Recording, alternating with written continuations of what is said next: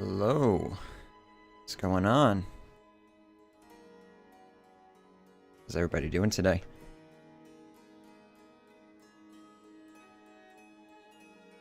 Welcome to the final day of the spell sword. Actually, I don't have that much left to do. I did a bunch of grinding off stream the other night.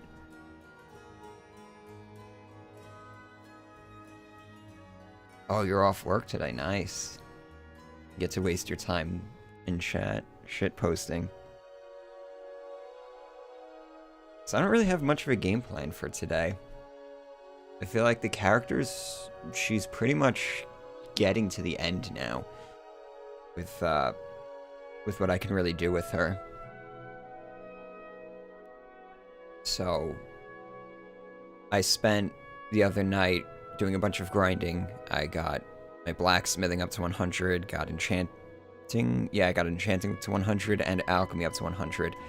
I made a bunch of like really powerful poisons and potions, upgraded all my armor and crap like that, enchanted some items, outfitted Uthgerd to be a basically a walking demigod, so she's like unkillable now too. So I think the game plan really is just gonna be to see how powerful this character is now. I kind of want to go back, give Illusion a second shot. I think that's going to take a bit of grinding. I need a lot of perk points and stuff, but I don't know where my perk points are. I might still have a bunch of perk points into enchanting, which I'll just refund and then dump that into Illusion, because I feel like Illusion would work well with this character for like crowd control stuff. Thanks for helping you survive the revisions folder at your job. That's what I'm here for.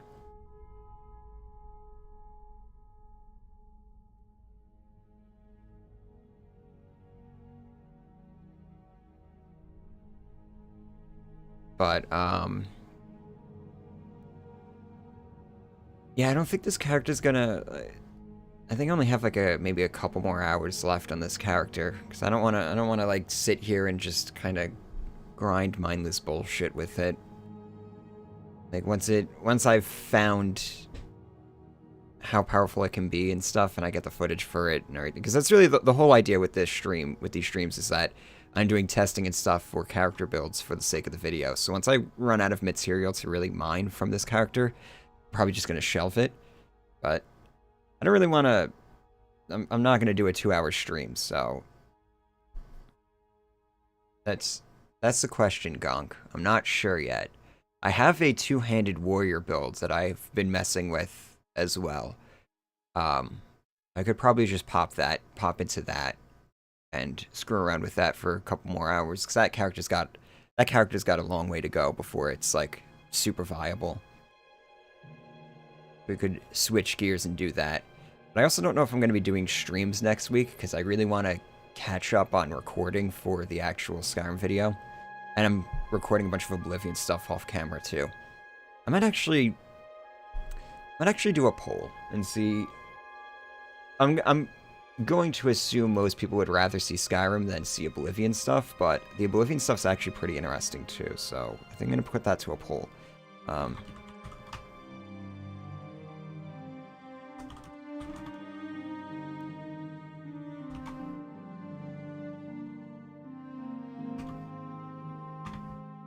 Let's see. Skyrim two-hand spells. He's like kind of a spell sword.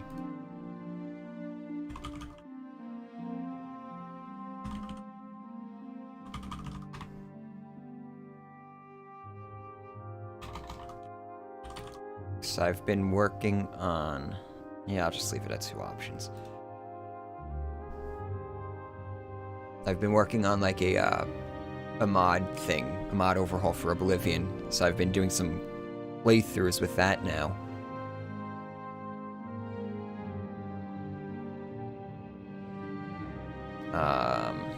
Yeah, I've been doing some playthroughs with that now. And I've been doing, for the past couple nights, this hand-to-hand Khajiit. That's been pretty fun to play through. And my plan with that character was like, I just started the character, and as I just started Imperial City and then just headed straight down south to Leywin. And any dungeon that I came across, I had to enter it and clear it, or try to, as long as it wasn't quest locked. And that character was surprisingly very fun to play. Stealth, hand-to-hand. And with the mods and stuff that I have installed. That turned out to be a really viable playstyle. Maybe even a little bit broken. Are any mods going to be looked at in the review other than shitting on the unofficial mods or unofficial patch? Probably not. I feel like I already have enough stuff on my plate just trying to cover creation content. I would like to do a modded Oblivion. I mean, I already did a modded Oblivion video, but I'd like to do something a little bit more analysis-wise, analysis comparison stuff. I don't know. Skyrim rather has like a ton of mods and stuff, so I doubt when I'm finished with these videos, Skyrim's gonna disappear from the channel. So it'd probably end up me going into Enderall, because I know a lot of people have been telling me to look into that, and Skyrim mods and stuff. So I'm not gonna become like a Skyrim mod showcase channel or anything like that.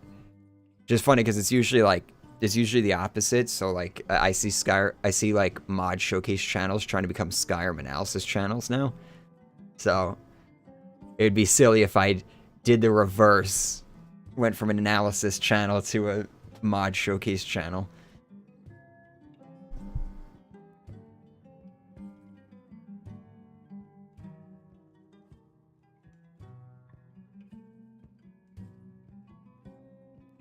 Skyrim grind is driving me crazy. Follow my whims. It hasn't so far. So far, I've been having fun with the Skyrim grind. I really do have to start recording on the main character that's gonna be, you know, featured for most of the video, most of the upcoming video. That's why it's like I want to get started writing. Like that's the problem, but I just don't have enough stuff recorded for any of my projects right now that I can actually start writing. So it's basically I've just basically been playing video games for the past 2 weeks. And it's like, I really want to actually start getting work done on some actual projects.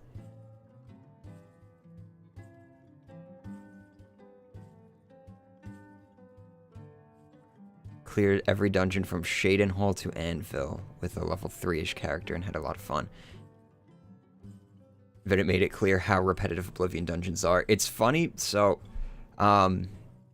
in the Skyrim video, I mentioned that article with that interview with the lead dungeon designer of Skyrim, and how he like made Vilverin, and in that he actually was talking about how he came on late into the project, or he came into that position anyway late into the project, and it was basically a rush to overhaul as many dungeons as possible. I think they said they got like two dozen dungeons overhauled, Vilverin being one of them. And you can kind of see that when you're going through Oblivion. You'll come across the occasional dungeon, like that was it Milkbone Cave or something like that, or like it's like a cave near Leywin where you find two bandit clans like fighting each other, and it's obvious that one has a lot more like Fallout 3 and Skyrim DNA in it than Oblivion. So I've been like going through, and every once in a while I'll come across a dungeon. I'm like, yeah, this one feels kind of different from all the others, particularly the ones that end with you coming out at the entrance.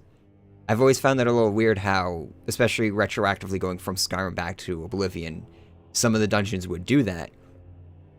And I never really understood that until I read that article. And I was like, okay, so that's probably the dungeons that that he touched. I can't remember the developer's name off the top of my head, but I shout him out in the video and stuff. I don't think I linked the article. I probably should have linked the article.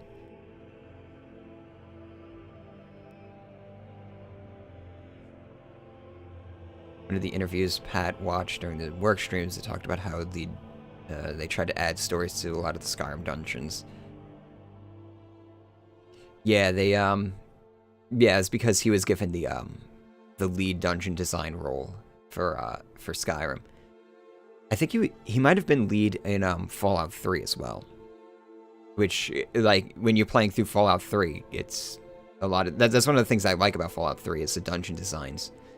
So, you know, dude knows his stuff.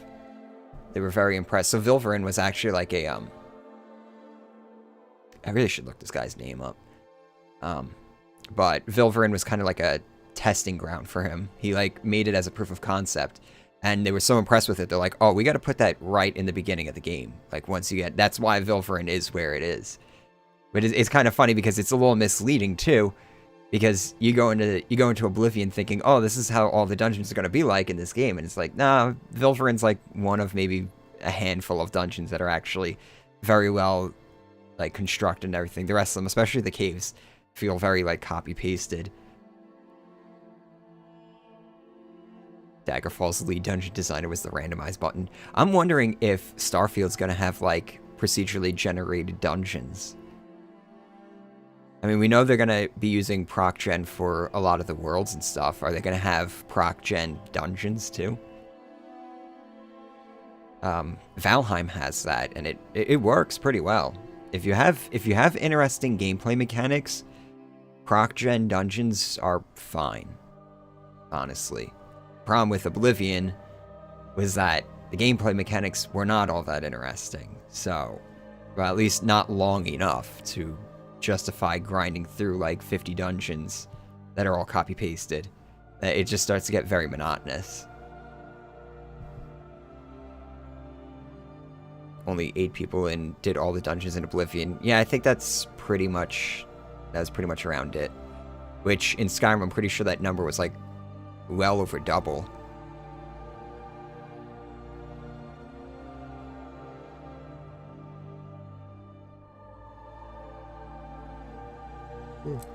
I still like to do... This is how bad my tastes were when I was younger. I loved dungeon crawling in Oblivion. Probably because I never really played a game before that had like dungeon crawling in general, let alone good dungeon crawling. So for me, dungeon crawling was like one of the things that I did a lot for like probably my first 2 years playing Oblivion. Which it's okay. Like, it's okay. But you got to keep it fresh with like really interesting characters and stuff like that in order to really have fun with it.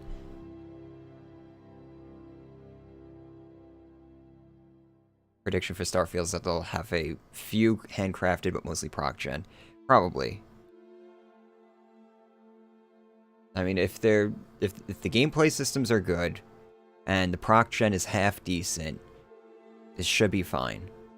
I know they said like Starfield has the most handcrafted areas out of any game that they've ever made, so it's like if they're able to see, because they have two options. If the proc gen stuff is good enough that it can seamlessly stand side by side with the handcrafted stuff, then they can work it in that way.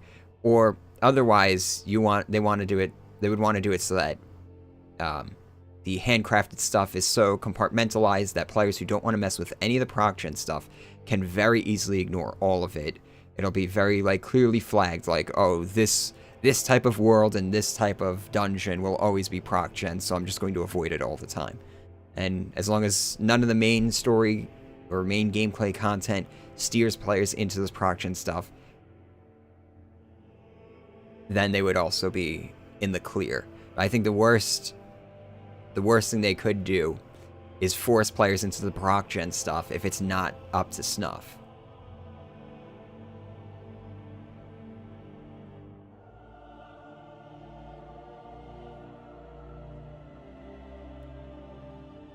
Liked the dungeon crawling stuff, but hated the gates. Yeah, Alien Ruins and Imperial Forts were, and they still are by far my favorite to explore. Probably because, I mean, you know, they're visually interesting and stuff. So one of the mods, I have to verify this, but one of the mods that I added, I'm pretty sure to Oblivion, I'm pretty sure decreased the number of undead dungeons that there are, because I think I didn't come across a single undead dungeon actually, which is good because the character that I'm playing on currently is very ill-equipped to fight like ghosts and stuff. I would come across a ghost and they just kick my ass so hard because I'm a hand-to-hand character, and this is like, what am I gonna do? Punch a ghost to death?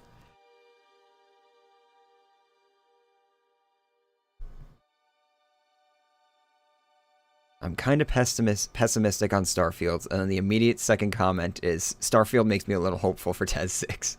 I feel like that adequately captures the environment right now for Starfield. I'm a little bit hopeful, but we will see. I mean, I'm gonna play it regardless, so I'm gonna play it on day one regardless. I have to, so.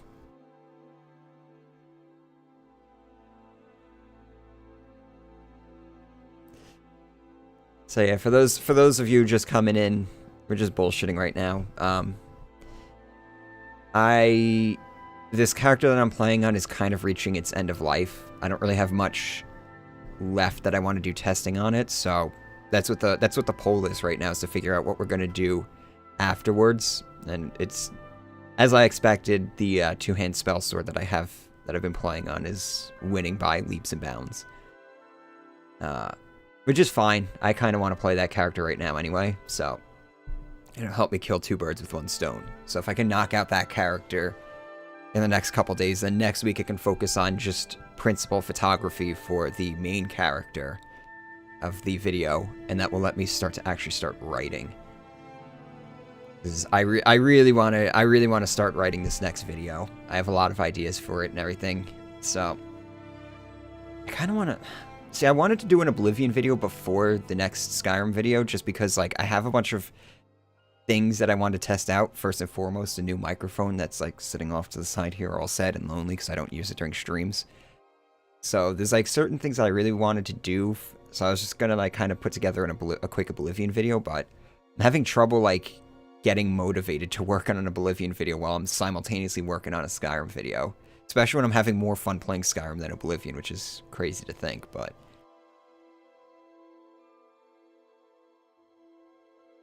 So I really want to, like, especially since school starts again in, like, a few weeks, so... I gotta figure out what I'm gonna do. I haven't even looked at my school schedule yet.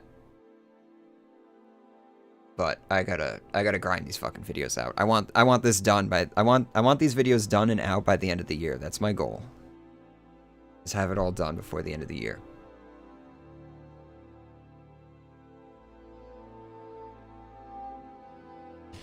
I love watching live streams on your living room TV while hopelessly putting over 300 mods into Skyrim on a 4 gig RAM laptop. I'm a business major. I'm going into my last year. So, well, kinda. I think I'll probably have, like, one more semester that's gonna be, like, 1 or 2 classes, but it's one of those things. One of those things. I enjoy business, or aspects of business. We were actually talking about this in the Discord earlier, that I tell people I'm a business major, and they're like, if you tell people you're a business major, you get one of two things. Oh, so you're an accountant, or, oh, you're going to work in finance. And I don't have what it takes to be an accountant. And finance kind of bores me to tears. I just like studying how businesses fail. I like studying how businesses fail, and I love large market stuff. I love studying, like, recessions and depressions and things like that. Those are kind of like my areas of expertise. Is, like, corporate mismanagement and recessions and depressions.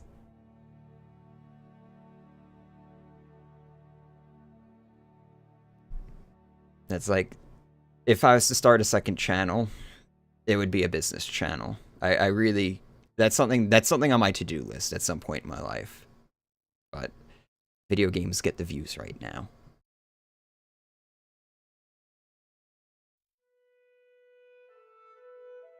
I could definitely be an analyst. The problem with analysts, or like,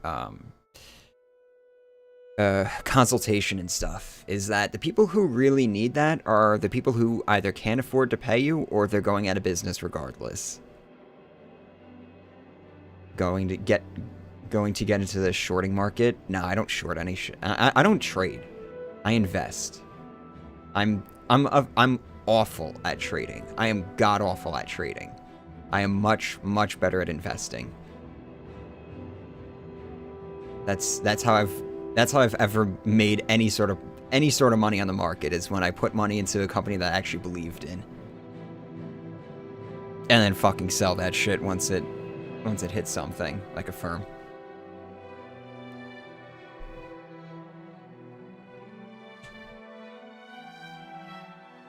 "90% of businesses fail because they don't understand what their target audience wants."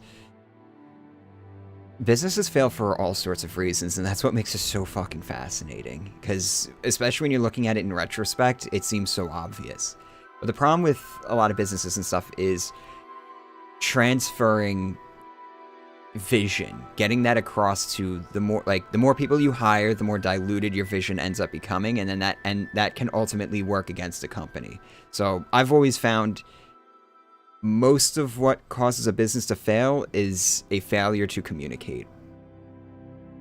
And that's one of the things that I learned when I was a manager myself, is that it's very fucking difficult to communicate and get things across.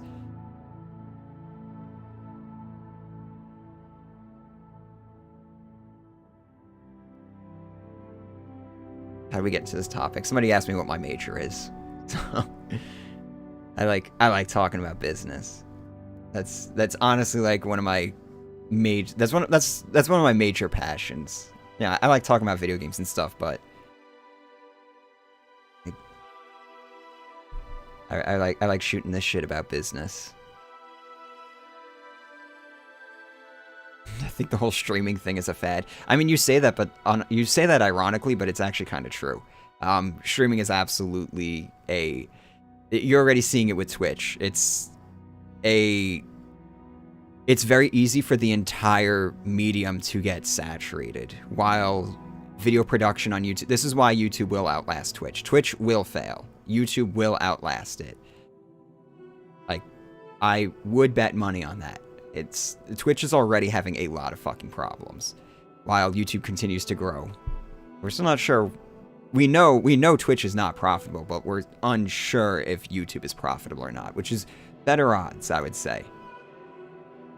But the problem with streaming is that it's difficult to differentiate your product. YouTube and video production, it's a lot easier. And certain niches can get oversaturated, absolutely. Just look at Let's Plays and stuff. But that just pushes people to produce new content and, honestly, less accessible content. So, like doing long-form video game analysis and stuff. It's difficult to do this well. It's honestly kind of difficult to do long-form analysis poorly, too. Just because of the skill set that's required, the time investment and everything. That's why Let's Play content has basically started to die off on YouTube.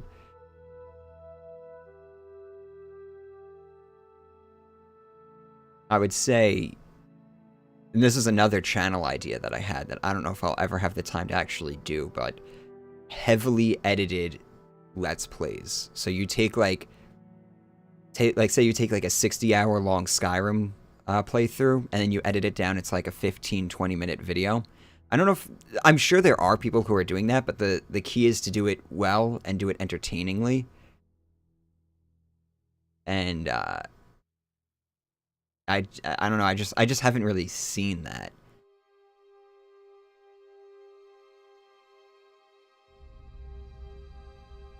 I find most streaming to be a waste of time. Why would I want to watch a stream for 8 hours while working when I could listen to an audiobook or a 13-hour Skyrim retrospective?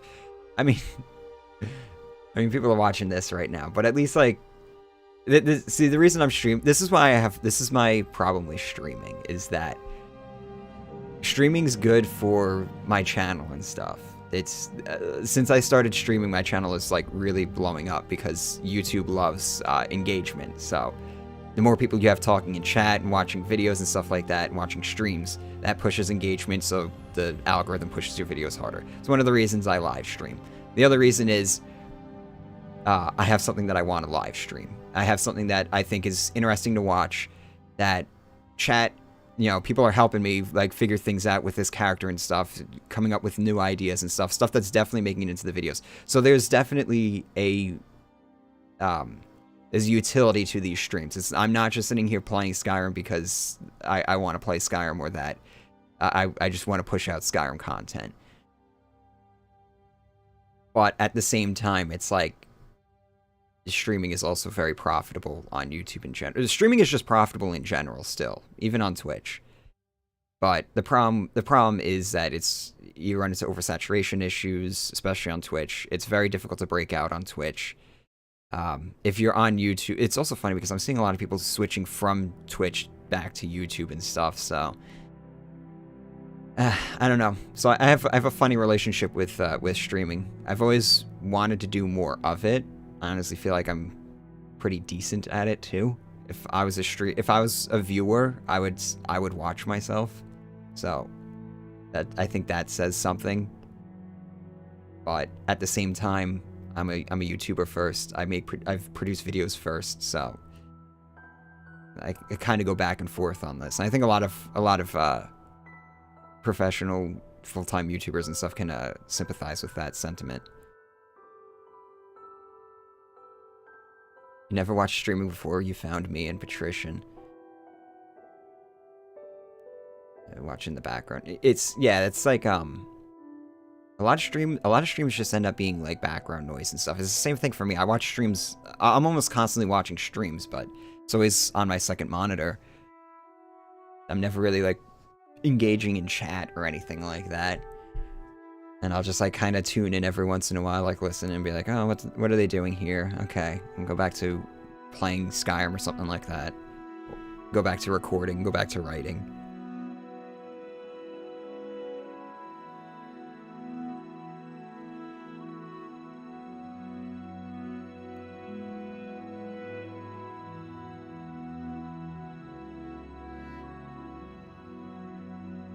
Streaming should be a tool to push a product, but not become the product. I mean, I think there's definitely potential, and Patrician said this a lot too, in streams that are a show format. So if you have something that's like, you know, planned out, you have something that's a little bit scripted or something like that, that's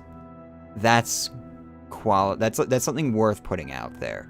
But if you're just streaming because like, hey guys, I'm playing this game, come watch, and you're not either A, really fucking good at the game, or B, very entertaining, like, I don't know, you probably should reconsider what you're doing, because there's just so many, I can look up almost any game now and find somebody who's either really good at the game or just really entertaining playing that game.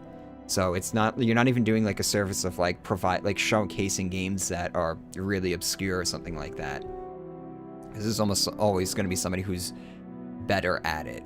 And why am I not watching that stream instead of watching yours?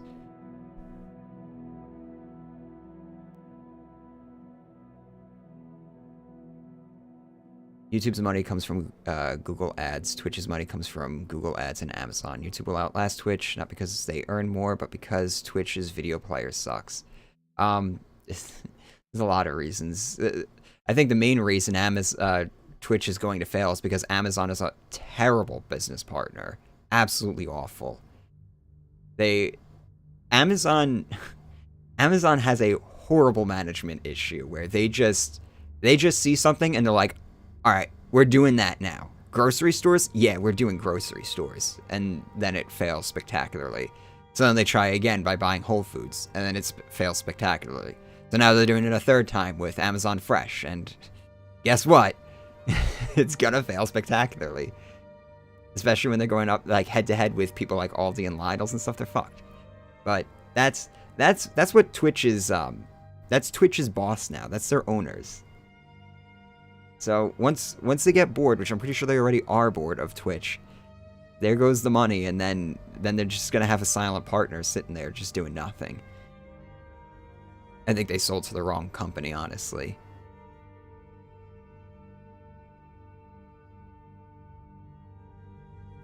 You have one game on Amazon Games because you couldn't get it anywhere else. I I bought Spore on Amazon Games. And I just bought Spore again on Steam because I could not be bothered to figure out how to actually like download the game off their just fucking terrible interface of a website. So I'm like, you know what? Spore's like $5 on Steam. I'm just gonna buy it again and have it in my Steam library. So I bought Spore twice.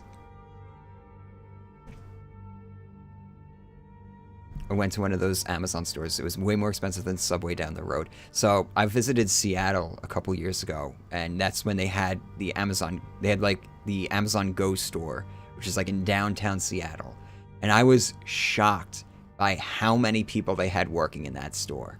I walked in, and I was like, this place has more workers than some grocery stores I've walked into, and this store is the size of a garage. The whole point of the store model was that so they could get rid of workers, and their overhead is ridiculous, and it's downtown Seattle, so they're paying an arm and a leg for that real estate. I mean, I know why they put it in downtown Seattle, because it's in like right front and center. It's a marketing gimmick. But why are you marketing a business model that is not functional yet, with technology that's not there yet? It made no sense to me. And then I had a LaCroix for the first and last time. That's basically it. And an underwhelming Caesar salad wrap. I was flabbergasted. I had no idea what they were thinking with that store.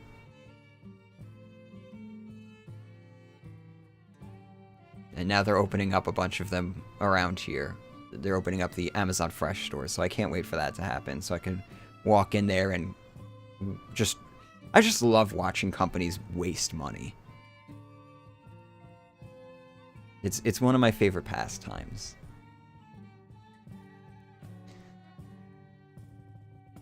Should the mods that come with the anniversary edition of Skyrim be included in an analysis? I personally don't think it should, even though it's technically endorsed by Bethesda. If we're talking about creation content stuff, I mean, I'm working it into these videos where and when I can. If it's a product that's being sold, I think it's worth discussing, especially at this point. I was talking to Patricia the other day about this. I think my video might be the first like analysis video of these creation club things. I don't think I've seen them like we couldn't recall anybody that we've seen featuring them yet. So, you know, it's not really adding much to the discussion of vanilla, to the discussion of the analysis of vanilla.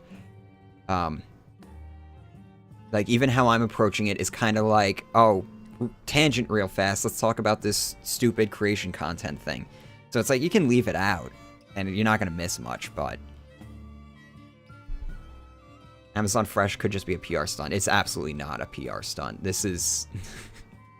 Buying Whole Foods was a PR stunt. This is like a real hard push into the grocery market, and they're gonna have a really hard time, especially once regulators start stepping in and shit like that. They're playing with fire. They're playing with something they don't understand. Is creation content actually made by modders? Some of it's made by Bethesda themselves, and then some of it is made by like modders from the community and stuff, but the quality and all that is basically indistinguishable. It's all pretty terrible, and I'm willing to bet the modders didn't even get paid all that much for their efforts.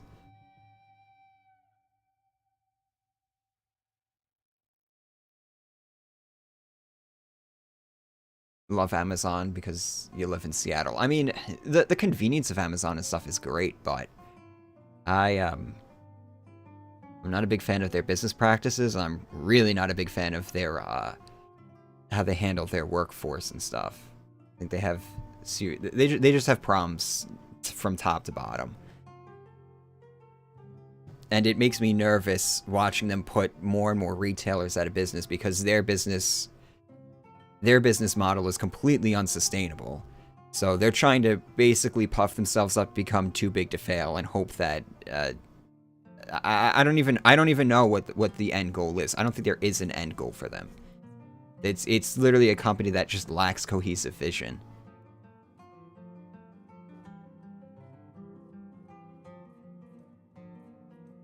Do I think Starfield will have forced Creation Club down the line?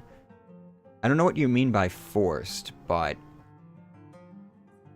I don't know if we're even going to see Creation Club stuff in TES 6. It depends how well and how much money they made off of this. If it made money, then they'll do it again, but we have absolutely no idea how much money they actually made off of this stuff. I think if we see Fallout 4 do a creation or an anniversary edition type release, which I hope they do because I would totally buy that and do another round 2 of making fun of that stuff for Fallout 4. If we see that, then odds are we'll probably see paid mods in TES 6. But at the same time, they're part of Microsoft now, so they kind of, like, cash flow isn't really a fucking concern for them at this point. They have Daddy Microsoft to just pump them up with money. I feel like paid mods is probably some sort of gimmick just for, like, appeasing investors and stuff. Maybe a way to boost their valuation for the buyout when the inevitable buyout by Microsoft was going to happen. I wouldn't be surprised by that either, especially with how they retroactively added it to Skyrim after Fallout 4. I think of Sky Oblivion. I'm cautiously optimistic, to say that. I'm usually like Beyond Tamriel and Beyond Skyrim and stuff like that. I was very unimpressed when I played Beyond Skyrim Bruma, but I feel like the people behind Sky Oblivion understand the necessity of limiting scope. So like Kyle Rebels and stuff, I've heard him. I've watched their streams like millions of times. So they're like one of my favorite things to watch when I'm like working on stuff. So I've heard him, talk about his philosophy when it comes to approaching stuff. And his philosophy sounds like the right idea to have when you're doing these sorts of large-scale modding projects. He's like, we have something, we have an end goal that we're working towards, we're not really adding many features or anything like that, we're mostly focused on just creating an interesting world for players to play in, and smoothing out the Skyrim experience so that it works in this world. And that's basically it. We're not going to add like crazy new features and stuff like that. We're not adding new quests, no new voiceover or anything like that. And I think that's the right idea, that's the right approach, and because of that, I think they're going to be I think that project has a lot of potential to succeed. And if it's good, I'll fucking do a video on it and stuff, no problem. Because I'm going to play it, so. How cancerous is the speculative market? Oh god, don't get me started. Let's just say I'm rooting for the recession right now and leave it at that. I have more faith in Sky Oblivion than Skywind. Yeah, because it's the limitation of scope. And it's easy to get into one of those projects, and I've been on this too with like making my own videos and stuff. It's easy to sit there and be like, yeah, I'm gonna do this, and then it comes to actually having to implement that stuff, that it either becomes a challenge or you run into the problem where it starts to dilute the original vision of the product. As you have to remember is that you're creating a product that needs to eventually be put out, so.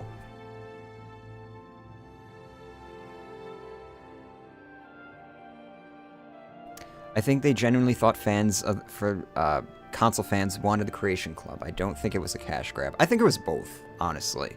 I think there were probably people in there who saw the potential to create mods for console fans and stuff like that, for console players. And then there are people who are just sitting there, like, counting up the dollars and cents. That's usually how it is, because these decisions are rarely up to one person. It's usually done by a committee. So you have different opinions and things like that. You can see it in Skyrim too. Skyrim's such a classic example of different opinions in a room. So it's like the main story, for example. I think I said this in my video where it's obvious somebody there had something they wanted to say about, civil wars and all this other stuff, and like they wanted to create some sort of poignant, intelligent story, and then another person in the room was also sitting there going, yeah, but I just want to kill some fucking dragons. So I think Bethesda has a lot of different opinions floating around there, especially since it's a studio that doesn't churn a lot of people. So usually if you have like a studio that it's like a revolving door, you wind up getting a more homogenous body of opinions and stuff. And that's why things start to spiral out of control, because it becomes an echo chamber. One group feels ostracized that the other group has more clout, and then those differing opinions start to disappear. Bethesda seems to try to create compromise between the different viewpoints in their studio, which I think is the best way to approach it, honestly. That's why I still like Bethesda, and I still give Todd Howard a lot of credit, because I think Todd Howard is actually a good manager.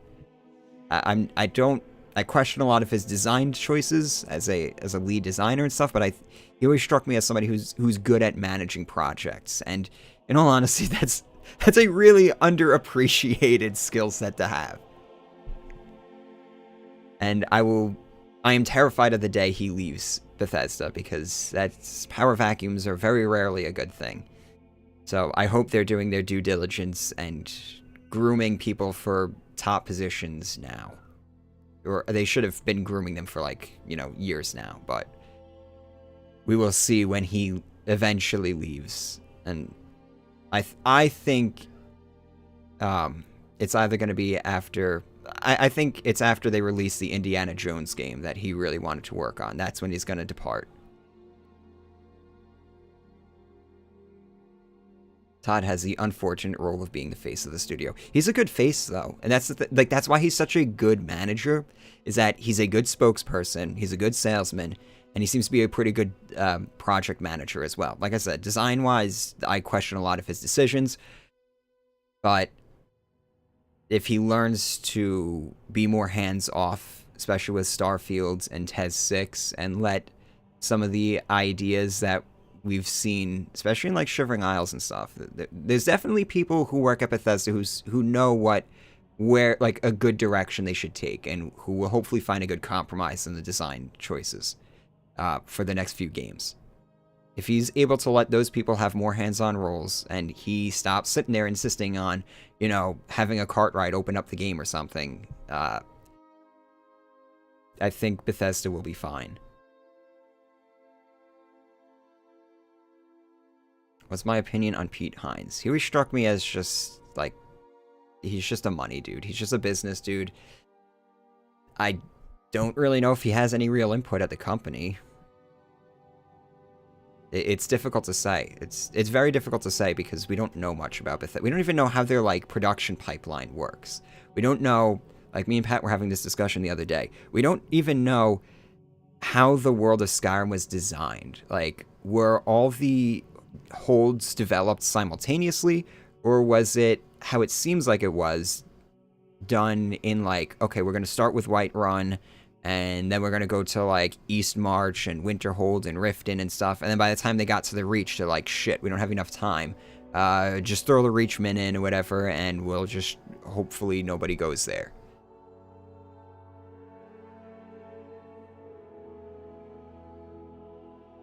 It would be great if we actually had a deeper understanding in how their production works, from pre-production into full-scale production and stuff, because it would help answer a lot of questions, because now we're just left to really speculate. Why was the Reach and why were the Forsworn such an incomplete aspect of the game? Why was the companion so incomplete? We can speculate, but we just don't know enough about the inner workings of Bethesda to really come up with any intelligent, grounded theories. That's kind of frustrating, especially from an analysis point of view. Because I want to give them the benefit of the doubt, But other people are they're a lot more negative towards Bethesda, and they just assume it was mismanagement or something else. And it's like, if we just had a little bit more, if we just knew a little bit more about their behind the scenes. And it's kind of frustrating too, because you had like No Clip who went there and did a whole documentary. It was one of their best documentaries and stuff, but we still learned painfully little about like how it actually works there. And it's not even like most players would even really give a shit about that. It's like just for a very small subsection of people who are either interested in how these games are made, or people who are interested in working in the field and stuff like that. It's weird because like every other industry, you'll usually have people who leave companies or leave the industries and stuff. They retire and they wind up like writing books and doing like seminars and stuff, and kind of like explaining for future generations and for people who are just interested in an academic aspect of that industry. For those people's benefits, they'll explain a lot of this stuff. So that is not just left up to reckless speculation. What is my opinion on Bethesda games being infamously buggy and glitchy? I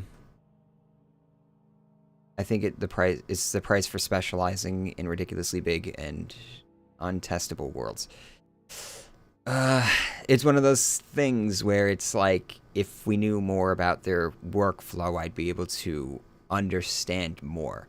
I believe it's just one of those things where, you know, like how game developers have problems with doors in a lot of their games, where you just have issues with certain systems in your game or in your engine, and you try and fix something and it breaks 10 other things. So, but the fact that the problem is that you have modders out there who are fixing a lot of these bugs without creating new bugs. So it's like, if worse came to worse, you guys could just, you know, pay off those mod developers and literally just take those fixes and just integrate it into an official patch. I don't know why they haven't done that. So it's like, it's really hard to say.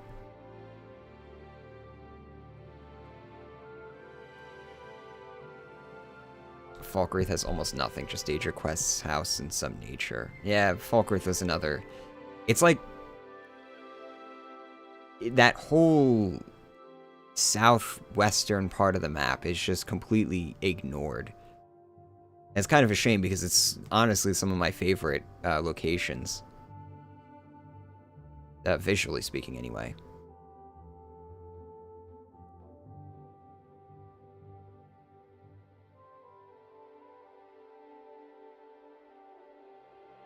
Two-hand spell sword sounds like a nightmare, so you want to see me do it. It's alright. It's a lot of fucking hotkeying, juggling, and stuff like that.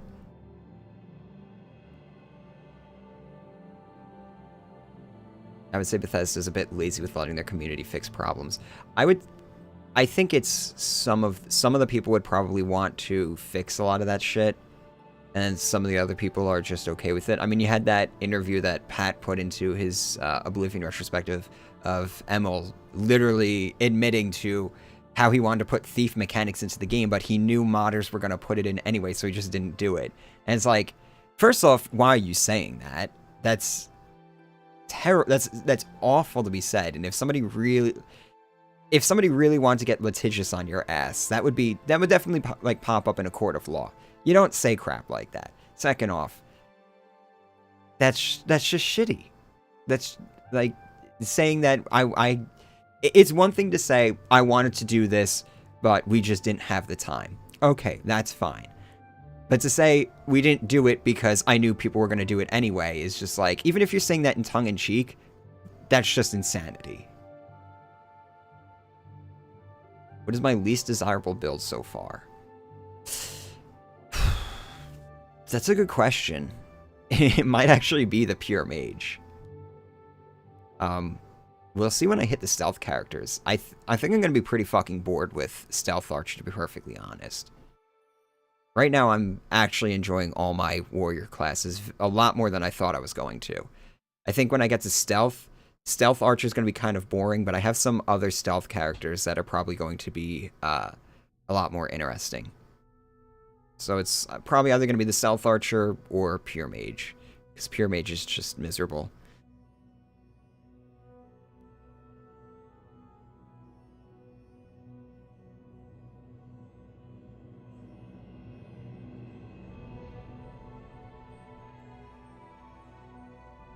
I'm almost certain they consider their jankiness to be part of their game's charm. I mean, for me it is, but that's okay for a, you know, for a small studio or whatever and a smaller game, but when you get into like Skyrim, Fallout 4 territory where these games are selling tens of millions of copies and stuff like that, we probably need a more polished product. I mean, that's one of the reasons I do like Oblivion, is that it's just like such a broken game, but it also comes from a different era of games as well. Like, I loved Halo 2 because it was such a janky game. Glitching and doing, you know, super bounces and stuff like that that's what I played Halo 2 to do. But that was when, you know, Bungie was a smaller studio and stuff like that. If they did that with Destiny 3, I would be sitting there laughing and shitting on it.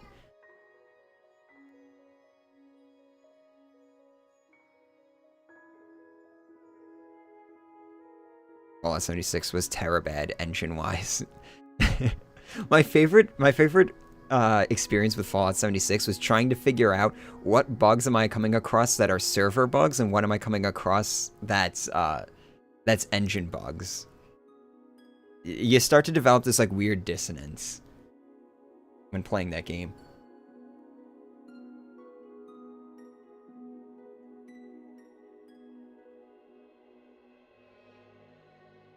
I think Bethesda's honestly a great studio and has super good world building.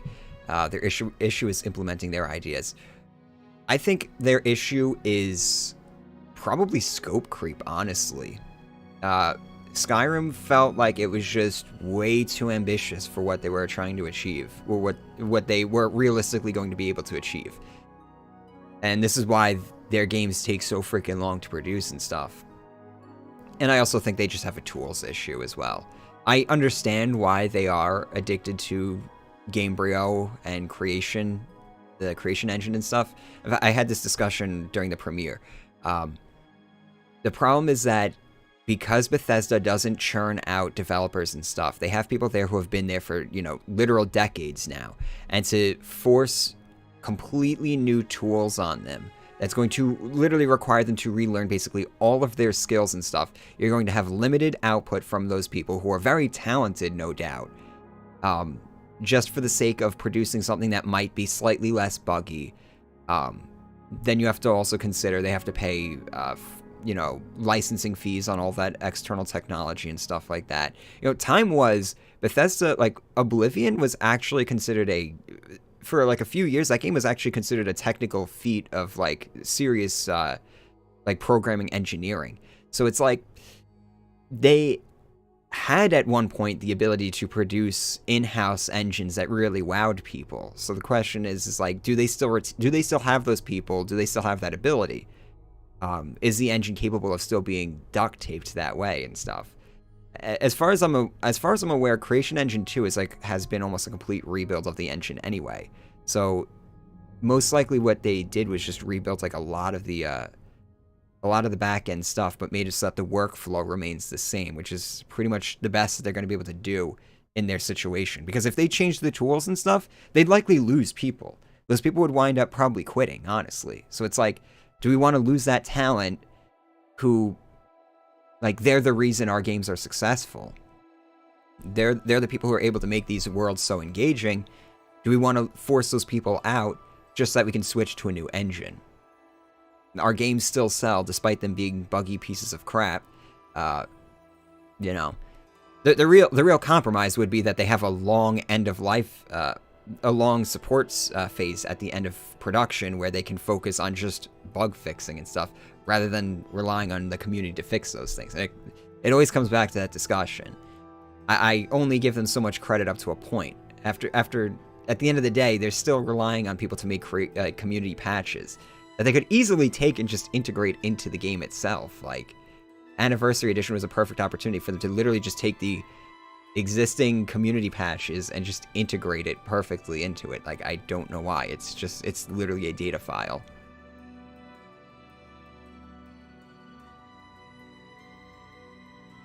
That's why I'm reluctant to say just use the Unreal Engine bandwagon. It's very difficult relearning how to use tools for your job. And the other thing too is like Unreal Engine probably doesn't have all the tools that they need to make things. Remember, they spent years, over a decade, trying to perfect Radiant AI and stuff. You're not going to have that with Unreal. They would have to rebuild that whole system from the ground up if the engine's even capable of supporting that. There are certain things that their engine does that no other engine can do.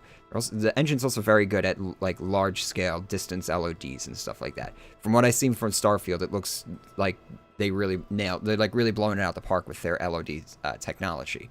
So it's difficult. It's a difficult situation. If I was in that room, I'd honestly probably be saying, yeah, if we can do it, hire the engineers and stuff. We have the people from id Tech. We acquired id years ago, right? Have them come in and just work on our engine, figure that shit out. And people like to dunk on the creation engine for not being able to support like ladders and stuff, but first off, ladders in first-person games are terrible anyway. There's a reason like no first-person shooters even have ladders anymore. Like that shit disappeared in 2004 because it's just awful. It makes for a terrible gameplay experience, especially in shooters. So I don't know why people keep on crying about ladders being vacant in Fallout, especially Fallout 4. The only like use I can see for it in like Fallout 4 is settlement building. Ladders are great for, especially in multiplayer games, for people to sit at the top and camp them.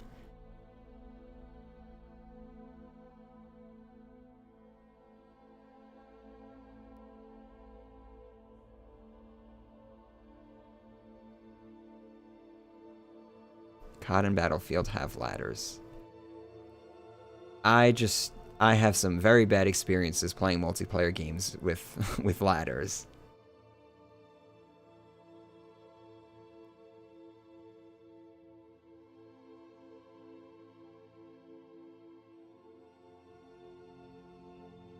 I probably should actually start playing, right? We're like an hour into the stream and I've just been sitting here.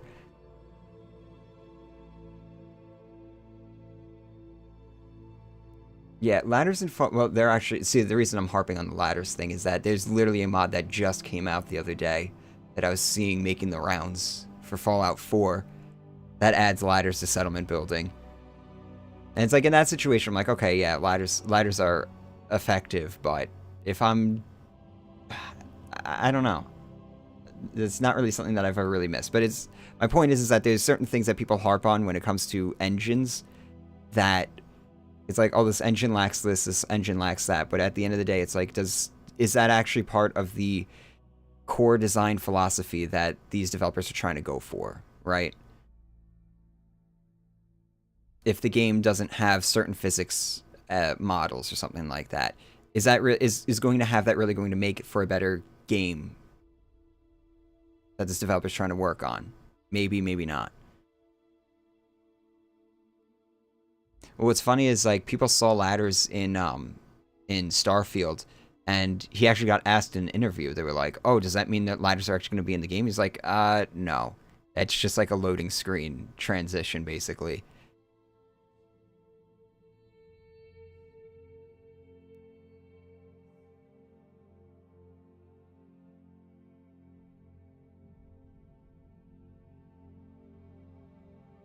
All right.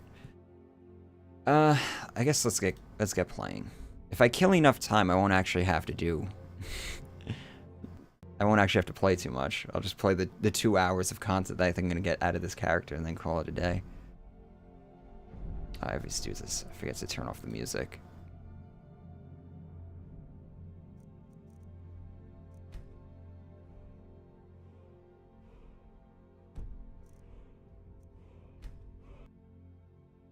Alright, so we are now level 47 on this character.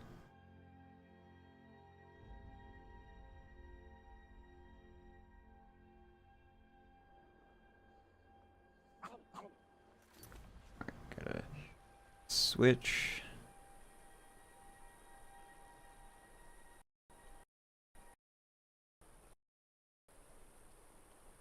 Kill the music.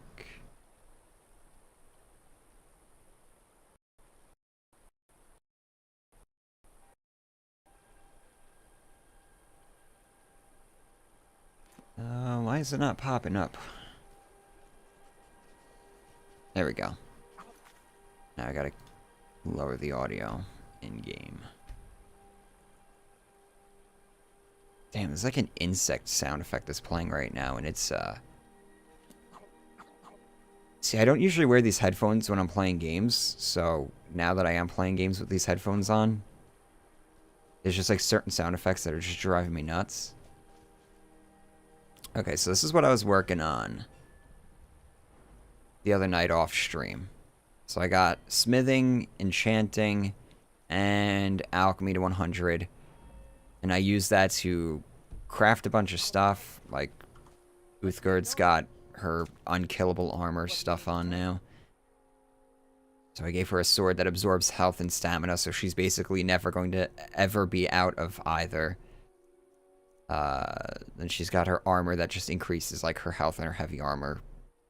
This is always annoying. So there's only certain enchantments actually work on followers, and none of them are actually like valid for a pure melee character like her. So I wound up giving her a helmet that just increases her magicka because I guess sure, why not?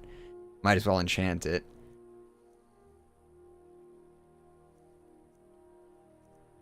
Yeah, this increases her attack damage, increases her resistance. This is just more health, heavy armor, and oh yeah, I gave her more stamina shit. She'll never run out of stamina. So she could sit there spamming her power attacks all she wants. She's not going to, but at least she'll always have the option.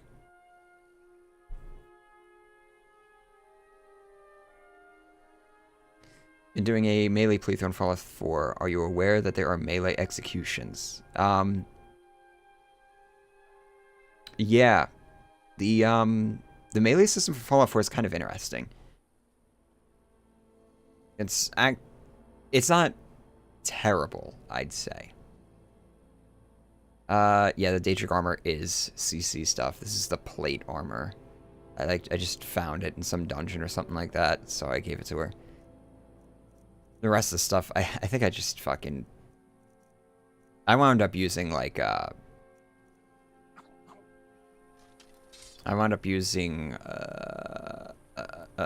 console commands. That's the word. After a point, because I just got bored of sitting there grinding crap. Which, you know... so yeah, what I wound up doing was upgrading all this armor and stuff too. So now I have like 514 armor rating. Oh, that's Hello? We're under attack? Oh no, frost spiders.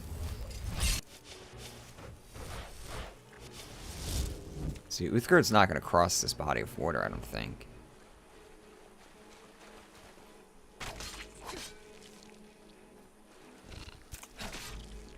Yeah, one shot those spiders. Show 'em who's boss. Alright, so... yeah, now I'm at 614 armor rating. So this character is basically invulnerable now. And I even upgraded the one-handed weapons that I was messing around with last playthrough. I guess I can charge them up, right? I wound up abandoning because I can't actually hotkey them correctly, and also because I was like chewing through their charges really fucking fast. Because I don't have anything in destruction. I don't have any points in destruction, so...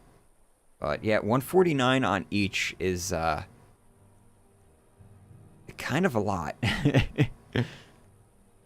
This says I have 146 total right now. So what happens if I equip both of these? So basically 300 damage. So I kind of want to go kill some dragons with this thing and see like just how much it rocks. Oh nice, now I don't have to mine shit anymore. After watching the video, you got an idea for an unarmed cloak spell build. That would be fun. Definitely focus on using Become Ethereal with that character.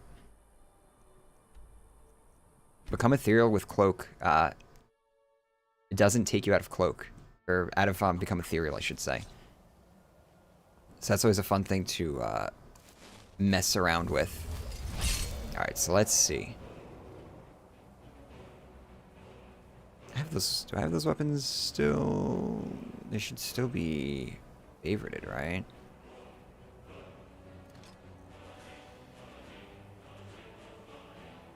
I just want to see. We just gotta wait now. So this is an ancient dragon, so this is like highest level dragon in vanilla Skyrim, I think. Or is it the Elder Dragon that's the highest? I don't remember exactly. Whoa, okay, that was a weird-ass landing. Alright, let's see. Okay, I just completely whiffed all that.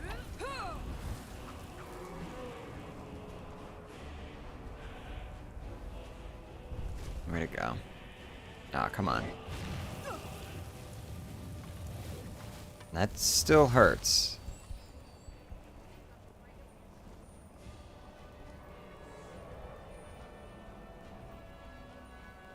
Come on. It's very frustrating watching my followers not use the not use their bows. She did not take like any damage from that though. It must be that frost resist. Alright, there we go.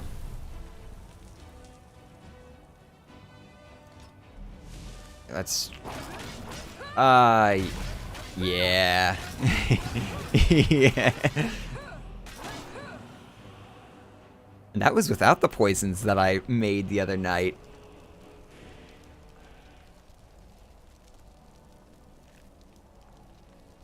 I don't even need any of this crap.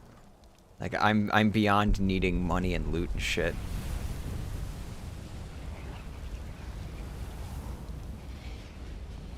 Did you guys know there's a mod that turns all the dragons into the state of Ohio? What's up with that? I've been seeing the articles and stuff, but I haven't bothered to actually click on it. Is there like some political joke being made, or is it literally just it's just random and funny? The dude's from Ohio or something like that, so okay, so right, this is what I want to show off as well, is the potions that I was making. So I made, first off, weakness to poison.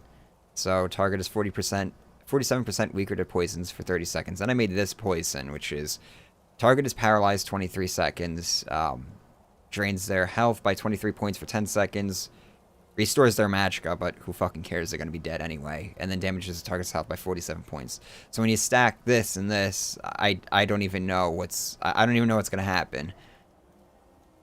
Then I have this for just alteration spell. It's lasting a little bit longer. It doesn't really matter. I was just messing around with that. Light armor increased by 47 points, you know, in case I need any more defense. One-handed attacks do 94% more damage. That one I kind of like. Stamina regens 117% faster for 300 seconds. And it's like, if I was actually spending a lot more time with it, like, I kind of just threw this shit together in an hour or so. It's just random humor. It's not even, like, textured. It's literally just, like, a black shape looking like Ohio. I have no idea why people... like, PC Gamer and shit. We're, like, so hyped about that mod. Must have been a slow day. Okay. Well, I want to quick save real fast before I do this. Do the rounds, try and kill a few dragons. Let's see. Let's see what this class is really capable of.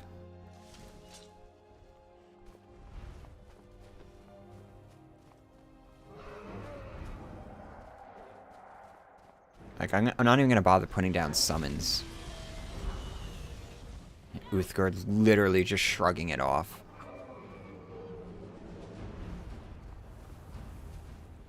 Nah, he's gonna... You shouldn't be. You're literally a demigod right now. Oh yeah, I also... I also took 3 points of magic resistance, so now I block 30% of all spells effects, and I have 80% magic spell absorption. So magic is basically worthless against me now.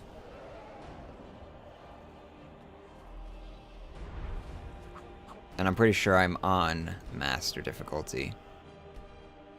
Yeah. I might even... I think I'm gonna even... Well, we'll take this one down with... We'll take this one down on master, right? Hold on. Once it lands. I really do miss... I miss Dragon Rend right now.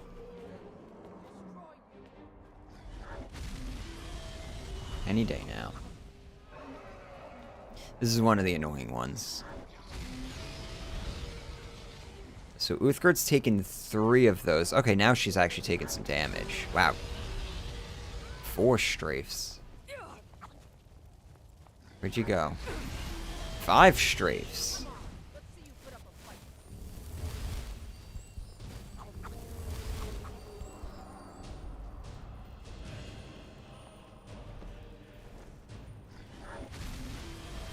See, it's actually fighting the way a dragon should fight, which is it just doesn't land, and wow, Uthgard actually went down.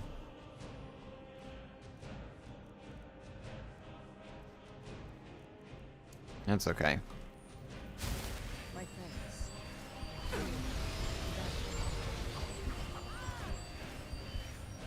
Alright, she should be good now. This thing is really being annoying, actually. This is why Dragon Rend was created. It might be where we're standing at this point. It's just... Uthgard, I'm gonna need to, like, get out of there. Because you're obviously pissing it off. Watch her die in that unkillable armor. This is annoying. Come on, I know you like to land over here. See? Told you. Alright, so here's what we're gonna do. Oh, he's gonna resist the fucking paralysis part of this. Did I connect with that? Alright. So this is a weakness to...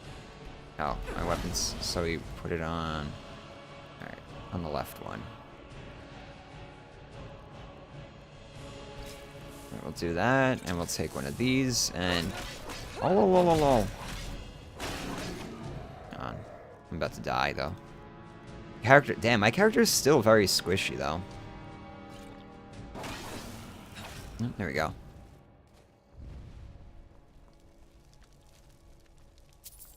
Flawless diamond. I will take that. So, I want to redo that now. Oh, I thought I quick saved.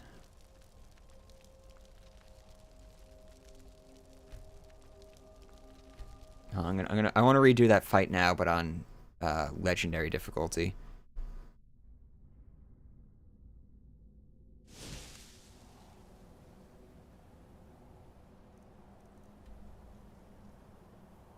Oh, where was that? This is up here, right? Yeah.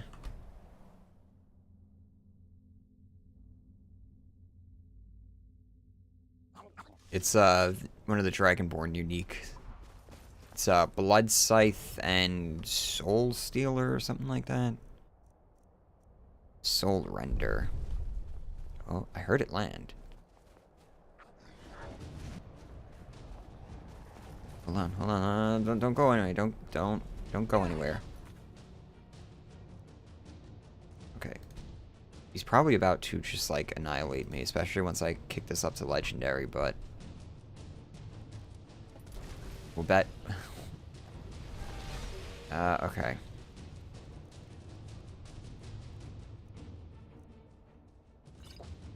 Go with that. And we'll take 2.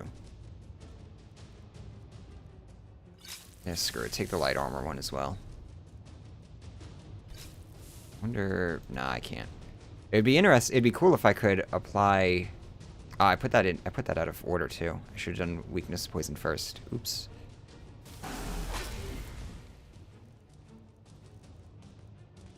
Alright, take that again. Take the weakness. No, don't fly away. Damn it, get back here. Oh, we gotta go to the, we gotta go to this good place. Oh, no. Might be able to get up there. He's probably gonna fly away before I even get up there. Yeah, usually when they perch, they only do like one shot and fly off. But go back here. Might be able to bait him into... Damn, he keeps landing over there.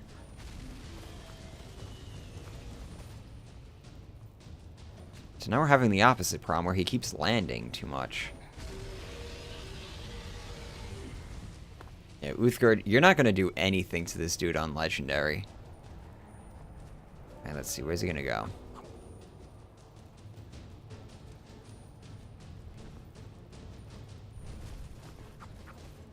He's perching.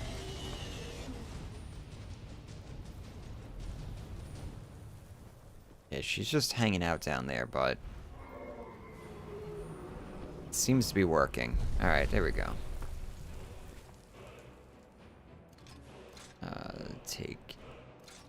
Take that. Take this. Are there any shouts that I could use to, like, really fuck him up, too? Not really. If I had, like, Mark for Death, that would be ideal. His tail whip literally just nuked half my health. Alright, so do weakness to poison. Take the paralysis potion, or poison rather. Fortify that, fuck it, fortify light armor too. Now spin to win, spin to win. Yeah, the problem is that he does so much damage to me. I'm able to dish it, but damn. Yeah, we still got him though. Legendary difficulty. Ancient Dragon. Face tanking it. Yeah, I guess the Achilles heel with this character is still just taking damage. You would think, what do I have, like 600? 678? You would think that would be enough armor rating, but not really.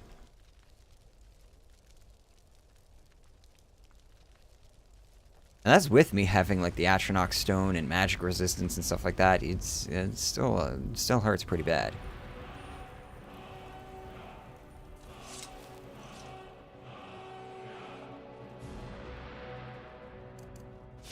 No, I'm curious how the Conjured swords would stack up. See, the problem is with those swords too is that their enchantments are kind of not really that great.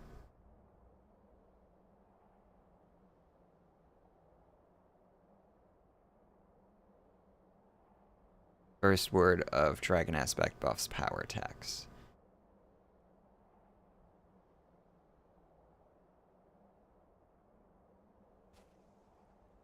Okay. Go up here. Kill another dragon. This time, I'm gonna try with just the Conjured swords. I think this is just a regular dragon, though.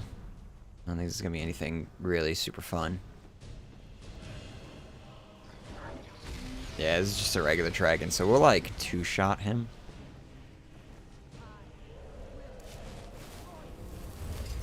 But just to be safe.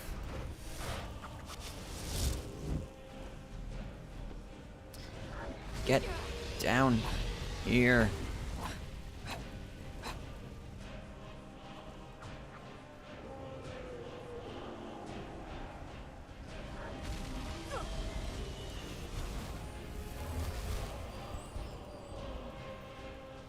Could use that magicka, thank you. Alright, so let's just go at him. No poisons, no gimmicks.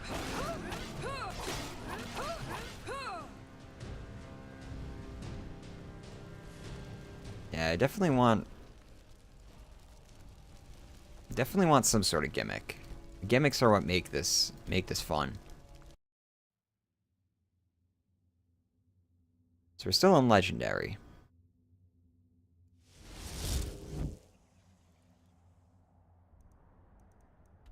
All right, so what gimmicks? I guess I'll just stack everything again. See how fast this thing drops.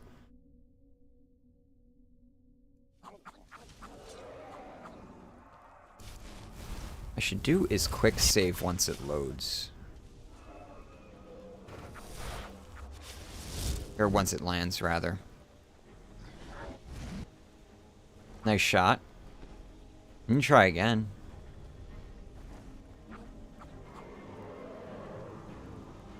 I like how the sound even got cut off there. Alright, nice. So I'm gonna quick save here. Alright. So first, let's just do some stupid cheese like this. The weakness to poison. And then hit him with the poison. Oh, God. That's bad news.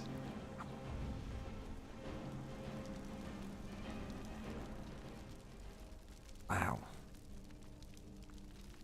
What a great what a great drop. Alright, so now I'm gonna do it, but with the funny meme swords.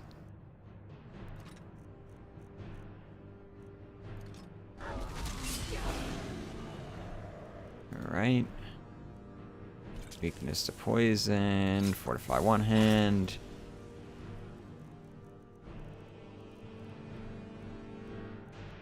Where is it? There it is. Oh god. That's even more. Alright, so these swords are definitely a lot more lethal now.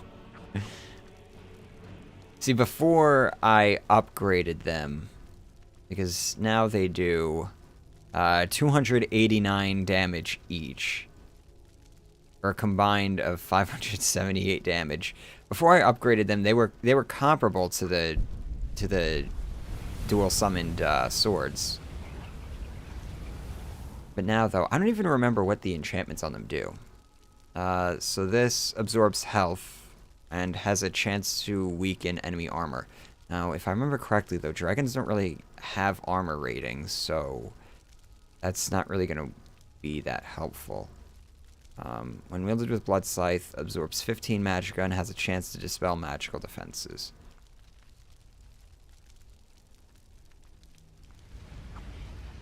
Which is, like, not really anything great, but... Master Robes of Restoration. Yeah, we're at that point now. Not that I need any of that.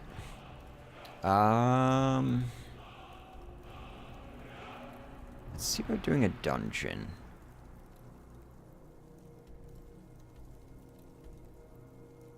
I wonder if these have respawned yet.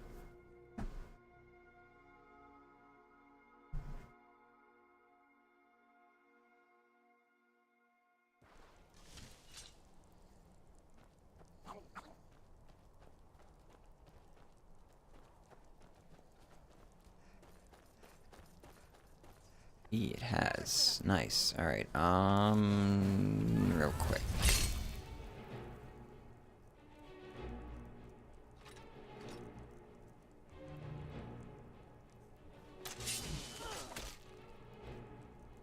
Okay. Alright, so without the potions, it's... Wait, what? It should be... Oh, okay, yeah. So without the potions, it actually does 149. And then with the potions, that's when it does 289. Goodbye. Literally deleting these people. One-shotting. On legendary difficulty.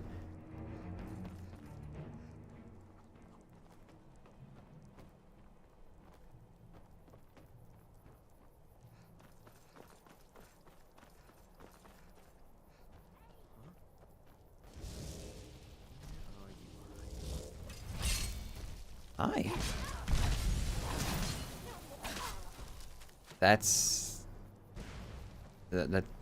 pretty crazy.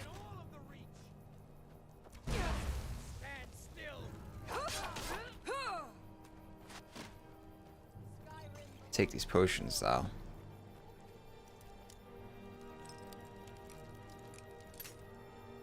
What am I doing? Wow, cool. Alright. Alright. I'm gonna try the Conjured swords. Let's see how well these do. Not nearly as entertaining.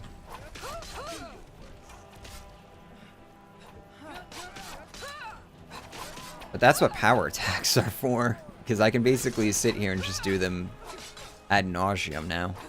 Please go away. Briarheart. Briarheart fucked me up, though. Because I still take a crap ton of damage.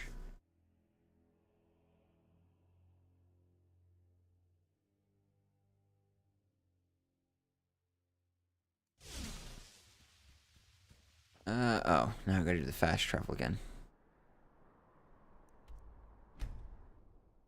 That is fine, gives us more opportunity to do some more testing.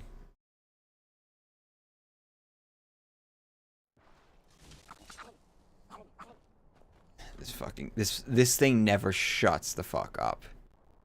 Yeah, I'm talking about you. Googly eyed motherfucker. Alright, so let's do that. Oh wait, I gotta do that too.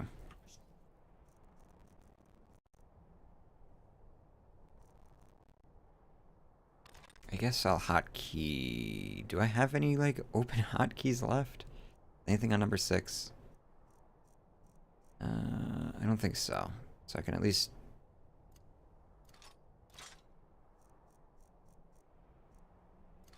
There we go. One shot. I don't even have to power attack them.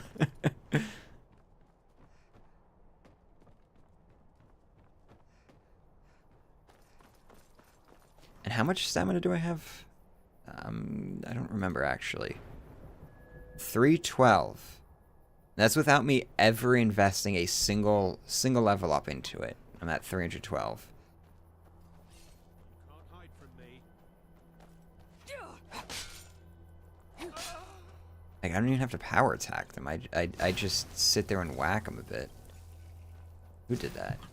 Who's doing that?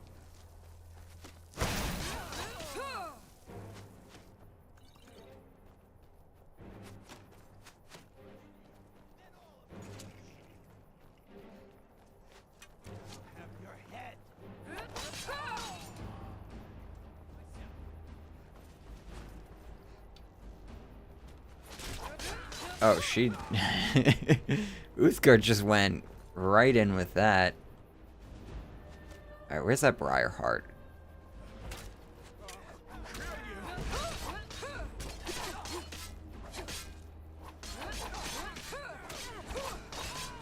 Goodbye.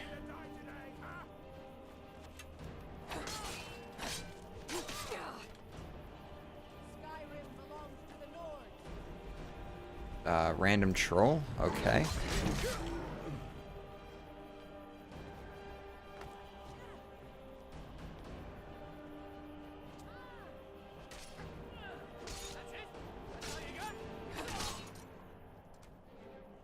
Famous last words.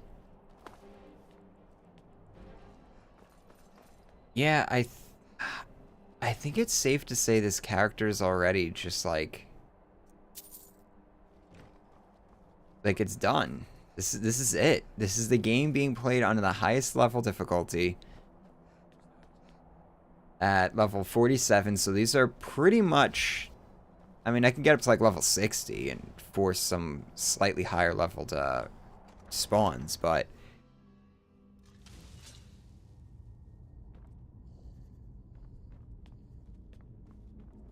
like this character is pretty much already there.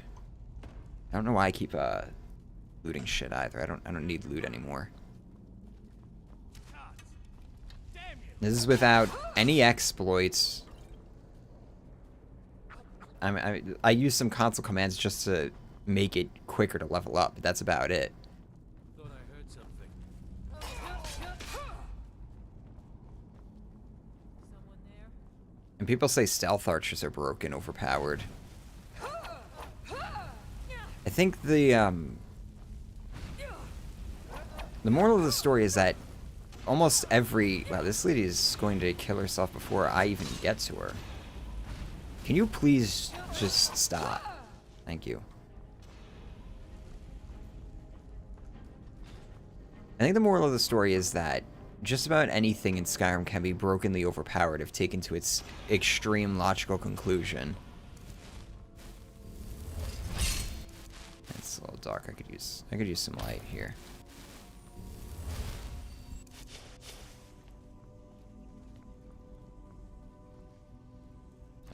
Do 6 and then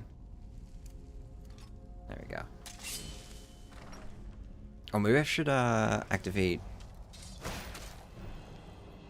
Nothing like walking out of a loaded door and immediately getting shot.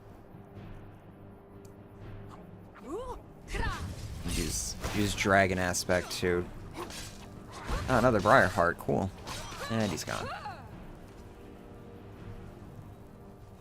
Oh, the Hat Griffins are all dead though. They didn't come back.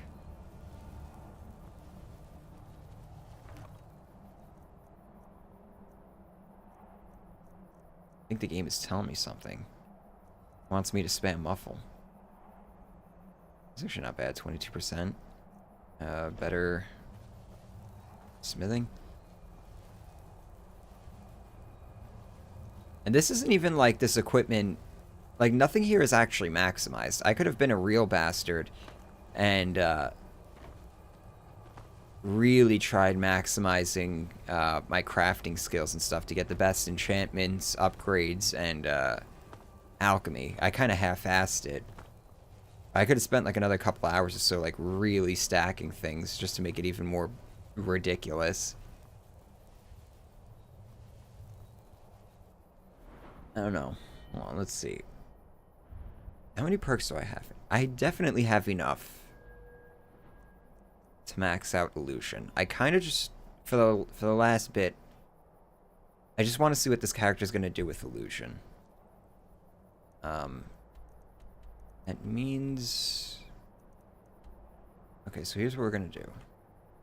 I'm going to go to Solstein.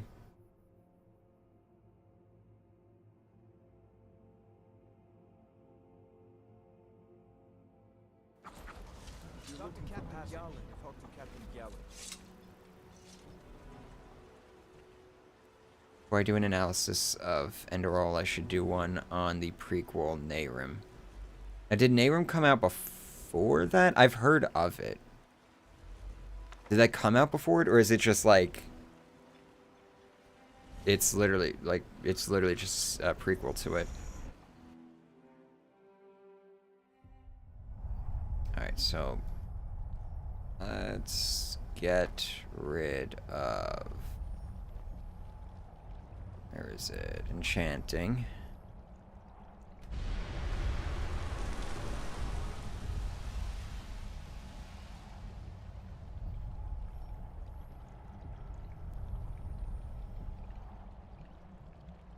I've been trying something that is mentally, morally hard for the character to do. Or have I been focusing on strength like a pleb? What do you mean by that?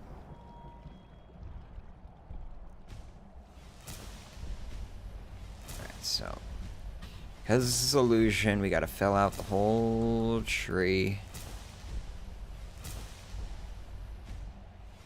Except for quiet casting. Oh, so this is interesting. Aspect of Terror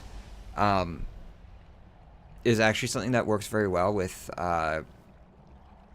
fire destruction magic, and I did not know this when I was doing the video. So, because fire destruction magic has this, causes enemies targets to flee.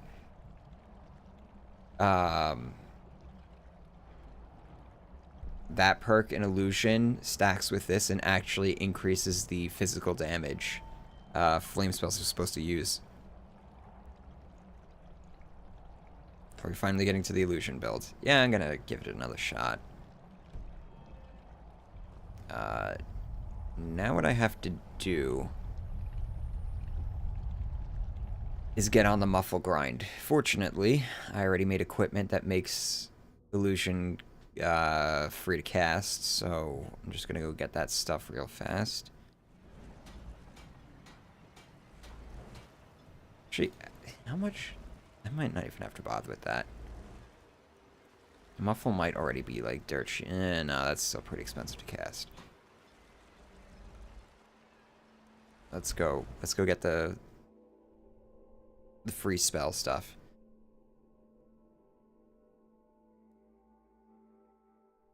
So I want to see how this character works with like with crowd control abilities from illusion.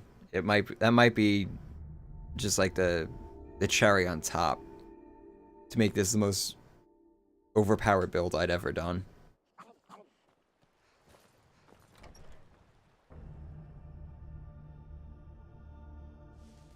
Magic with poisons is actually a really potent combination. Yeah, here's my pimp gear. Actually makes conjuration free to cast as well. If I ever felt like grinding conjuration.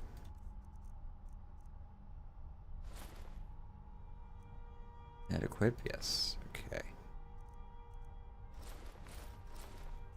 There we go. Now it should be free. It's all free. And then conjuration too. All of it's free. Yeah, I guess I wasn't messing with the necromancer stuff that much either, huh?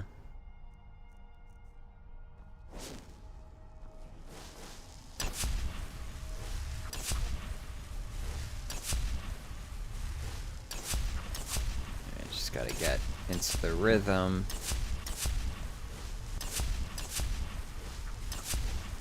Why did I make destruction free for the vid? Because it was pretty much already free by the time I got to the end. It was so cheap that I was like, alright, I can focus on giving some other stuff discounts as well. So like pretty much my whole spell book was discounted heavily.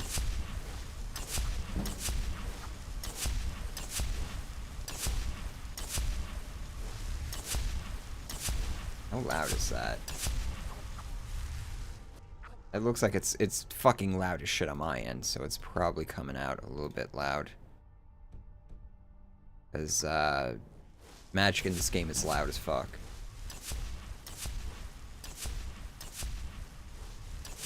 Really wish the magic wasn't so bad at higher levels. Yeah.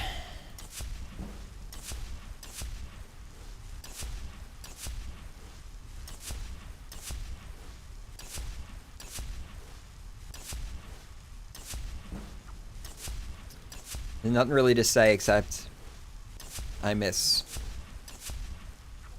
Uthgerd the Unbroken. I don't know where she is right now. This is the Nyx Hound ASCC follower from Dragonborn. I don't know where Uthgerd went. She's somewhere. She's probably hanging out in the other room. But yeah, I can't stress enough just how much I miss spellcrafting. It's a shame that even modders couldn't get it to work. Let's see, where is Uthgerd? She's probably hanging out in here. Maybe not. Pretty sure she didn't get killed.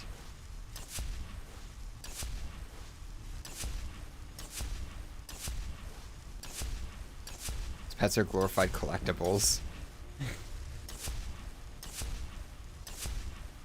Yeah, I'm bugging actually using them. I use them because they're so fucking awful that they're just, it's hilarious.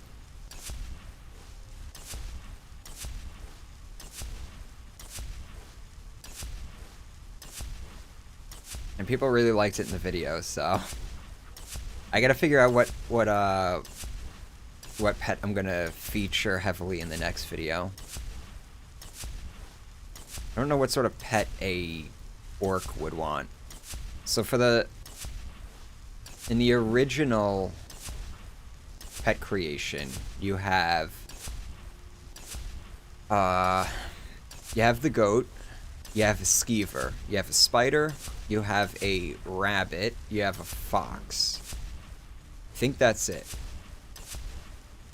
And there's a few, like, extra ones. This one, there's the bone hound one, which I think increases your damage to undead.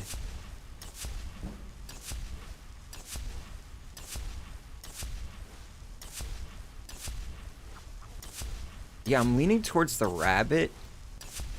But the problem is that the rabbit probably doesn't have that large of a hitbox, and I kind of want it to, like, get in my way because it's just so funny.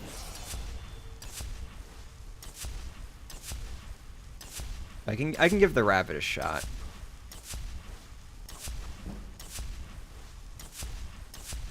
Yeah, look at this. We're already almost we're like halfway there.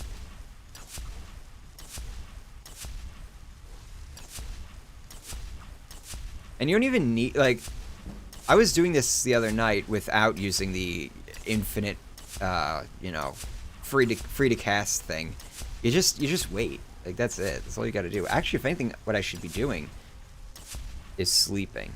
Like, I should sleep a little bit, get well rested. Actually, I'm curious. Does this must work while sleeping too, right? Yeah, it does work while sleeping. Nice. I wonder if that works in Fallout 4 now. What is going on right now? I'm just sitting here power leveling illusion, reading chat. Because I want to give this character some illusion just to test and see. I think that's the final frontier for this character.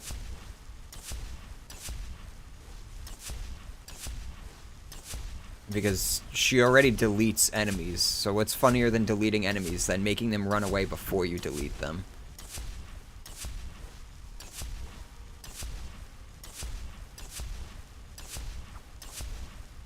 I don't really want to do the spider pet though, because spiders are icky. Have I played ESO at all? For like 5 minutes. I played it, realized it's a game that's like perfect for like for some videos. So I, like, backburnered it. That's kind of like, that's one of my holy grail type games that I want to cover.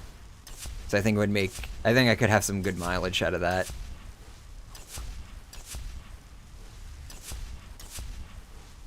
So yeah, once we're done with the illusion nonsense, we'll probably do like a couple dungeons with the illusion stuff, and then I guess we'll switch over to the two-hand warrior dude. ESO blows. Yeah, this is a general consensus, I think, from a lot of Elder Scrolls fans. I doubt I'm gonna have much fun doing it. Though I'll give it an honest shot. Like Fallout 76 I want to go back to, and I actually want to play it like it's a multiplayer game, even though the game very heavily encourages you to play it like it's a single player game.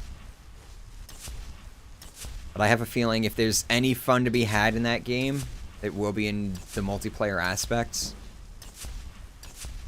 Alright, 85. I mean, I've heard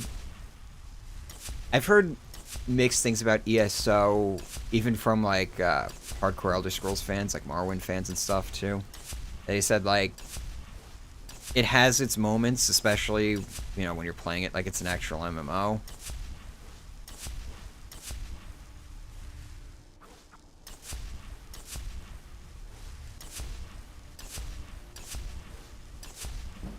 Now, I could just use, you know, console commands to boost this up, but I actually wanted to read chat, so that's why we're doing it this way. ESO is just kind of bland, yeah. Unfortunate.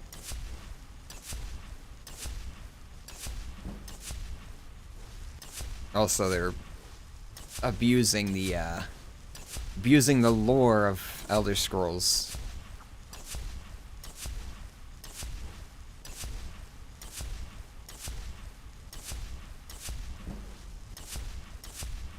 You can just play Morrowind with people now. You can just play Skyrim with people now. That's Skyrim mod. There's Skyrim multiplayer mod. Kind of want to mess with that, actually, at some point. I saw somebody doing, like, a very heavily modded playthrough with somebody else in multiplayer, which is very impressive.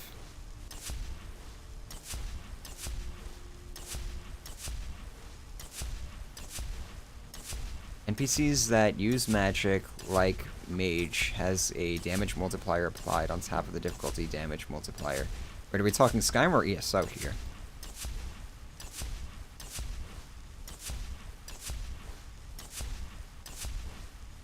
It's the only MMO that lets you be a werewolf or a vampire.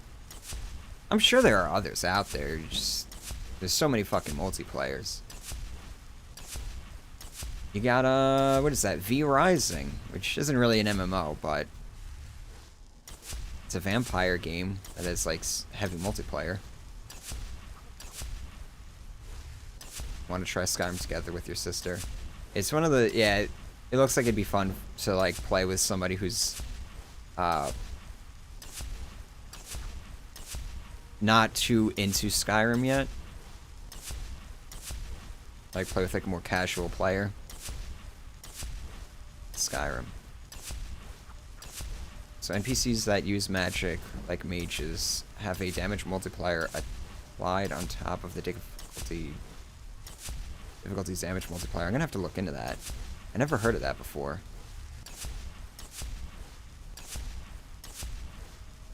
Interesting one I have to say about ESO lore down the line. I mean, just from the stuff that I've read on the UESP, I was not having fun. Or not impressed by that. Yeah, I've played Valheim. I did a video on it, actually. That game is amazing. Even for it just being a early access game that's still incomplete. And yeah, I only played it single player. I really want to play that game multiplayer badly. I might set something up in Discord at some point. Because I really want to play it again. I was actually considering playing it on stream today. That would have been the third option in the poll, but I think that would have split the vote too much. Don't like MMOs. Yeah, I'm pretty much the same way. The only MMO that I really ever cared about was RuneScape way back in the day, and that kind of ruined MMOs for me. I played a little bit of World of Warcraft, mostly on private servers, though. I played enough World of Warcraft to be able to watch World of Warcraft content. Let's put it that. Or classic World of Warcraft content. And that's about my exposure to MMOs. Hope Tez 6 doesn't use ESO lore. They'll probably use a fine, like, selection of it. And probably just ignore the rest.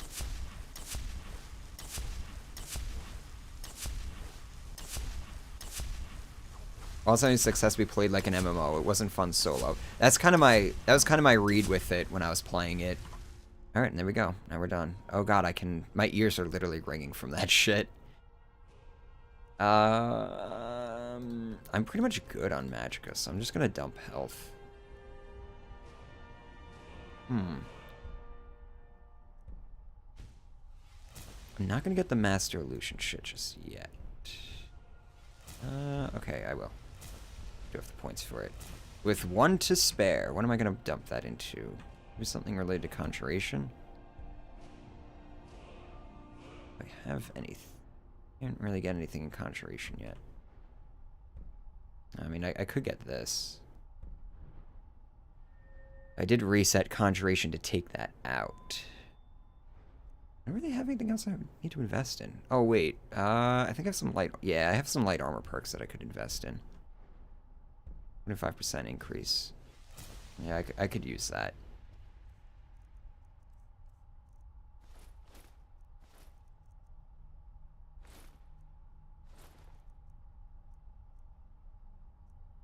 I don't know why I can't drop this yet. I guess... Oh, maybe because I haven't finished Under Sarthal yet. Once I talk to Savos, I'll be able to drop that. However, I'm not actually going to finish that quest. Oh, yeah, I'm still dragging this fucking paperweight around, too. I was going to enchant it for What's-Her-Face, and then I wound up just console commanding in a Daetric two-hander. Why are you waiting outside like a freak? I'm still here. She's set to follow me. She's just standing outside like she's a vampire. Oh wait, I want to see... What level am I at now? Level 49. Yeah, okay, so I got everything. Was there anything that I wanted one-handed, actually? Probably should check that, too.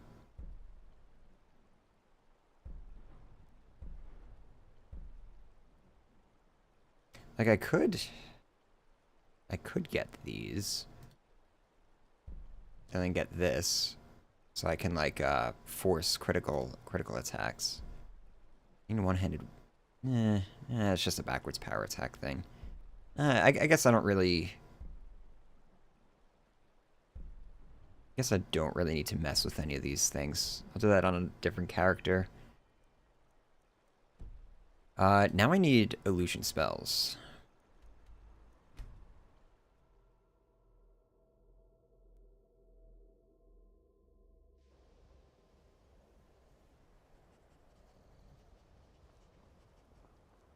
It's under combat style, for example, CC human melee 7. It's under the equipment score multiplier.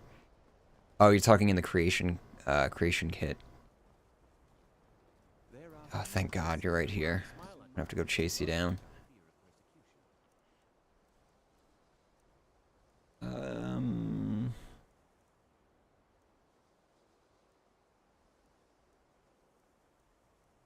you know what? I kind of wanted the master. Yeah, the master spells are actually kind of useful. I forgot. I guess I can do the quest. It's a pretty simple quest.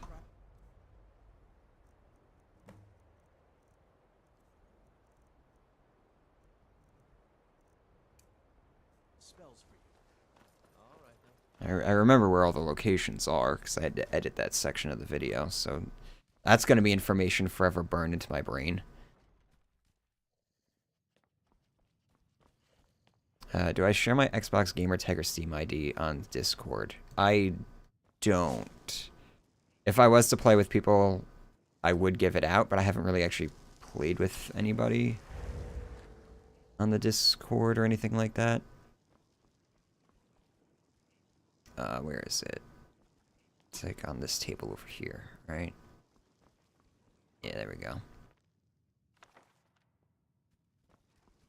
Like, if I put something together for, like, for people to play with me online, I would give it out then.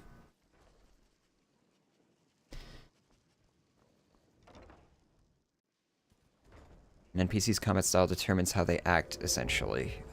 They got an offensive, defensive, threat avoidance, and group offensive. Yeah, that's stuff that I'm definitely gonna have to look into for the next video. Because that's, you know, first off, useful information, and second off, it's something that people usually don't talk about in their videos.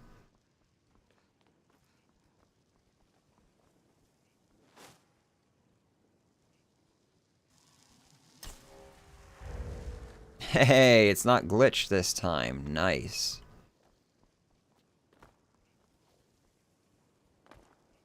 I'm glad it glitched though, because that was it was a funny bit for the video. I always like to say, struggle makes funnier YouTube videos. So the more that shit breaks on me, and the more shit that I do that I do wrong or something like that, it just creates more content for an entertaining video. Which is one of the reasons that Elder Scrolls games make such good videos. Because it's just like, it's literally like a meme generator.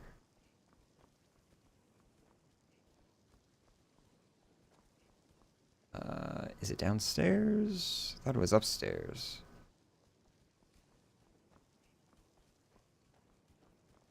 Whose depressing room is this? Oh, it's nobody's. It's Uthgard's room.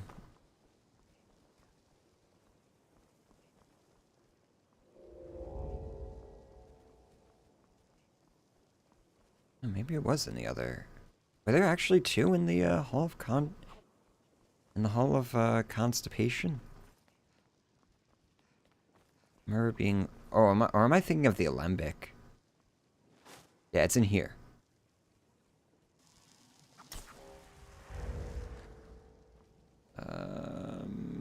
Right?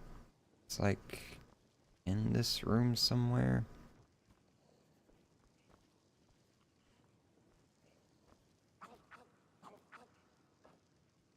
Can't fall behind anything here.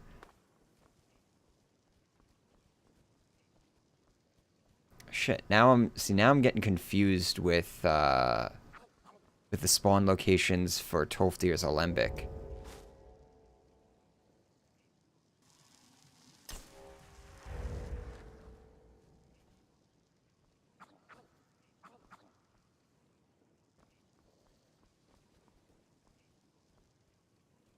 I actually have to look this up. That's kind of... No, there it is. Alright.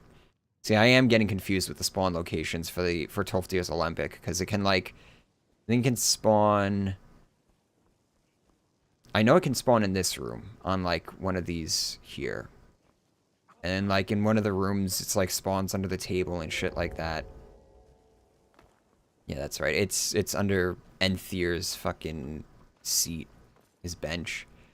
Now the last one's in the midden by the Atronach Forge. It'd be funny if that's where What's-His-Face's Alembic could spawn too, like near the Atronach Forge. Be like, Tolfdir, what are you doing in the midden there?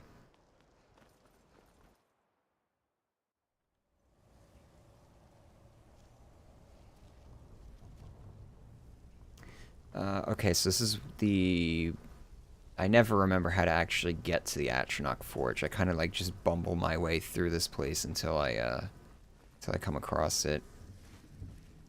I don't want to fight you. Yep, there we go. Literally just picked a direction and start wandering in that way. Alright, now I can fight you.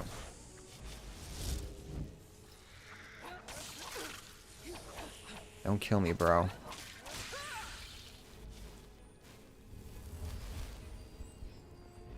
This is the exit, right?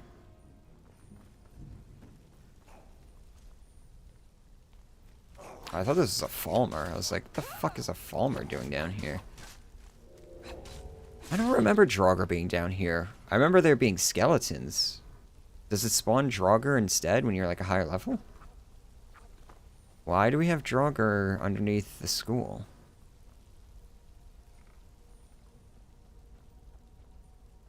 That's the midden dark. Mind yourself.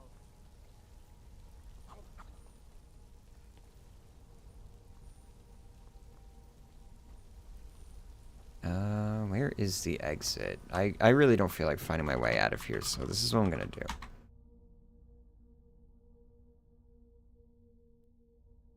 I do COC Whiterun because that's the only one that I remember off the top of my head. And with the power of fast travel, it doesn't really matter all that much.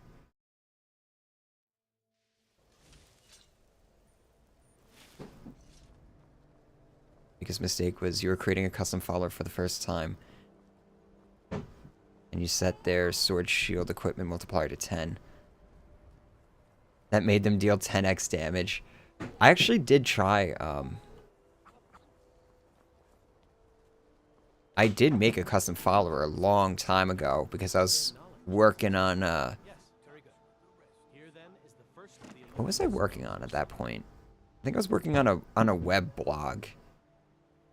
Yeah, I was working on like a blog that it was like a whole fucking thing. Some of those ideas actually I use now. This was years ago. But yeah, I made like a follower, mainly for aesthetic reasons, for the sake of screenshots and stuff. I'm just gonna buy literally everything.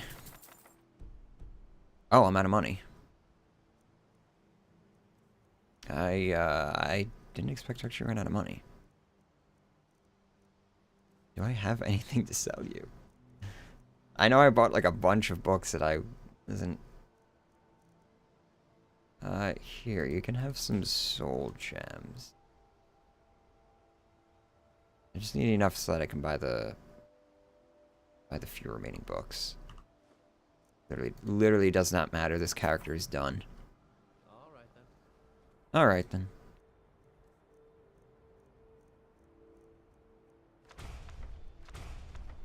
Yeah, clairvoyance. Actually, oh, damn it, no. Started another creation content thing. Okay, so now we got, should have all the illusion spells. That should be it.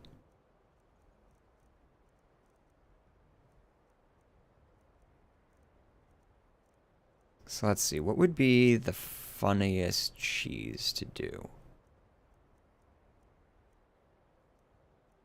Probably Hysteria?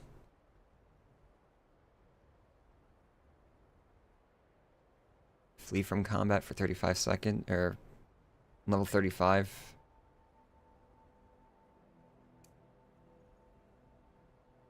It says level 35, but I think that's actually higher because... Is it though? We'll find out when we use it. Hold on a sec. There are spells and incantations for those. I wanted to see if you had anything for me. I feel like I'm missing something. Warlock, Stormad, Chinook. Maybe I'm not. No, I think I do have everything. Until next time. Except for the master level spells, but I'm not master level conjuration, so. Have I tried Ordinator? Yeah, Ordinator is my preferred way to play Skyrim. It's a fun mod. Any plans to release another LARP soon? You'd have to ask Pat. He's usually the one. It's on his channel, so it's like when he wants to do one, that's when we usually get together.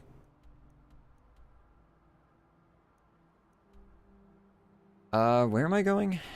I want some sort of dungeons, ideally with humanoid enemies. What's a good one for that? Could go back to the Reach.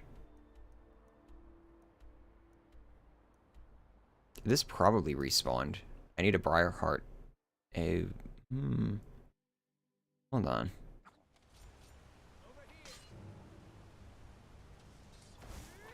Yeah, I need like a Briarheart and shit. Okay, so hold on a sec. So I gotta think this through. What's gonna be the spell rotation? I don't really want to drop illusion spells in here because they're just gonna run off into the distance.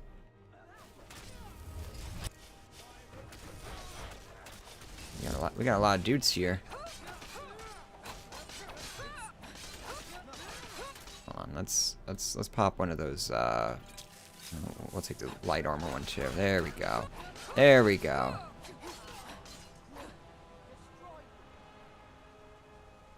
Put up a good effort though, that's for sure. I wish followers could drink potions. That'd be even better. You give them potions and they would, like, you know, intelligently use them and stuff. Skyrim HUD needs a symbol for known spells. Jeez. Ain't that the truth? I really could have complained about the Skyrim interface way more in the last video, and I'm kind of disappointed that I didn't. Like, I should have at least complained about the favorites menu and stuff. So, I'm gonna have to make up for that in the next video. I might just have, like, a whole dedicated section just complaining about the UI. Because I want to complain about the quest journal, and I want to complain about the maps.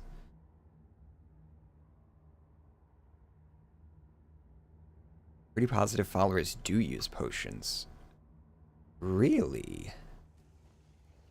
I don't have anything for her, though, I don't think. I would need potions. I would want potions that fortifies her two-handed damage. That might be something I want to mess around with in a future character, though. getting followers to chug potions and stuff. That sounds pretty funny. Right, so it's 6 and right click. There we go. Huh?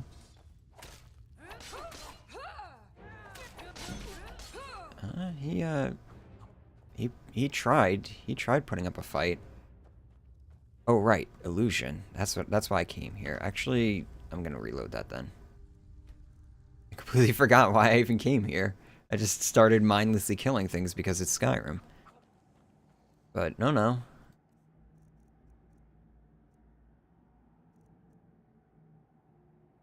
Let's see if I can just hit him with like basic fear. Let's try that first. Yeah.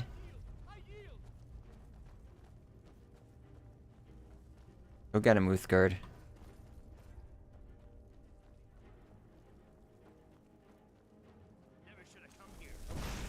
Get out of here.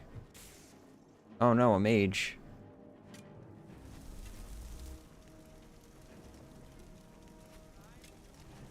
You're spending magicka right now. I'm not. See?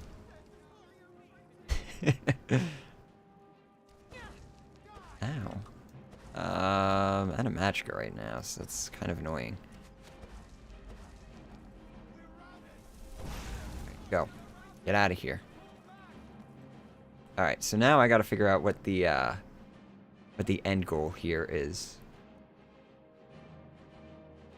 I could summon a skeleton warlock, because they use chain lightning, and that'd be kind of funny to watch them just get melted by chain lightning from a fucking skeleton. See, on my mage, what I would do then is put on like a cloak spell and then just run at them. Oh, paralysis runes would be kind of funny, or just using ice form, just shouting on all of them and freezing literally all of them in one shot. No, go down there. No, don't go down that way.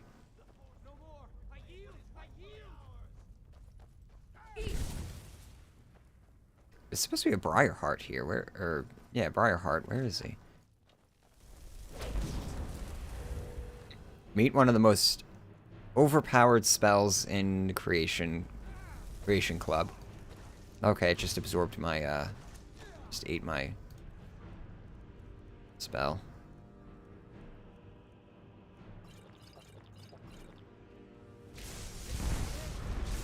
Okay, ate it twice now. See, what's neat about runes is that they can't be blocked by wards. Why does it keep eating them?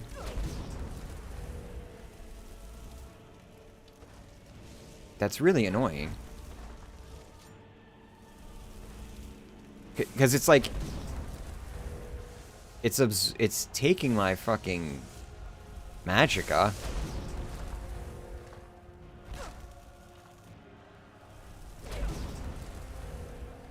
Watching them do like cartwheels and stuff when they get paralyzed is pretty entertaining.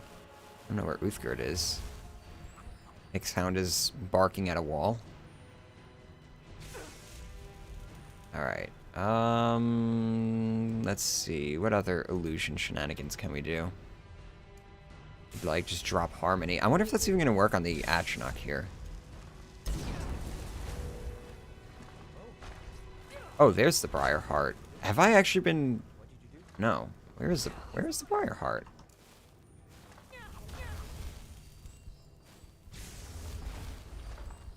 Yes, give me magicka, please.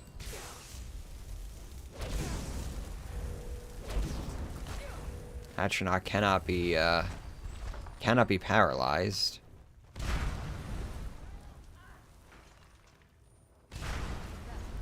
Welcome back, Uthgard.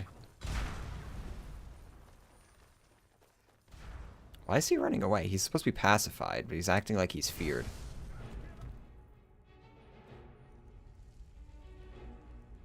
Alright, let's do the funny one.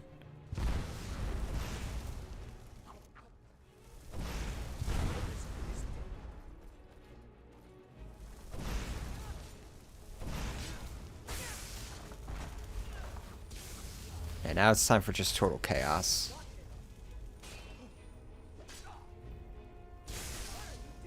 Where'd the other ones go, though?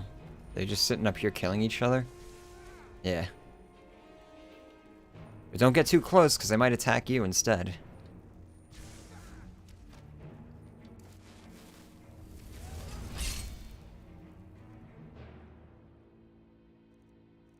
I mean, like...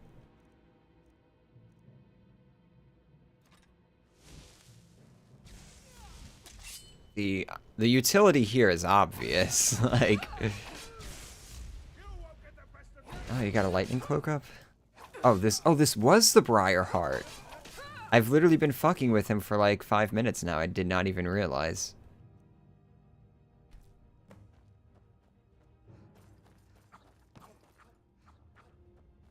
Yes, I mean, the utility of illusion on this character is pretty self-evident. It just makes crowd control even easier. Not that crowd control was really a big deal with this character, because the power attacks have such a wide sweep that you can literally hit like 4 enemies at once, but...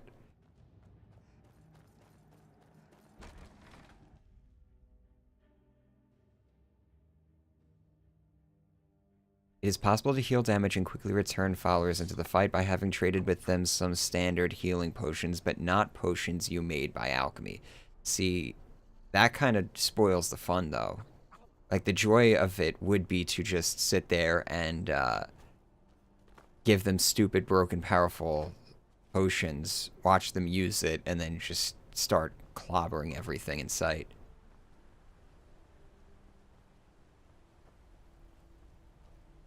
I don't know, what else can we do? Go into, like, Whiterun and just drop Fury and watch the whole fucking city devolve into chaos. That's always fun. This is how endgame always works for any Elder Scrolls game for me. Becomes a race to see how long it takes for me to just start making NPCs just kill each other for my own amusement.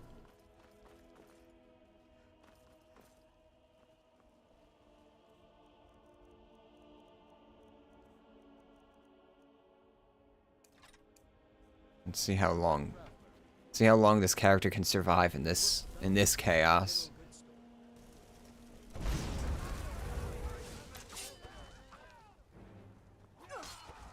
Alright.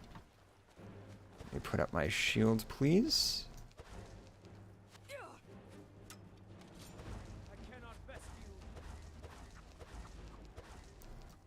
This is that took a lot of magicka. Okay, so they're all fighting me. That's a lot of guards.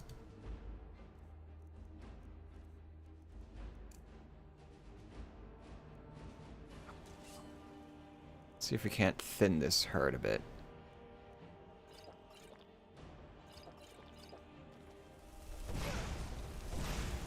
Oh, right, that has a fucking AoE.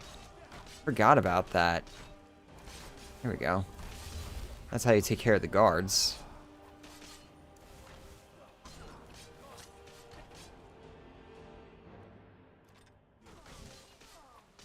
Hold on. It's supposed to be number 6. There we go.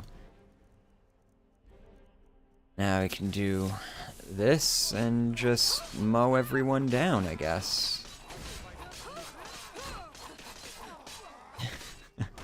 Out of charges on it though. That's no good.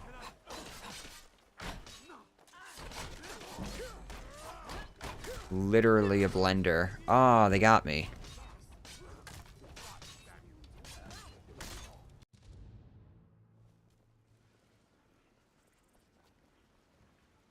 It's a fine day with you around. I don't think you're gonna be saying that in about 2 seconds.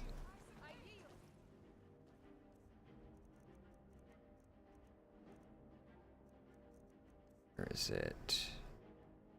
Frenzy, frenzy. Got it? Is it dual wielded? Yes. Don't attack me, attack somebody else.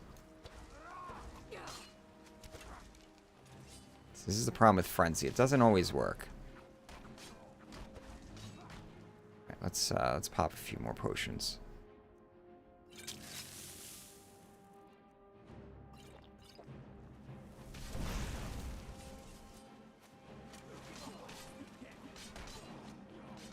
They're all just standing there.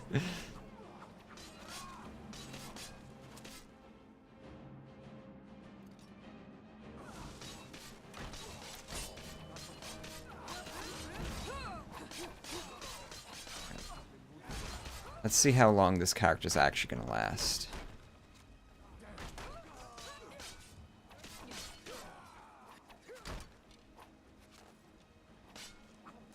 They just keep multiplying.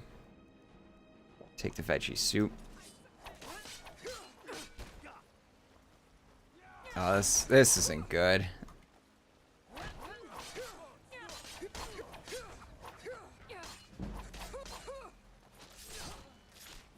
Oh, did Uthgerd kill me? I think Uthgerd got tired of my shit. Because she has a high morality. Alright. I think that's it for this character, though. If I come up with anything else, I'll do some testing on it, but I think it's reached its end of life. So that means switching to the two-handed dude now. Two-handed mage. Which is kind of annoying, but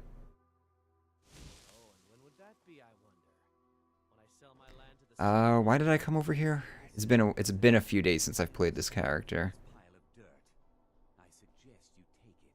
I don't remember why I came here. I think I just came here for the fast travel. Alright. So we'll start off by just looking at the character's stats. Alteration for defense purposes, mostly.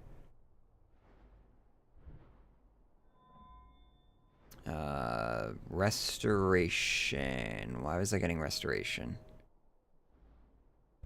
Probably for recovery? A faster magical regen? Destruction is the main one, because this character uses cloak spells. Like, that's kind of like the main gimmick with this character, is just using cloak spells. Using cloak spells, become ethereal, and then just spamming that fucking two-handed sword. So this is what I've been investing mostly into. So I'm already level 20. I'm higher level than I thought I was. Light armor. Probably should have done heavy armor in hindsight. This character might be better suited for heavy armor. I think I was doing light armor because I'm doing heavy armor in the other character. On my main character. That was before I started the two-handed Conjurer build, who was also doing light armor. So this is kind of like a holdover. It doesn't really matter. I'm not putting that many points into light armor anyway. And of course, two-handed. Devastating blow, which is actually really nice with a two-handed main. And this one too. Oh no, Great Critical Charge is the one that I really liked. So you get that sprint.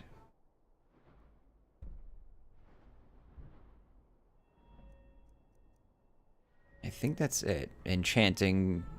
I don't even remember why I'm doing enchanting. The problem is that this character also uses Elemental Fury a lot. So once I start using enchanted weapons, Elemental Fury breaks. Can't do Elemental Fury on enchanted weapons, unfortunately. So I don't know if I'm even going to bother going into an enchanted weapon, or if I'm going to try and stick to unenchanted weapons with this character. I was also going to do... What was I also doing on this character? I was going to do the Imperial side of the Civil War.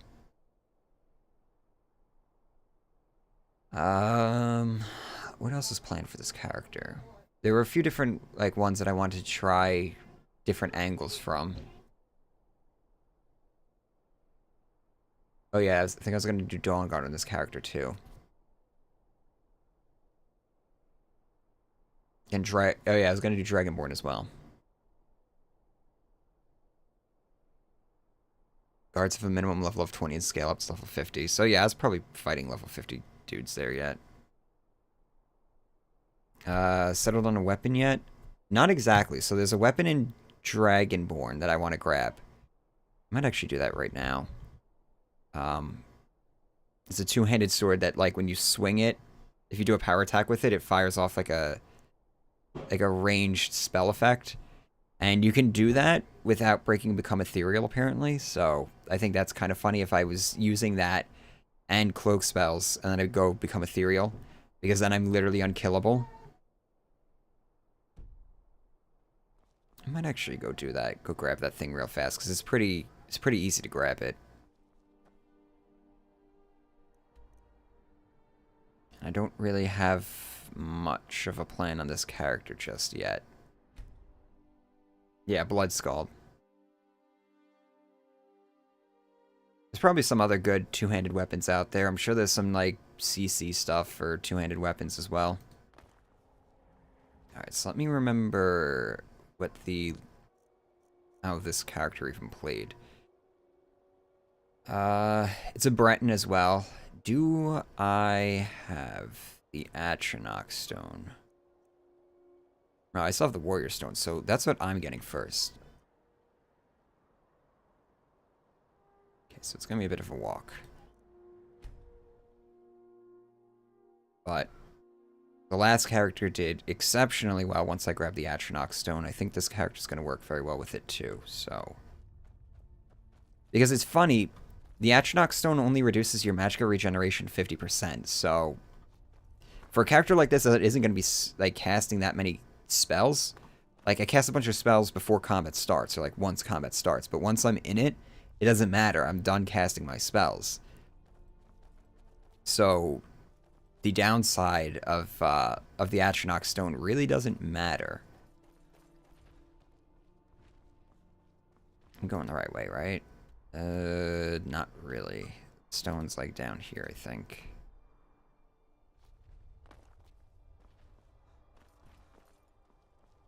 Sword of Jiggalag has no enchantment. Elemental Fury target. Is that a creation content thing? There's no way that's in vanilla Skyrim.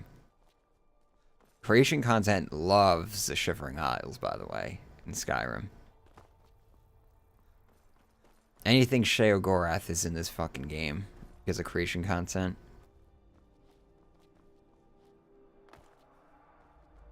A Skullblade is the Moonlight Greatsword of Skyrim.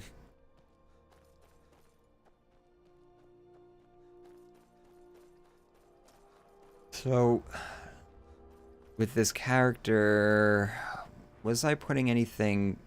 Yeah, so the problem with this character is that I'm kind of putting points into all three attributes. They're all pretty important. I guess I could just rely on, which I'm pretty sure I do have, yeah, my veggie soup strat.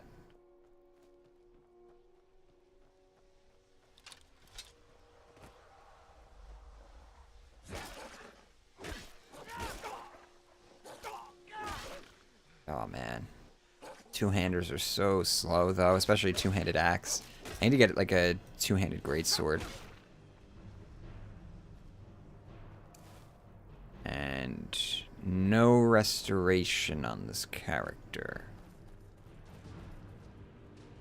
Oh god damn it. Alright. Oh no, I am using restoration. I lied.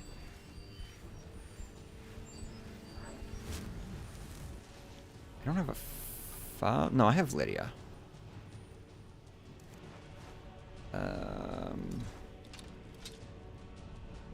Okay, so this is the cloak spell. Oak flesh is 4. 4. There you go. Got the double music going.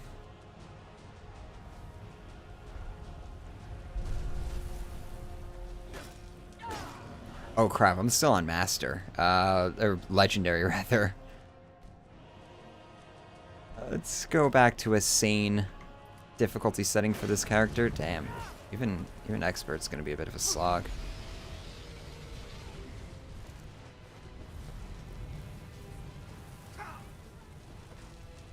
so what I want is for this to go up. Come on. Please give it to me. It takes up, like, it consumes my whole magicka bar. Maybe the Atronach Stone isn't a good idea then.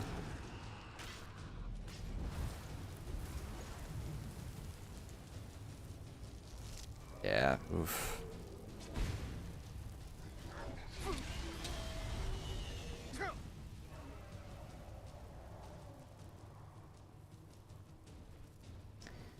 Let's see, can I like stand under him and this is gonna affect him? No, it doesn't look like it.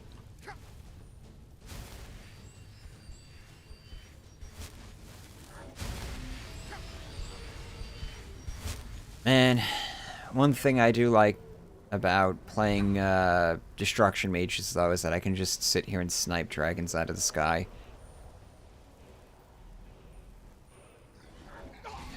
Another character without Dragon Rend is... Another melee character without Dragon Rend is pretty fucking brutal.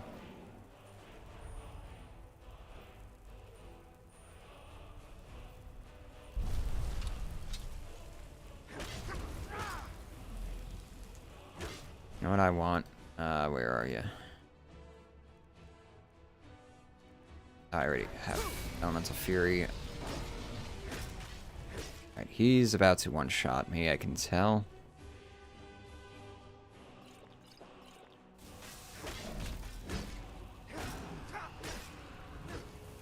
No.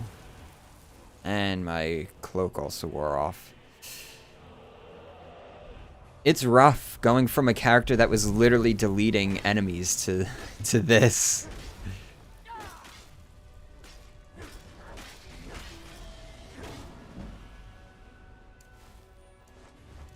That's okay.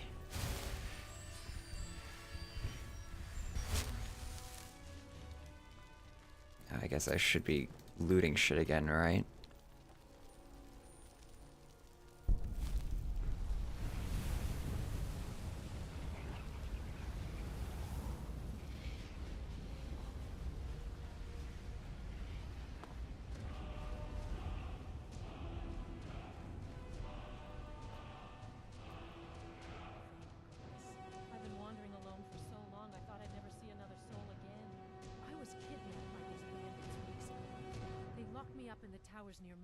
I managed to pick the lock and slip out. I forgot about this random event. Now I'm completely lost.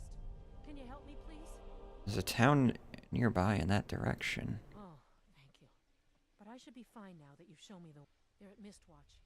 If you can stop them, you'll be a true hero. So it's just like a random event to add a bandit camp to your map. It reminds me of the captured people from Fallout 3, where it's like you can free them and then they're like, oh, here, have a reward. And then you can tell them to just keep the item, and it's usually just like a stim pack or like a box of some like crappy cereal or something.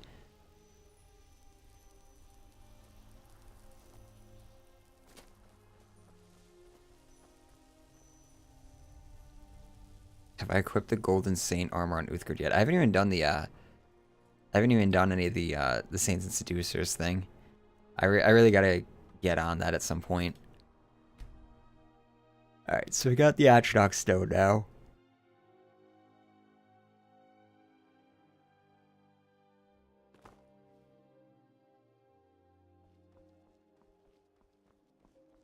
Or you just eat them alive, yeah.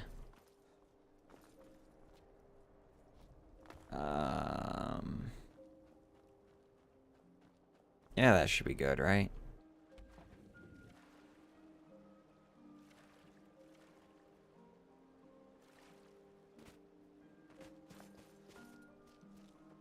Alright, I have to get onto the dock. Oh, there we go. I managed to pull off a jump there. Heard they're reforming the Dawn Guard.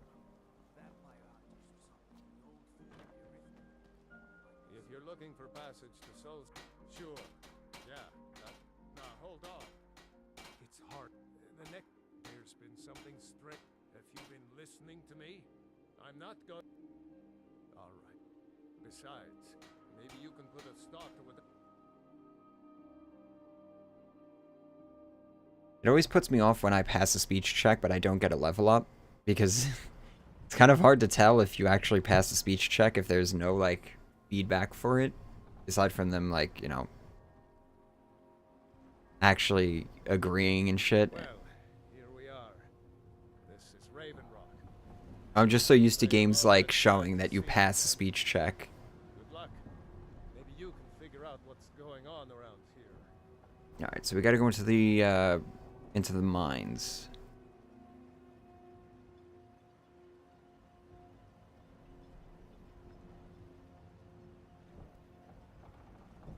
A lot of the CC content reminds you of the horse armor where they just stitch together voice lines. It's so bad. Like, they all do that. So I'll assume. Josrip, any questions? Nope. I don't think so. I'm not. Yolland. I'm starting to wonder what happened. Or everything is just told through notes. Notes and journals. Counselor Morvain is only reason. I love this place. It's like you can't even tell when it's day and when it's night. Pay your respects. See, I want to talk to the guy who buys the pendant. I'll give you this warning only once. Stay out of my way, and we'll do just fine. I work for Mogul. You got a problem? I don't know where he is, though.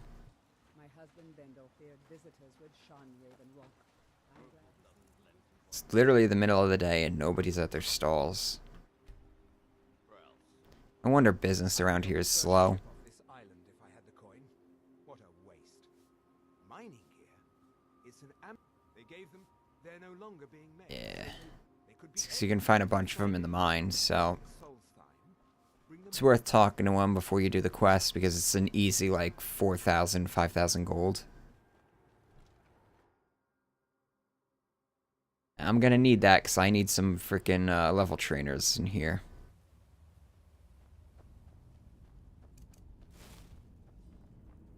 Damn it, woman. I said to leave me be. Who in the blazes are you? Why should I tell you? I don't even know who you... But mark my words. A secret thief. It killed my great-grandfather and left... You never heard. They're the largest trading company at... Actually, I did hear about them. I'm looking for their pendants now. I found an unsent letter. The East Empire Company. It is. Well, now you're starting to.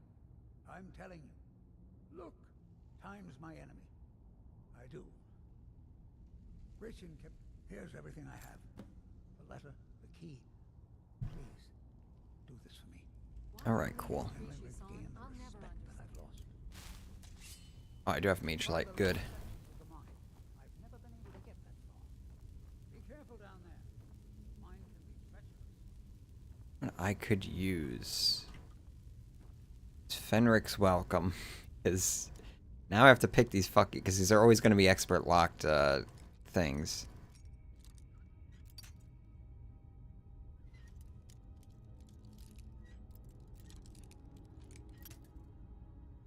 I really might just do that. I might just take a trip somewhere, buy the damn spell.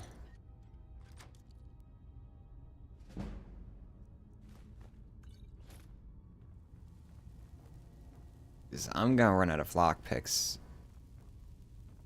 I don't know if I even have the magicka to cast that spell, though. No, what is my magicka? My total magicka, 270? Ugh. Why you're leading Krishu, son? Yeah, let's go. Ugh. I guess I gotta go to the Mage's College, though. I want to get that spell. I don't feel like we're lock-picking things. I don't think anybody wants to sit here watching me lock-pick all these expert locks.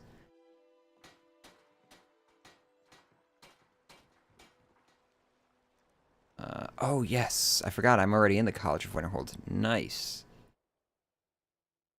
Yeah, because I had to come here for the cloak spells.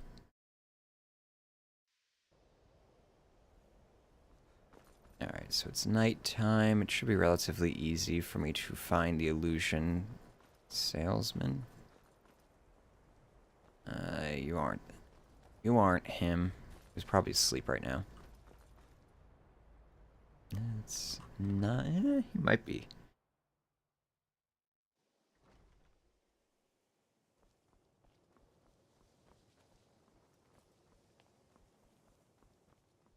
Yeah, there you are. You can see me? Confound it all, I was quite spells and incantations All right. for those with the talent to cast them. Oh, you don't have it. Shit. Farewell. Probably because I'm not a high enough level yet to even really bother casting it, so he's not even gonna stock it. Okay, alternative. Stupid fucking chest. Alright, so we're already taking a detour.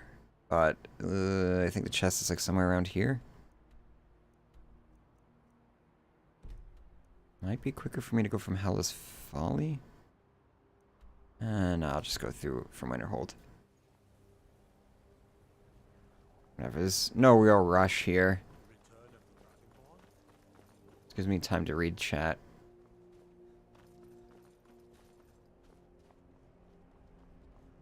Wonder how Gisargo looks in Seducer armor.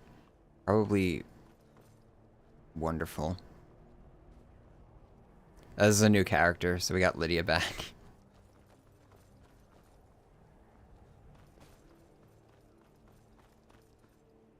I don't know what type of follower would actually suit this character better. Should I have like a tanky follower like Lydia? Oh shit. Hi. Wow. Alright, fuck. Problem with this character is responding is really fucking slow because ideally I want to put on like a cloak spell. Yes, now I gotta do that fast travel again. Ideally I want to put on like a cloak spell. But switching between all that shit really fast with this two-handed weapon is kind of a pain in the ass. That's the main problem with this character is just the utility, like the logistical issues that you run into playing it. Because two-handed weapons are just fucking slow. Alright, well, we're better prepared this time, so... Immediately catch fucking disease too. Oh god.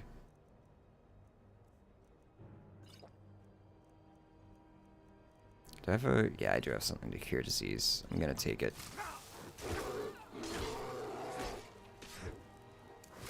Stop.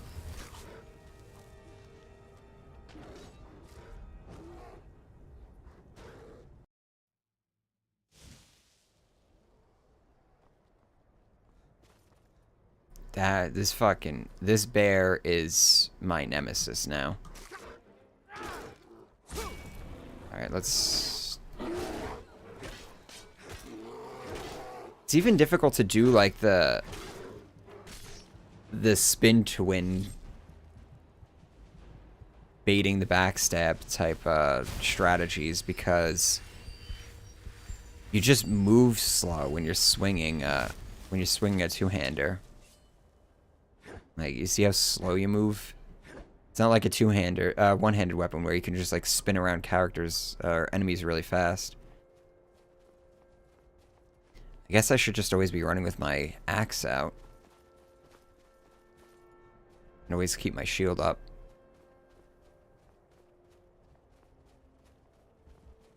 What is that? Oh god, it's another fucking bear. No! Immediately catch another disease! And now I'm out of potions. Now I'm out of cure disease potions, too.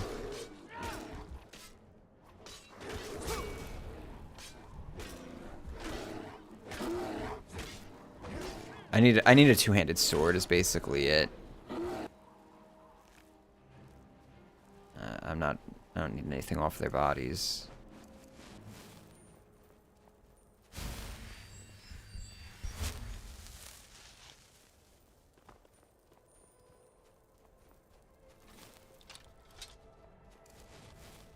Put the cloak up. Oh, there's something over here. It's probably like an ice wraith or something.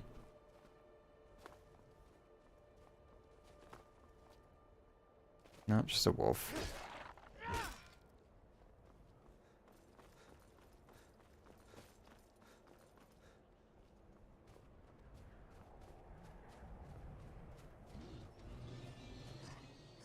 What the fuck was that noise? What? What creation is that?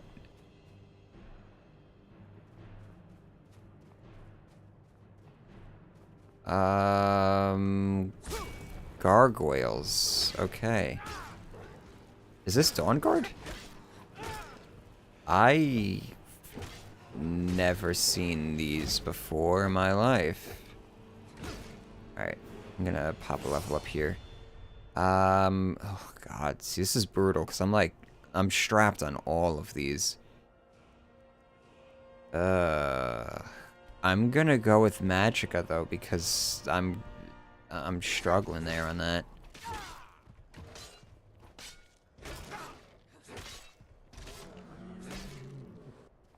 This is Dawnguard. Wow, I've never seen these before. It's also been a really long time. I've only done Dawnguard once. I've never seen those randomly spawn though.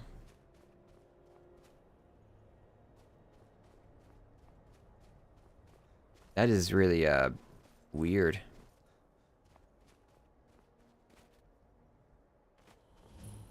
Hundreds of hours playing this game and I'm still seeing new stuff.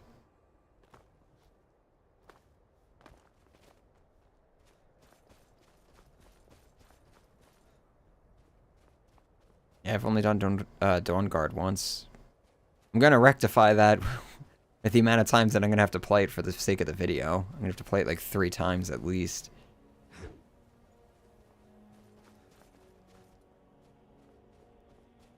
Alright, I think it's this cave over here. So last time I had to do this cave on stream, it was actually very easy, so fingers crossed that's gonna be the case again. Though so far this character has been proving to be a bit tricky. Why are you taking your sword out? You're scaring me doing that shit.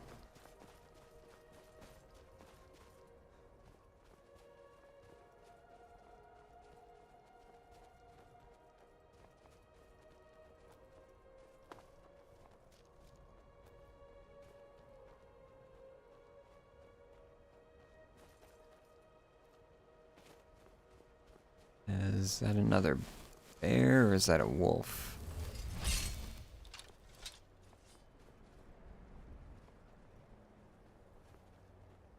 Neither, it's a saber cat.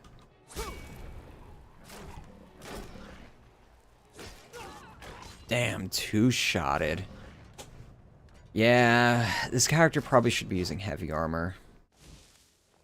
I think the logic that I was using was heavy armor makes you move a little bit slower, but oof. Alright. Alright, Lydia.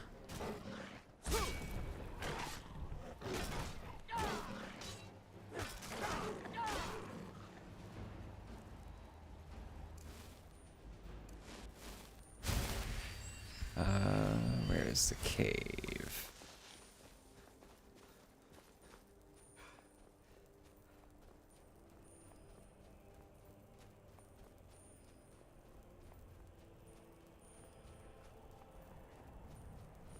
I'm on light armor with this character. Probably should be heavy armor.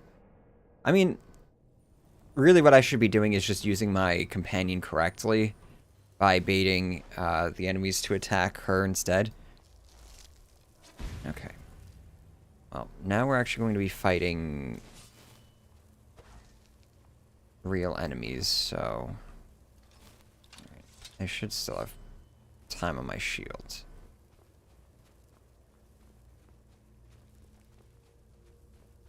So part of this character is using cloak spells.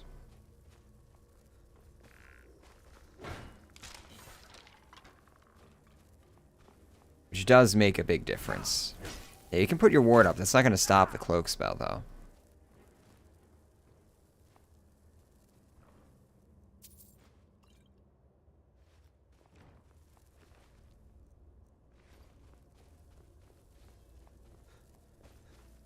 I really shouldn't be sprinting.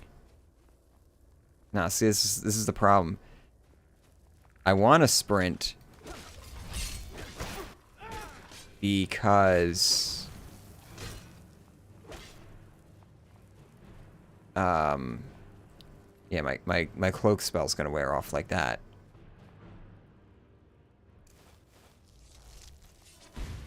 But I don't want to sprint because that consumes stamina. It's kind of this race. Oh crap, I just saw my shield pop. So it becomes this race. Alright, see, like, I'll run into these dudes. Oh, damn it. No, there you go.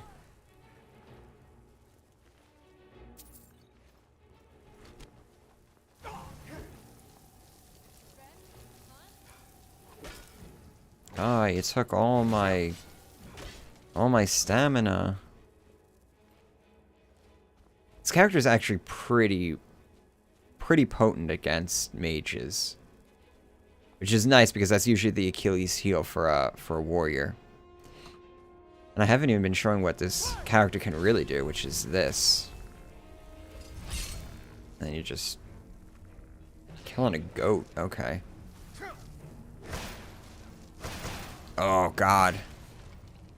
Rapid fire spells. Problem is that if I do become ethereal, then I can't use elemental fury, but it's alright.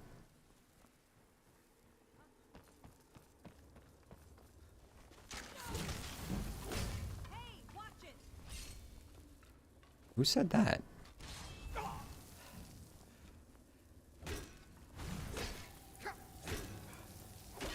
Stop that.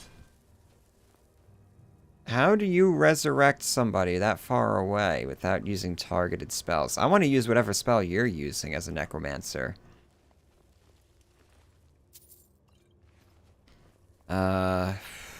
Okay, so what I really want to do is reapply my spells. Yeah, I guess I'll heal up a bit too. Shame. I know my shield spell is gonna fail in the middle of this fight, but just have to make do. Oh. Oh, whoops. Forgot to re-equip to become ethereal. Oh well. Lydia, can you do something?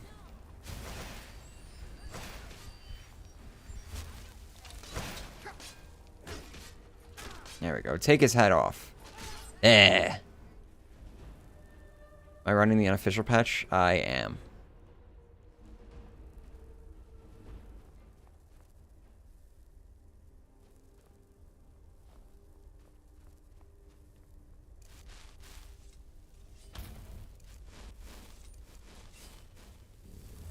Oh, and I guess with the Atronach Stone, this character's even better against the, you know, better against the mages.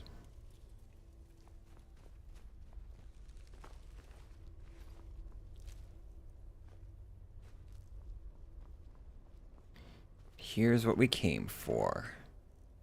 All of these Creation Club spells. Already know that one. I really just came for Fenric's Welcome, but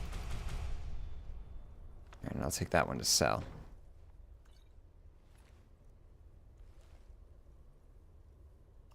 What a stupid, just an insanely broken chest. Because they did this, this is one of the original, like the earliest creations, so they were still trying to figure out exactly how they wanted to balance these things. So what I think the idea was for that one, and yeah, this is an expert spell, but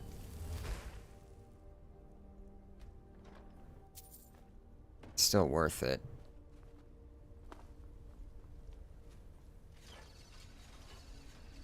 Yeah, so they're trying to figure out how they were going to balance these.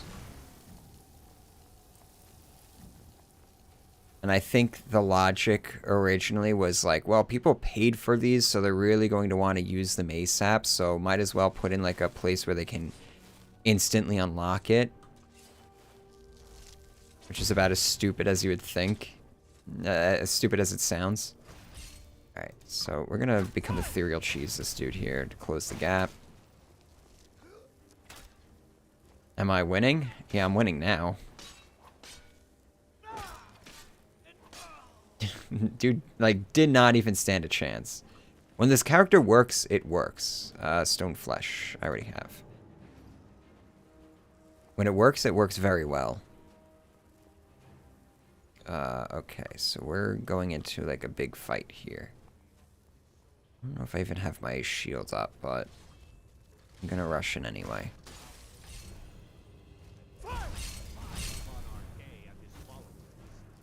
Okay, this is not really an ideal position to be in. So let's try and get rid of this dude ASAP. Thank you for all the free magicka, though. That's very helpful.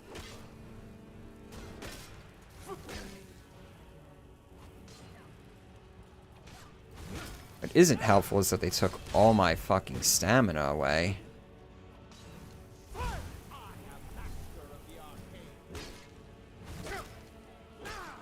Yeah, take that, Master of the Arcane. Alright, that should be the end of the dungeon.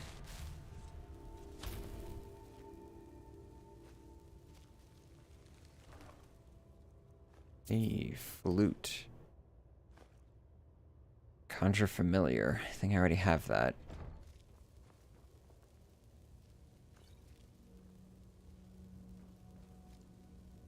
One of these guys drops the edgy necromancer. I already have ward. Oh right, because I did the quest. Wards wouldn't even work with this character though because two-handed. Yeah, there's a dude with the edgy CC robes. Oh, interesting. They're enchanted. Last time I came here, these weren't enchanted.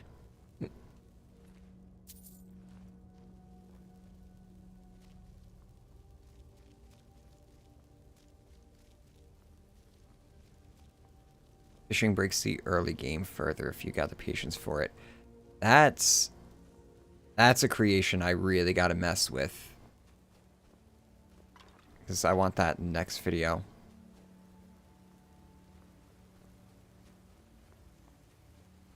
We could do a fishing stream. Literally start a character that's all about just fishing.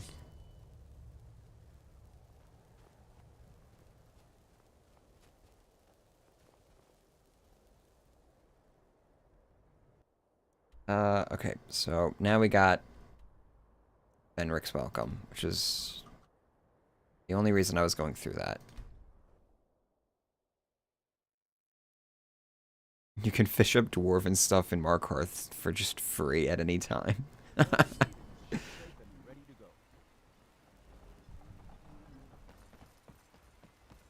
That's great. But at least you can, like, completely ignore the fishing mechanic and stuff. Like, it's very easy to avoid it. It's not like some of the other creation content stuff that, like the Crusader relics. You'll just stumble across it out in the world if you're just exploring.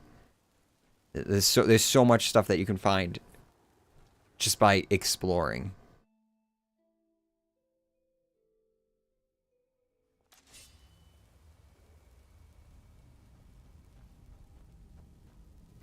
Alright. Now it's time to do this quest.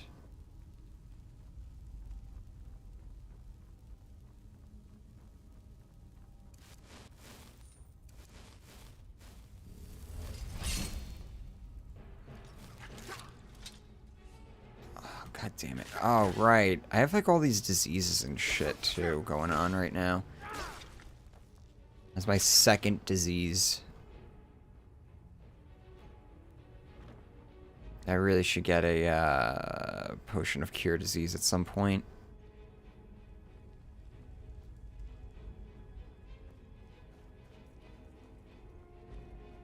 I don't know, maybe I'll get lucky and one will just drop for me.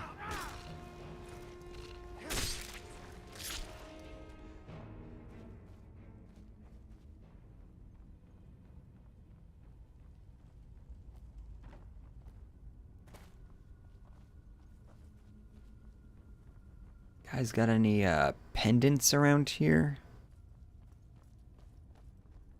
Looking for some East India Company pendants. I guess I'll take the ore. I don't remember if I'm actually doing ore on this character or not, which is an easy way for me to check. Do I have... I do have a pickaxe equipped, or hotkeyed. So that means I am doing mining on this character. Damn it.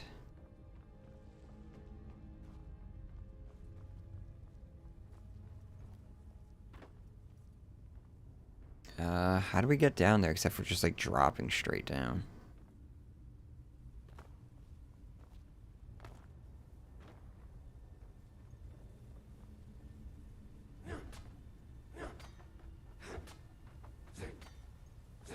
I like how this big axe is just like... Hello?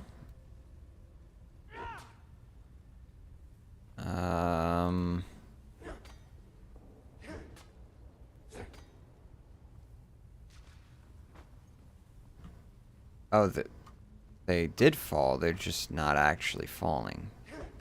Alright, there we go.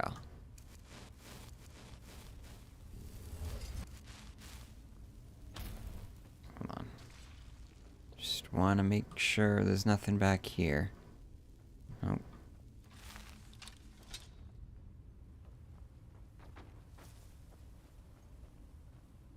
There it is. Did I hotkey it?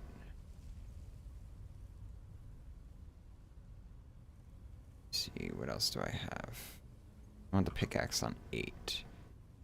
Renrick's welcome on 7.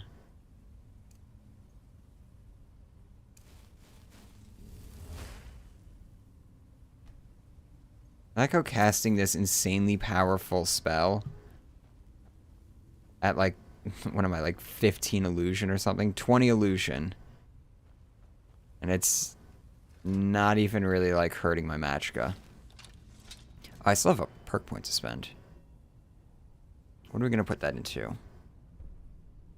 I could do destruction dual casting. What is... These cloak spells. That's adept. This is adept. I don't have adept... No, I have apprentice. Alright, I'm gonna save it then. I'm gonna save it for this. Kinda want that ASAP now. Do I have any like destruction spells that I can just I have Firebolt. I'm just gonna run around with Firebolt for a little while then, I guess. Oh, I don't have Firebolt dual casting though.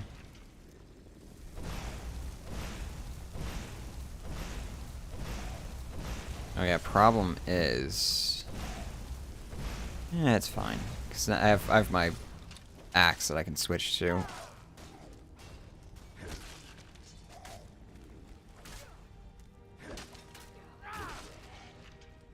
God, I feel like I'm swinging this thing even slower, and I'm willing to bet it's from the fucking diseases. Drains 25 points of stamina. That kind of sucks. Picking locks and picking pockets is 25% harder. Well, I'm not doing any of those. I'm not doing that anymore, so no worry on that front. And Nordic sword, is that? Actually a pretty valuable thing. I don't know, I think I'm beyond picking up just garbage items, though. Picking up would be classified as whites in World of Warcraft. Or other MMOs. Careful, Lydia.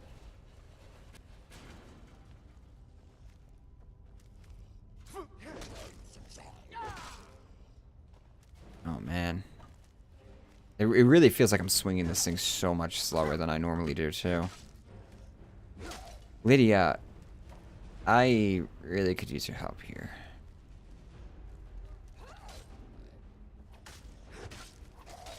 Here we go.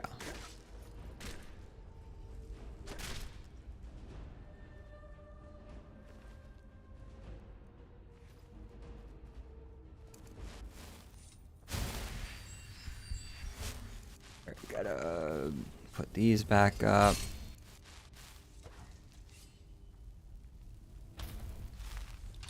I like to put up my light spell as at the same time I put up my shield spells, because if the light goes out, then I know my shield wore off too. Oh god, I'm over encumbered? What? Here. How can I serve you, my Thane? Oh, we can get rid of those carrots. I think I'm... Yeah, you can take that. Oh, that's a lot of salmon, too. Drop all that crap. I can probably drop all this stuff. And I know I'm carrying a bunch of dragon bones, too, so you can take that. Alright, thank you. Now, excuse me while I just... Oh wait, I have this. Oh right, I have this this steel greatsword. I forgot.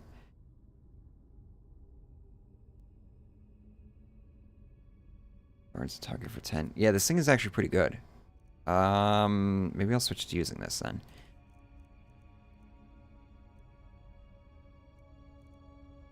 Except the problem is that it has soul trap on it, which is kind of annoying to deal with. Maybe I won't use it then. Yep, ready as beacon. We can drop all this though.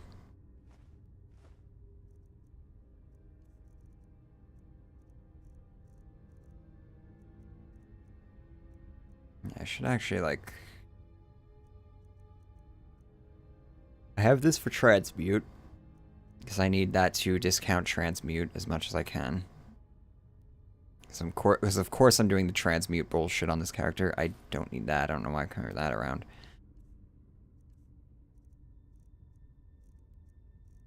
I guess I'll hold on to that stuff. It's not really weighing me down too much.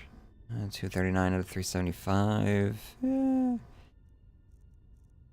If I get desperate, I can drop some more crap. But it should be alright.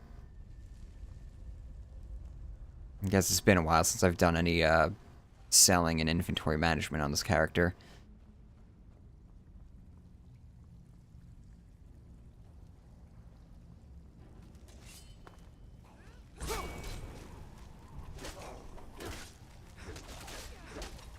Oh crap. Alright, we have a real brawl going here. Good luck, Lydia. You got this. What? Who hit me? Hit me through a door? Oh, crap. Uh-huh. Literally just gonna have to fight this whole dungeon, huh?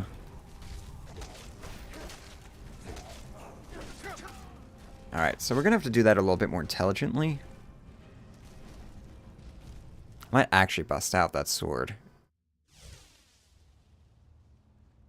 In which case, Lydia, I need you. I am sworn to carry your burden. Oh, I missed that so much.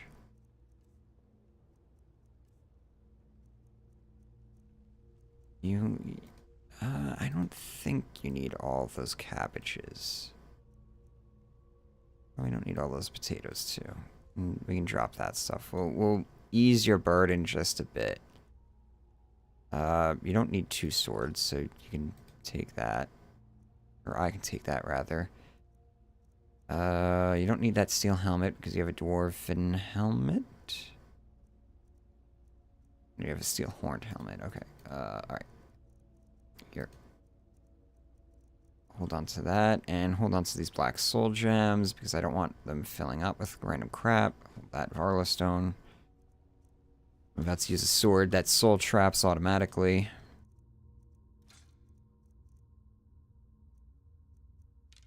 Just get rid of that. Oh, I have the Staff of Firebolts, too. But I'm gonna... actually, I might use this in that room. Might do that as an opening. Oh, those don't, like, really weigh anything. I don't know if I have those magical effects just yet, so I'm gonna hold on to them until I hit a disenchanter. And we'll just drop these 2. I got plenty of veggie soup to last a lifetime. Oh, maybe this was the dude who was attacking me.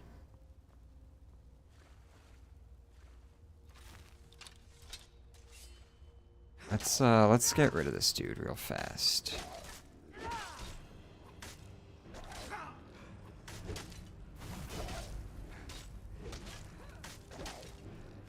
Alright.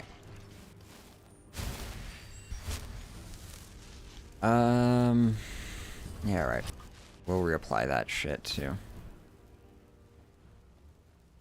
Now... Elemental Fury is not going to work with this sword, so I'm going to switch to that. Flame Cloak would be nice in this room.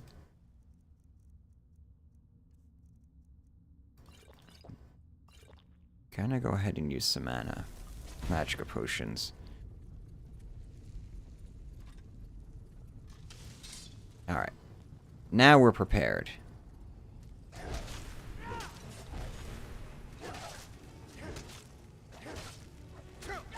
Don't step back.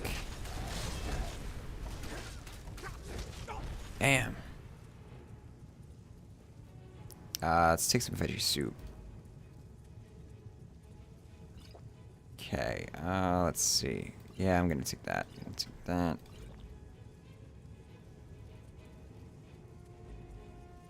Oh, I have these potions of water breathing that I should be selling. Oh, I do have a potion of cure disease. Nice. Alright, cool. We'll get rid of all those diseases that I've been lugging around. I guess we'll take that too. Damn, my fucking health's already gone.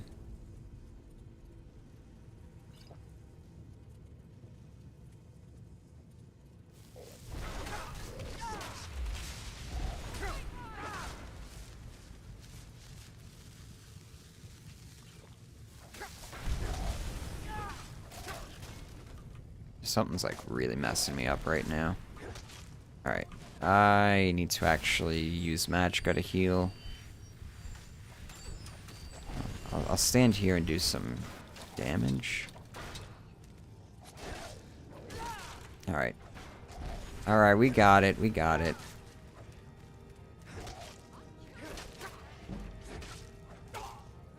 Please shout. Oh, whoops. That was the wrong shout. I meant to use Elemental Fury. So I switched to my my axe instead of that sword. Alright, that was a little rough, but... Oh god, a master? Alright. 19 lockpicks. Will this be enough?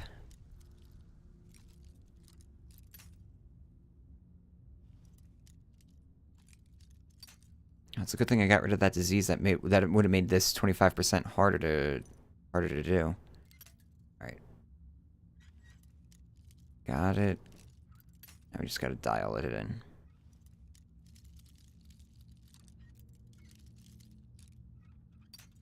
Ah, so close. There we got it.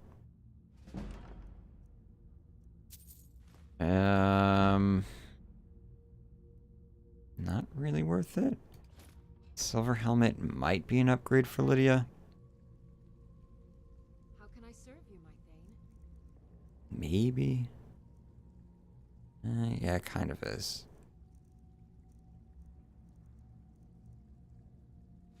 Oh, now I won't be able to see her face. It's not, she's not like Uthgerd where I was waiting to be able to cover up her face.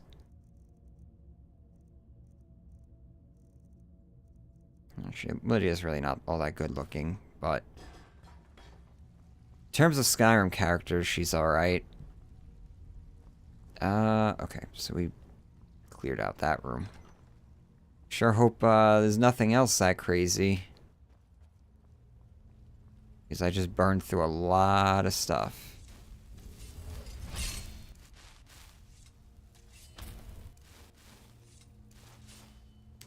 I don't even have the magic to cast that thing, so I'm not going to bother. Oh no, this dude's dead. Like dead. Right, I don't have the pickaxe. Stalrim, the Nordic pickaxe. You alive? Nope. Etch jelly, hey.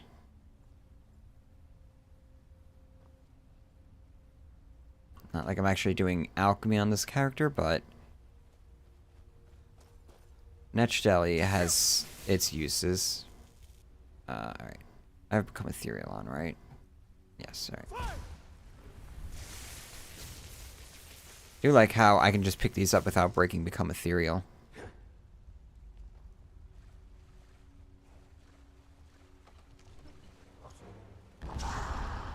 Okay. Okay, there's a Death Lord in here, so this is, Alright.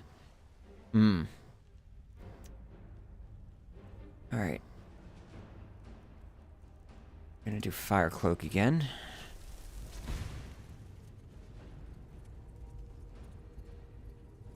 Give me that. This dude's gonna just annihilate me.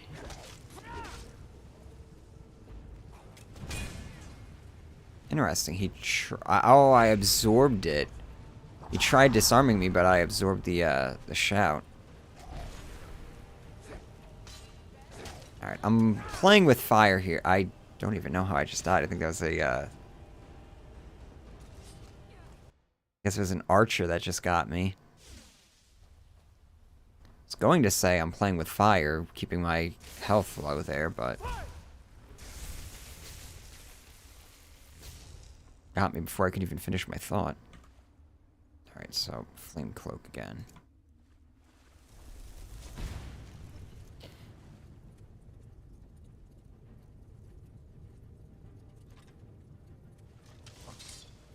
Let's see if we can just, like, bait them out. Oh, look, Lydia's using her bow. That's how you know you're early in a playthrough. Your fucking followers are actually using their bows.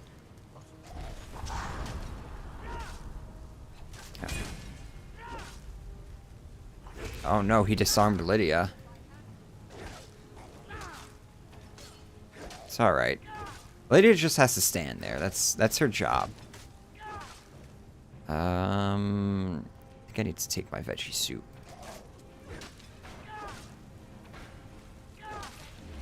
Alright, there we go. Yeah, I'll take that.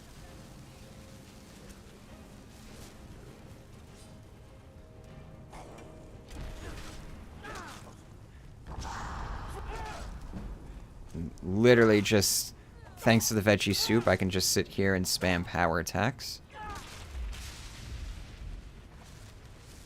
That's why it's so important for me to remember to actually use that item. Oh, that's another Death Lord. Fuck. Okay. Alright, I want you off of this thing here, so...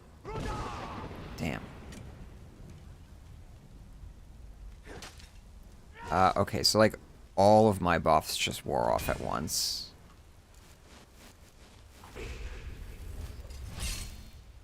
So we're gonna run away.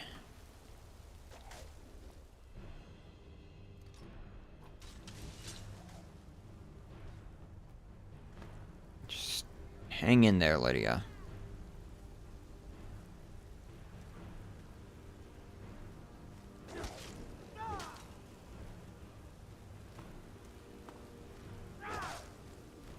Here we go. And we just stun lock him.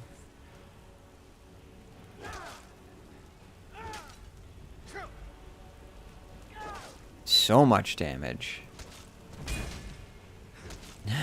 Absorb the, I just killed Lydia.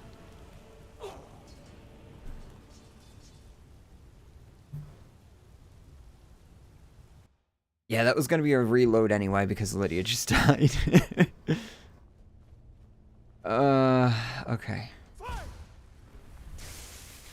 It's fine though.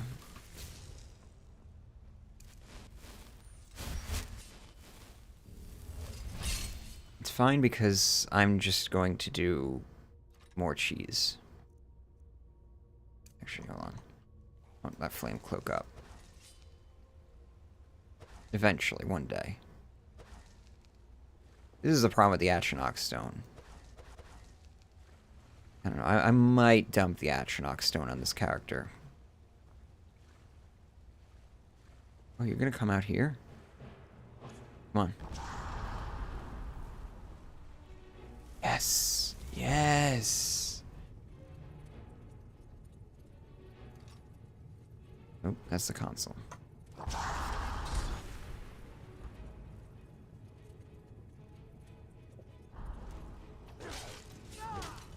Alright, now I just gotta be careful I don't accidentally kill Lydia again.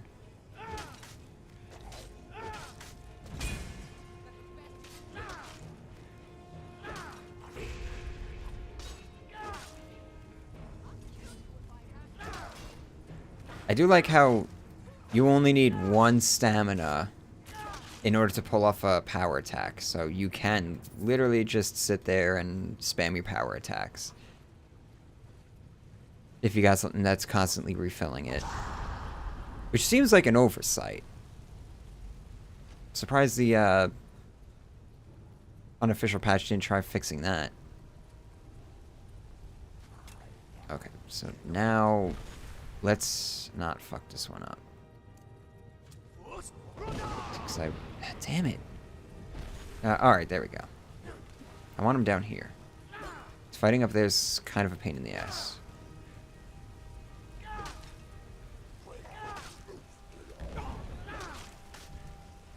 Alright. Just gotta be careful here with Lydia.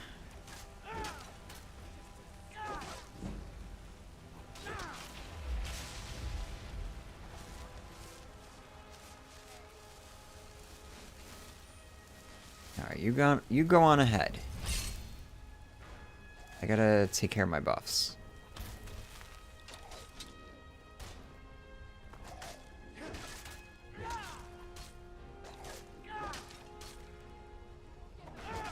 Yeah. There's nothing but power attacks on this character. Pretty much the same as the last character, but even more so. Is that an expert lock? I don't think so. Oh shit, I gotta wait for this to regen. Alright, so I guess I'll do my disenchanting while I wait. No, I already do have those. Okay, so we're gonna drop that crap. Oh yeah, I should give Lydia the fucking ebony sword. What am I thinking? I'm thinking of Uthgerd. I forgot that she's using one-handed weapons. Is used to Uthgerd, who's using the two-handed. Carry your burdens.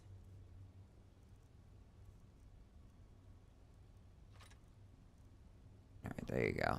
Oh yeah, I still have that staff of fireballs too.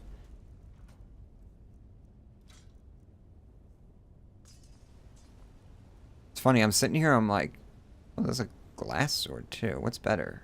Ebony's better than glass. I'm sitting here like, why am I struggling so much? And then I remember I'm playing, you know, Dragonborn on a level 20 character.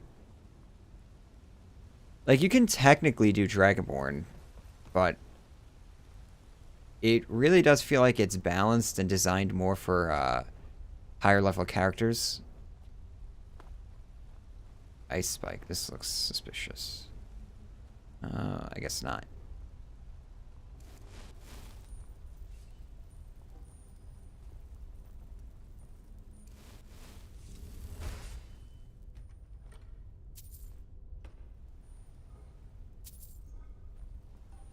Can I, like, stop getting ripped off by all of these chests giving me, like, 2 gold?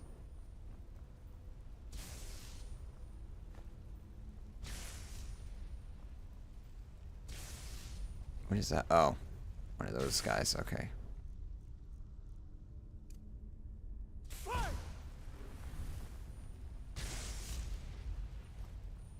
Eh.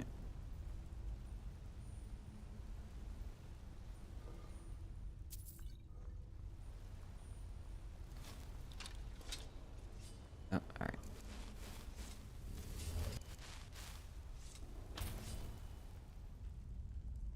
Can I get the flame cloak on? Not yet. Watch out for the traps. No, Lydia's gonna walk into both of them.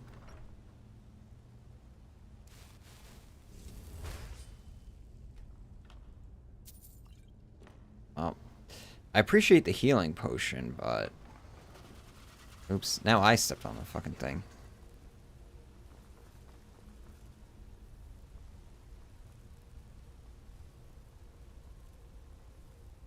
It's obviously...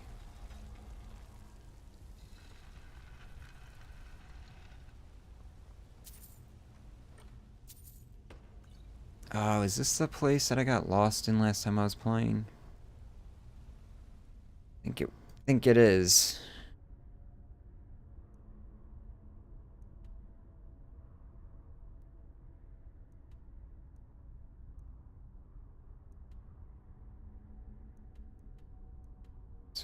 Am I looking for that door? Is that where I'm going?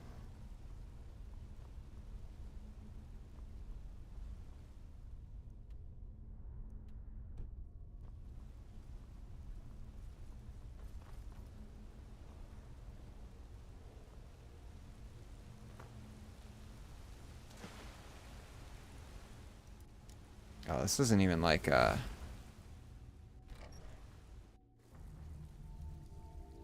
it's just like a hidden thing. And I don't have the fucking pickaxe for this.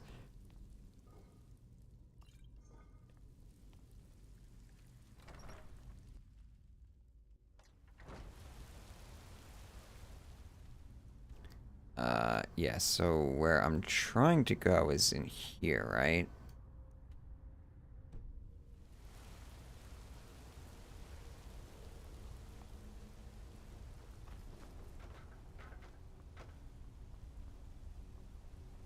Up there. Yeah, I remember getting lost in this place last time.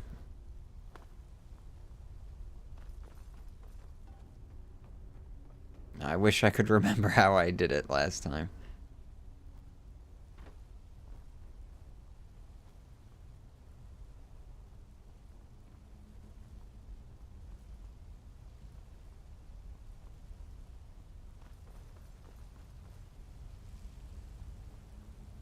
Ah, there we go.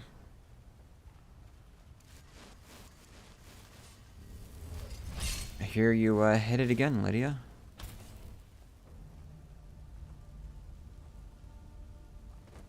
Yeah, here it is.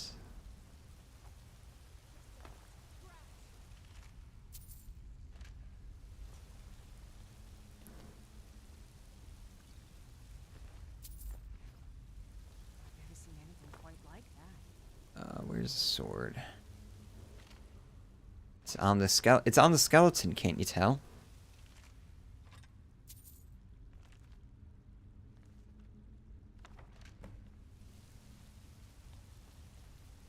If I remember correctly, there's some stuff around here that I want to grab real fast. Yeah, this is the sword that we were looking for. Releases an energy blast with the power attacks that deal 30 damage. Oh, right, and it has no charge, too. I forgot about that. Wait, if it doesn't have a charge, does that mean... Nah. It is enchanted. It just has no charge. But that's fine because I'm going to be using this thing in ethereal form anyway. Because that's the whole gimmick for this character. Right, I forgot that it doesn't even have a fucking weapon charge on it. Making it even better.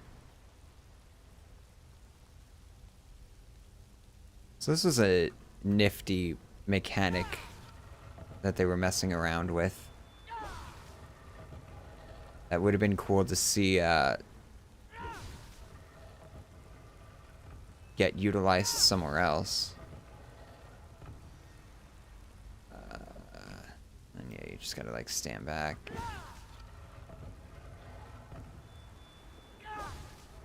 Doesn't have to be completely accurate.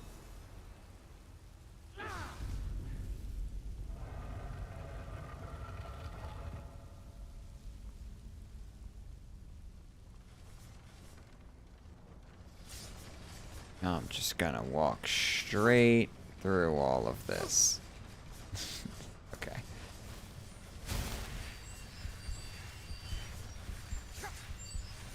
Can use the restoration experience though, so. You good, Lydia? Oh. I guess they're not gonna stop. She'll crawl her way over here. This is gonna be a boss fight, isn't it?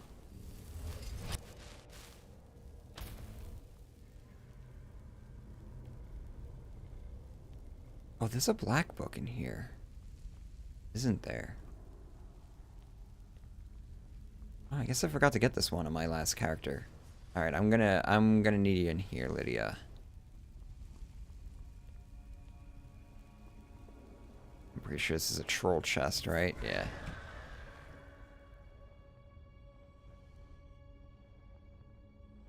Right. Let's get this show on the road, I guess. Flame cloak.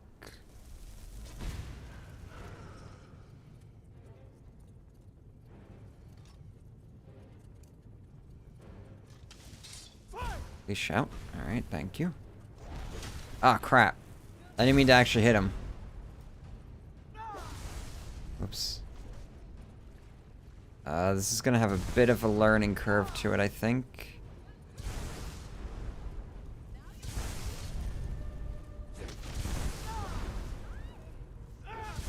Lydia?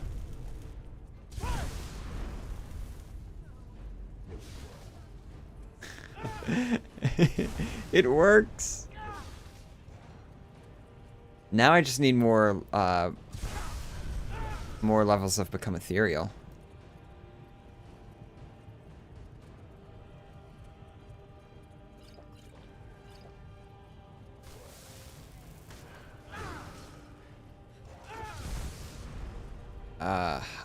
I'm gonna like accidentally kill Lydia with this shit though.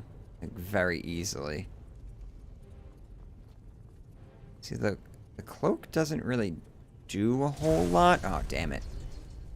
The cloak doesn't do a whole lot because I don't want to be standing too close to them. So if I'm standing too close to them, I'm going to wind up doing damage to them. And I don't want to actually do damage. Damn it, gotta go through this whole fucking thing again.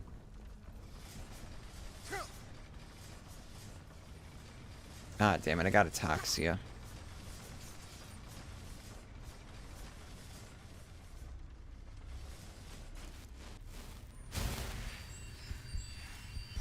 Now what's-her-face is actually going to be correct when she says, I look like I have Ataxia.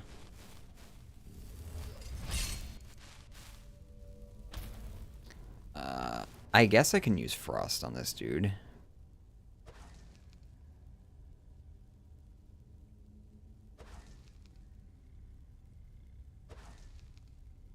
I don't know, maybe see, I'm torn on it because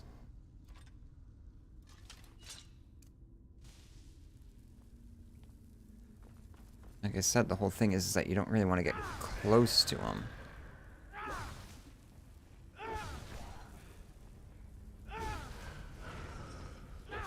This is pretty funny, though. Yeah.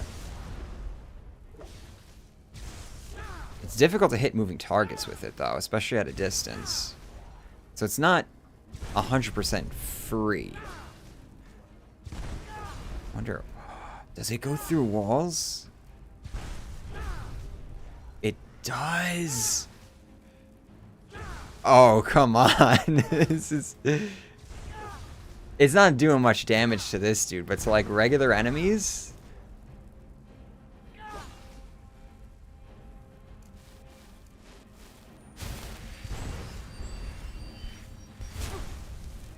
Ow. Oh, he's over there now. Lydia. Oh shit, the door locked. Fuck. Okay. Oh,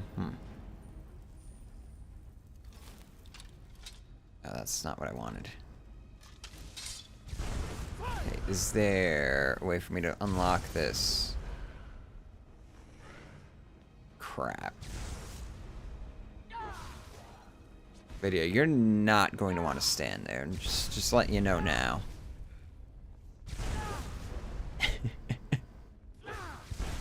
This is pretty stupid, though. I haven't actually physically hit this dude once yet, and he's already at half health. Alright, what I really should do is the side ones.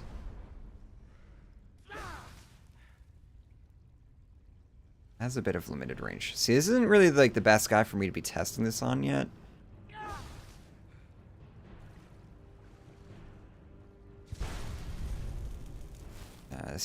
This is just annoying. Hopefully that opens the other door. Damn it.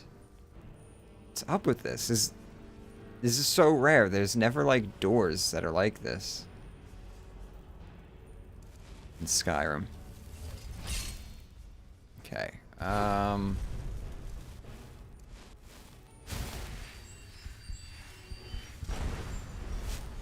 Alright, so sometimes I absorb it, sometimes I don't. And that's kinda just what I gotta deal with right now. Ah, crap, he has a cloak up though. A lightning cloak to make it even worse.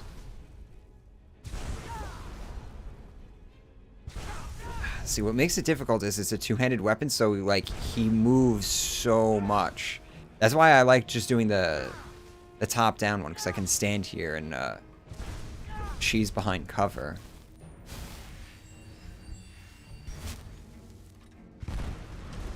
Like the sideways one is better to actually, because it has like a it has like a wider hit radius. Then I have to like expose myself some more.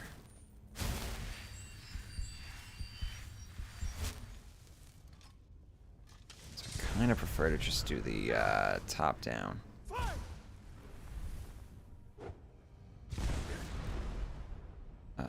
Power attack, please.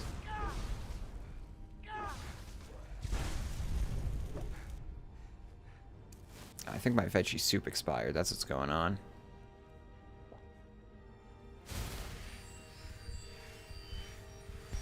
Let's drop a quick save.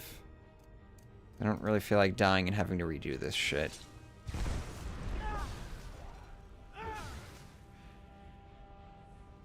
Shout. Shout. There you go.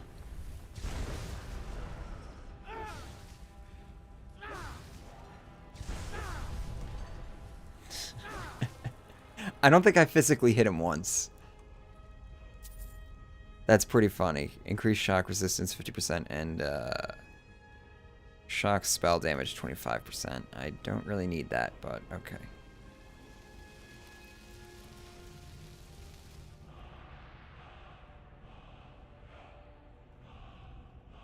Oh, this is the dragon aspect. Okay, cool. That might be decent for this character.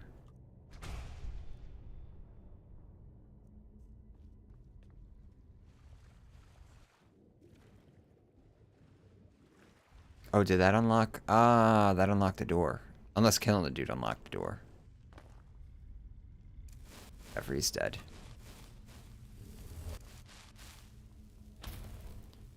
Okay, real funny, guys, but where's my real chest? Wow. Alright, that's a whole lot of garbage. Oh god, this character in Apocrypha. Ugh.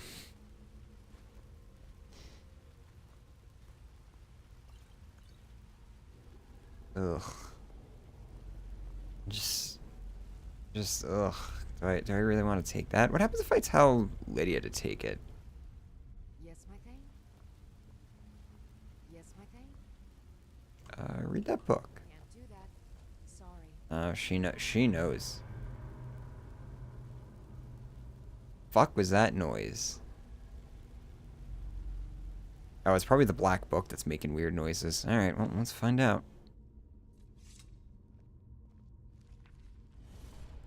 What are you doing? I forgot Lydia gets offended by reading the books. This is a companion insight one, which, yeah. Another seeker after knowledge enters my realm. I am Hermes Mora, Prince okay. of Fate and Hold on. Lord of Secrets. Apocrypha, Here. where all knowledge is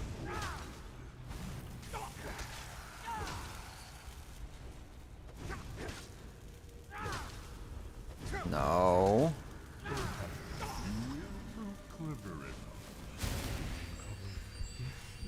Oh, right, I have the Atronach stone, so these dudes aren't gonna do shit to me, really. Oh, whoops. Stop.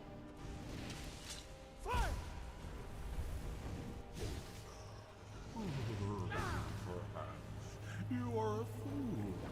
Or a coward. Listen, you are infallible. Is this even, like, doing anything to these guys? Thank you for Apocrypha.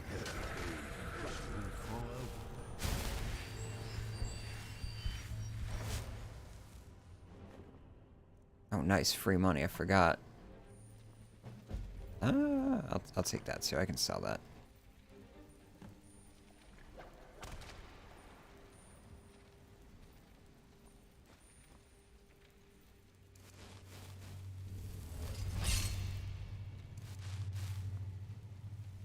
Okay, so this might not actually be too bad on this character.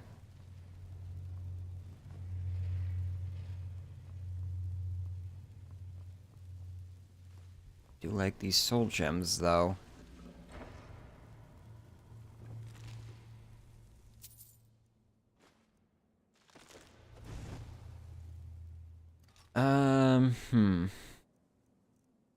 I don't know if the Blood Skull Blade is really the way to go on these guys.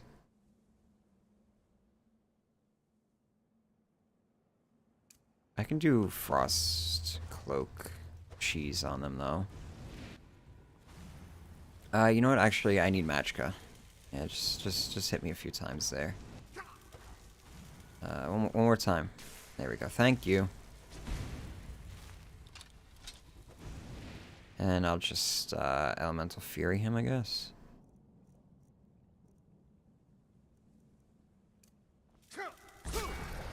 Oh no, not the tentacle. Okay, so that tentacle's bad news.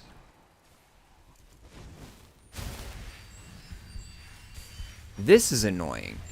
This is when this fucking dungeon's a just absolute nightmare. Can't get to him. Because he's just standing there behind that insta-kill thing. I guess I can stand right here and try and do like passive damage to him.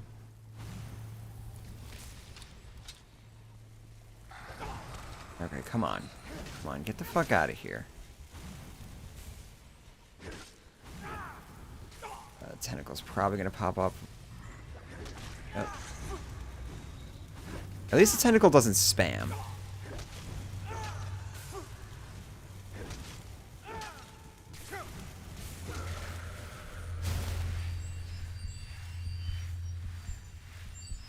Take that. Take this too.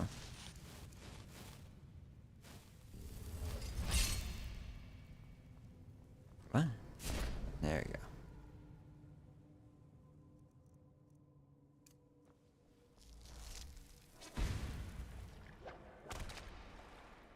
Conjure Frost Atronach. Very useful here.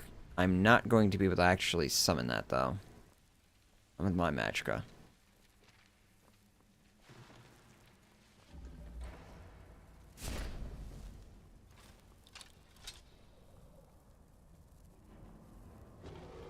Alright. Let's see. Oh, right. The ink. So I gotta bait this guy out of here. That's fine. Oh, okay. That's not fine.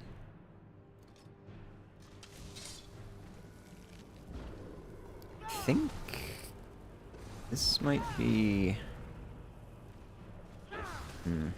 It's a shame it just doesn't do that much damage.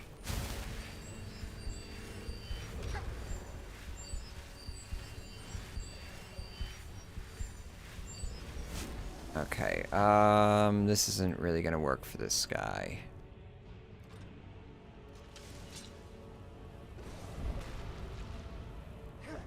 Okay, oh, you know what I'm gonna do?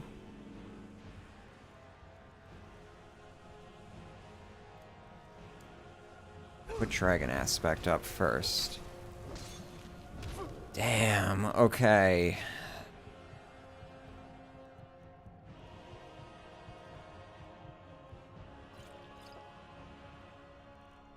Alright, different approach.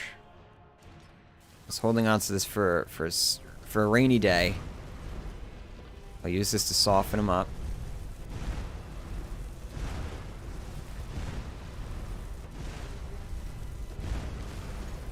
I don't care if I use this whole thing up, it's vendor trash anyway. Okay.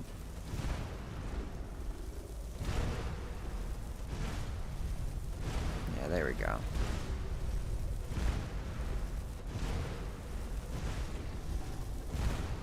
Oh, hi. Okay.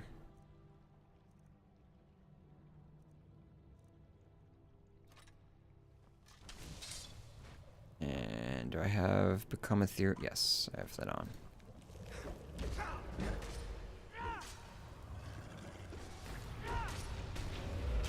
There we go.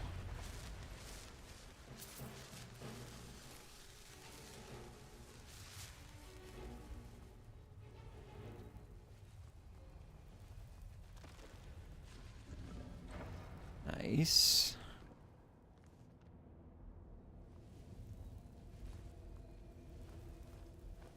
Don't pick up the ruined books.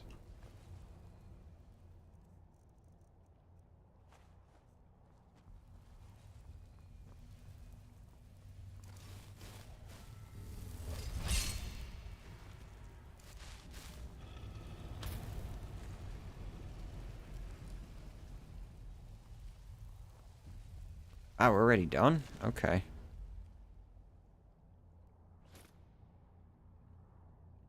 Increase fire resistance 40%. I like that. I don't think I have, like, anything fancy for boots anyway. Increase stamina 30 points. Oh, does that mean... Oh, I guess I haven't invested anything into stamina. Okay, good. So I am being smart on this character, too, because investing in stamina is a bit of a meme.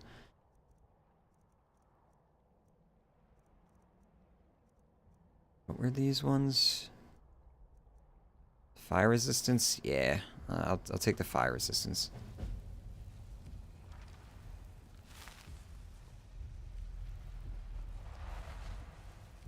What a weird placement of this. It's like... Alright, so... Reading skill books gives an extra skill point. Attacks and shouts and don't do any damage to followers, which is really wonderful. Do 10% more damage and get 10% better prices from people of the opposite sex. So basically, What is that? Confirmed Bachelor. Black Widow perk. Fallout.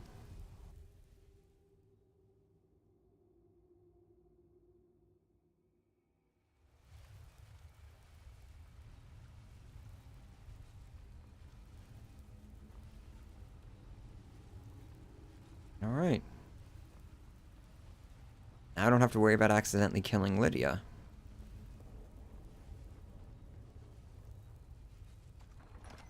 I wonder if they knew, like, how easy it was to friendly fire people, companions with that sword. So that's why they put it in the dungeon with that book.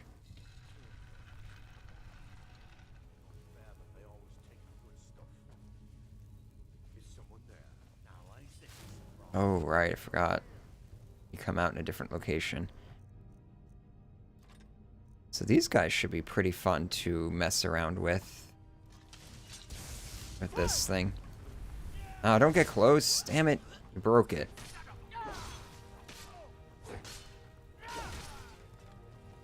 It's just a damn powerful sword.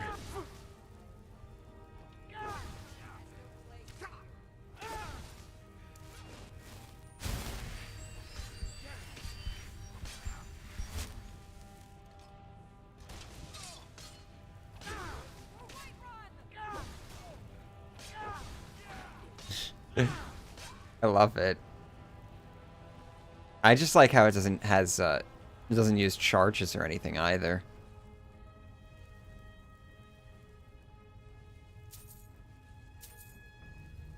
Got any pendants lying around? Ooh, nice, another chest.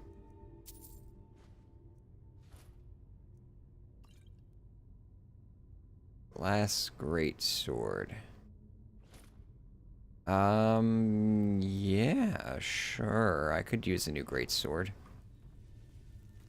Oh, this is Death Brand. I mean, I might as well carry it around.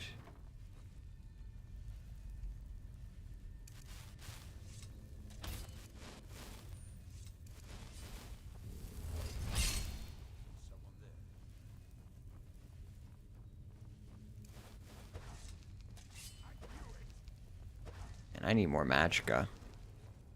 Oh, right. I was, where's my destruction at? 49? I wanted to train it with Firebolt. Lydia.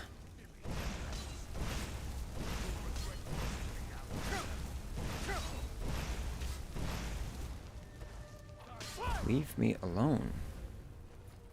Oh, there you go. That's why you don't turn your back on Lydia.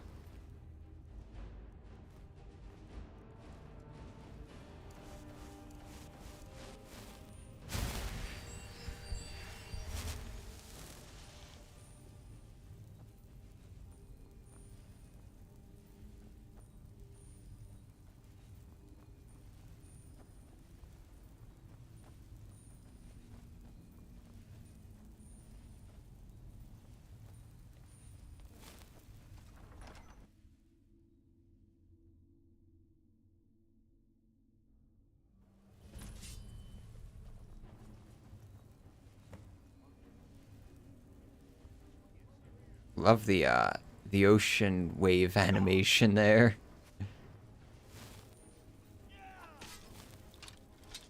I know what I gotta do here.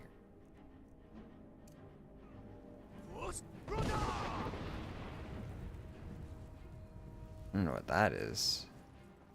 Oh god, Lydia, you scared the shit out of me.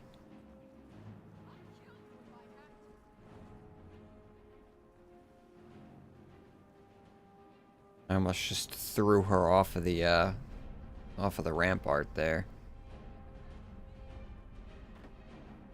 You guys got anything for me to take?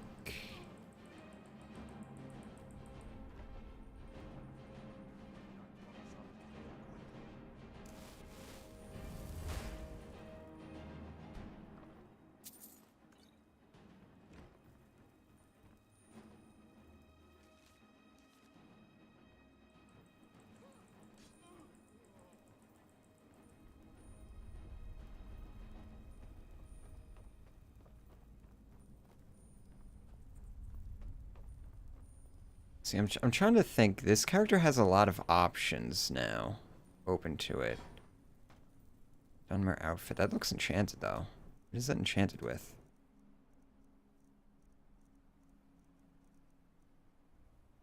Oh, just magic or regen.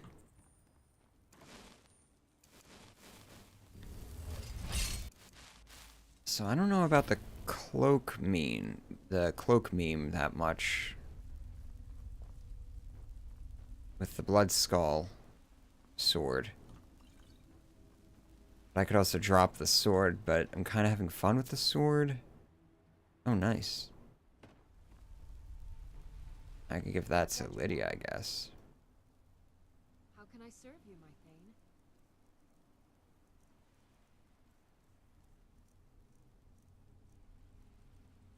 Oh, those are light armor. Never mind.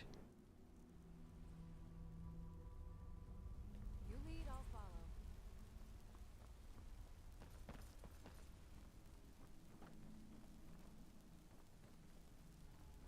I don't really know what direction I should really commit to with this character. Problem with the blood skull thing is that sword's going to be, like, grossly outclassed soon enough. At 30 damage, it's a fun meme and all, but that's not going to be much in the grand scheme of things going forward. I could go unenchanted weapons, so I can continue to use so I can use elemental fury. Oh, I'm falling, so I can't fast travel. There's a message you don't often see.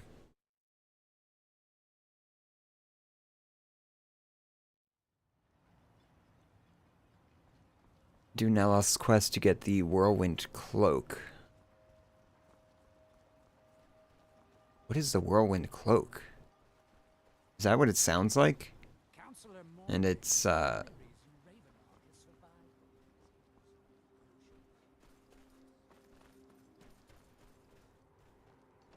if people get close to you, they get thrown away.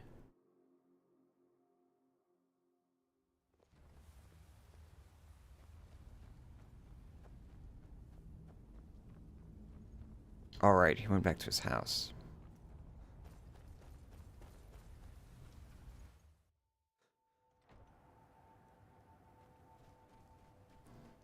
Ragdoll's enemies in range. That would be pretty good for this character. I should probably, like, actually activate the quest, because I don't remember exactly where his house is.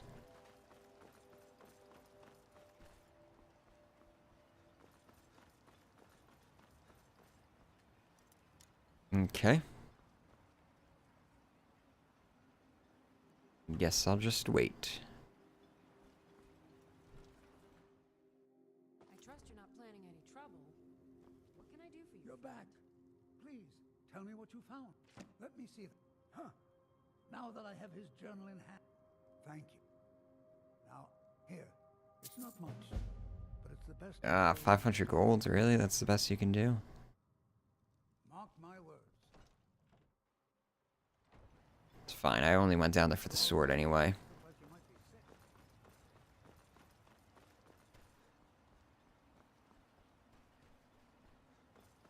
I think I got 3 of these pendants. I only had 2. Oh, it must be leveled. So my other character was giving me 1,000 each. See for yourself.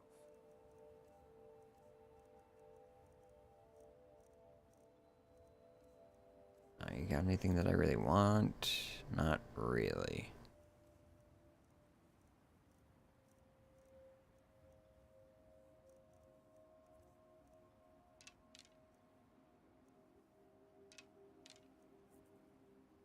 Yeah, you can have that depleted fucking thing.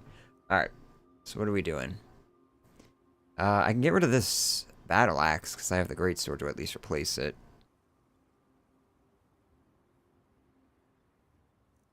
I don't want a different...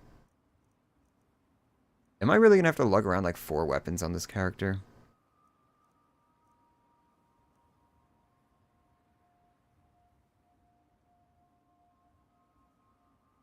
Maybe I'll have to get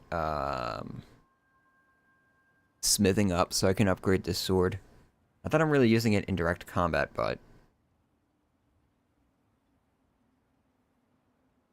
I doubt there's any way for me to scale this. It's probably just going to be forever 30 points of damage. Which, I mean, you know, not bad that I can throw it through walls, use it when I'm in ethereal form. What I would really like is more levels of become ethereal. I think that's what I should work towards.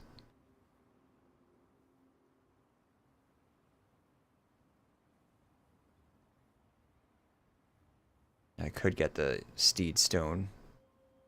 Or I just don't carry around anything else. I mean, I guess it is kind of a good thing then that I'm using light armor instead of heavy armor. Maybe that's why I was doing it all along.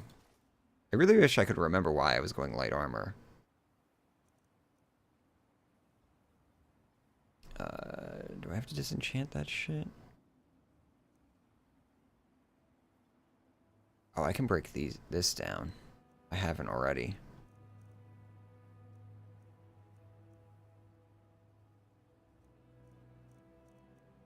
I need an enchanter, that's what I need.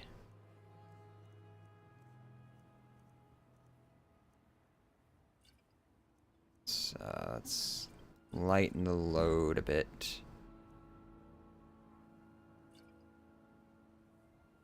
Yeah, I don't really need that. One-handed weapons. Nope, don't use those. Destruction spells are 20% stronger for 60 seconds. 20% isn't all that much. 20 health. Nope. Illusion. Nope.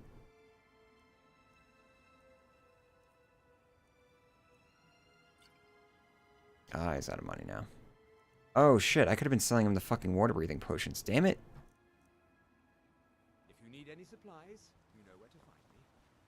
I work for Mogul.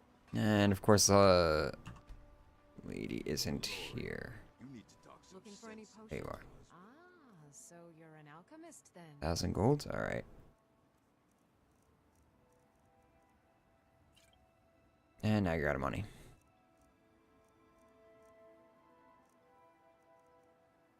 That isn't my problem. I was clear when I loaned Garwin the money that I wanted. I need that Nordic You pick. haven't seen Cresh's Corellia. No, they don't exactly grow on.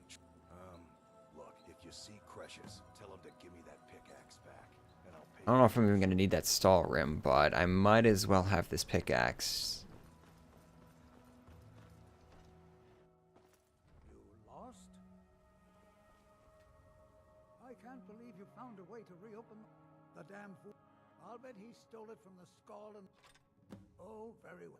Here. Tell him I hope he drops the thing on his foot. You need to leave. I think I can just do that. What do you think you're doing? What? What do you think you're doing? I thought we were friends.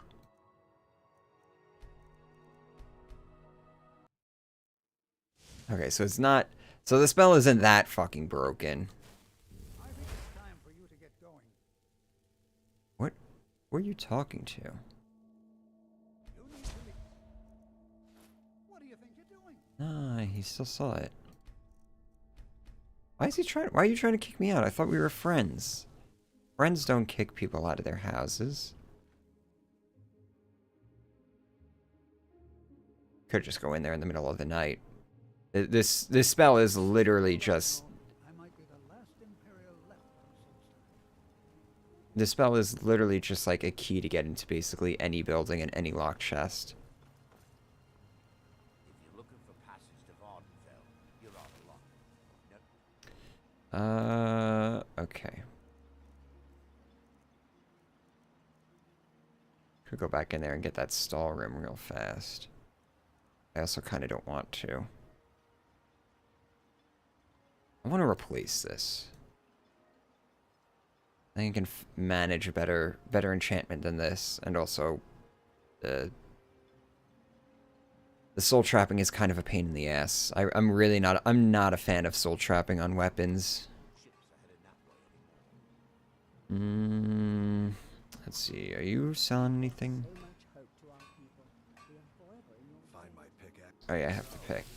Tell you what. And yeah, just let me have it so I can clear that out of my journal. Pickaxe hasn't done me any. Blades, helmets, pretty much anything to suit your needs. I'd like an unenchanted two-hander. It isn't a steel greatsword, because I kind of want an upgrade from that.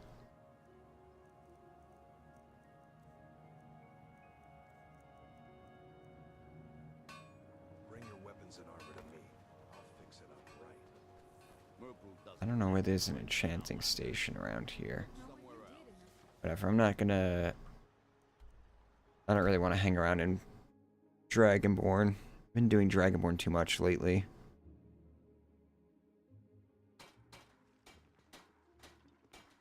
Talk to Captain.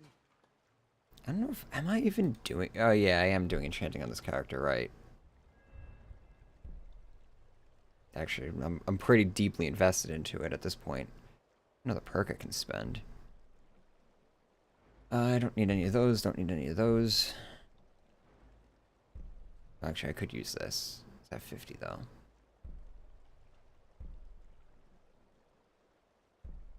Could use this too.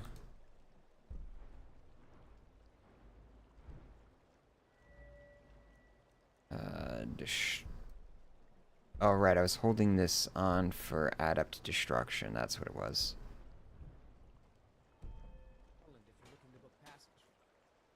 Can I just, like, find something to kill real fast? I guess I could just go get training, right? How much money do I have? Yeah, I have plenty of money. Let's just go get destruction training.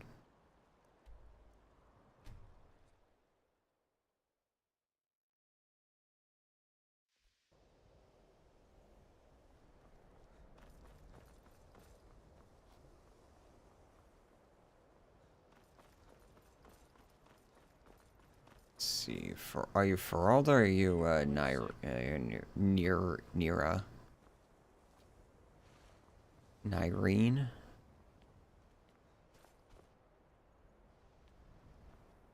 You know what I'm gonna do is wait until night.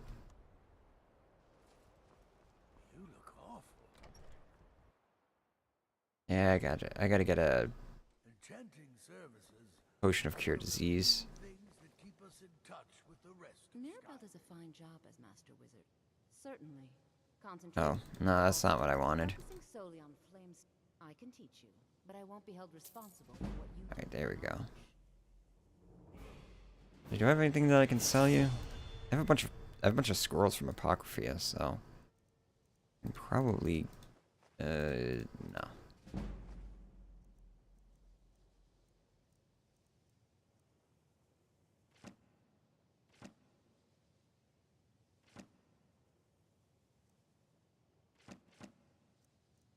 Have anything else that I can sell you?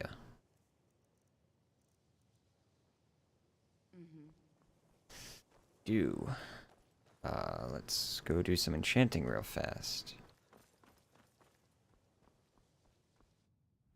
Oh, I got another level up too, which is... Oh, wait. Oh, fuck. Did I really want to do that?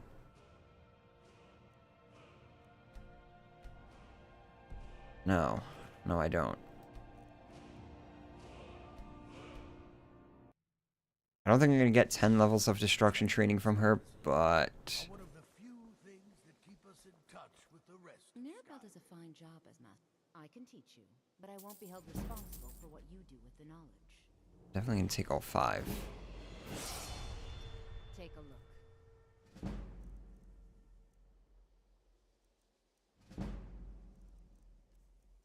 You know what? I'll be back. It's been a pleasure.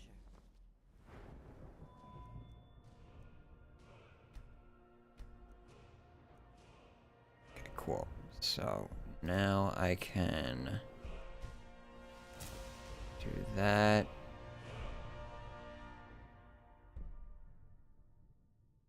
Could go destruction dual casting, but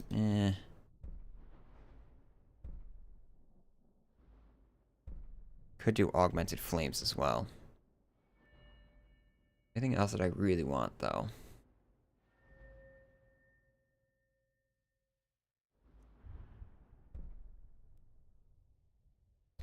Recovery, yes. Alright, let's do some enchanting so I can sell her some crap. Unless it's absolutely necessary.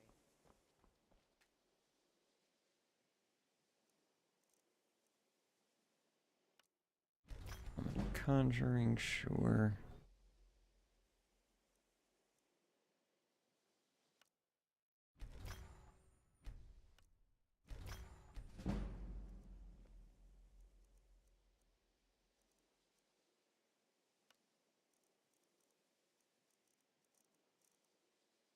I don't have sneak yet.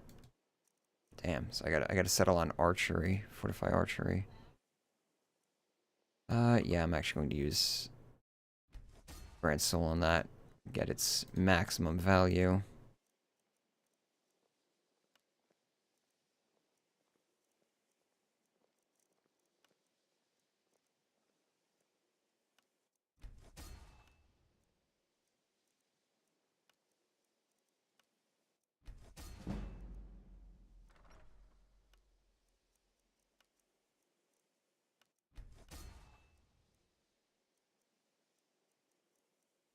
Alright, I guess I'll just...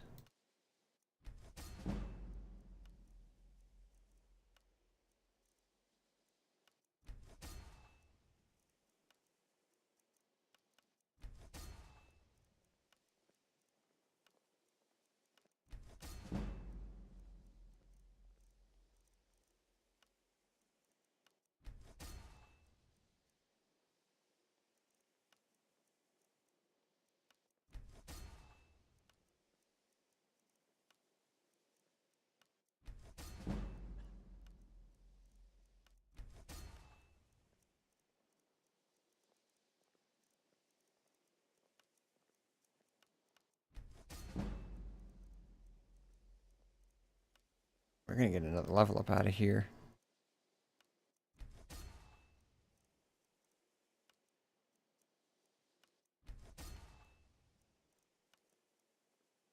Ah, damn it. Ran out. Is there anything that I could actually make that I'm going to use? 200 weapons do 22% more damage.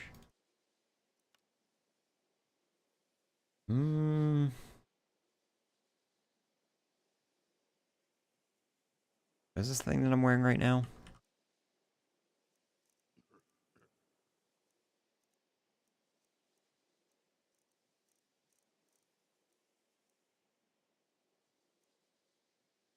Light armor. See, light armor is kind of nice because keep getting annihilated.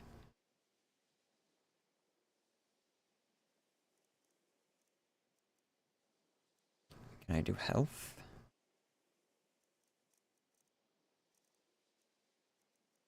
No, I actually don't have health. Interesting. I don't think any of this is really worth it.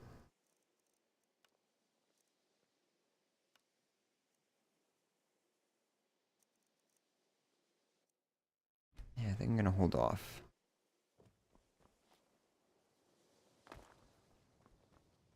I can't wait to see who succeeds Mirabelle.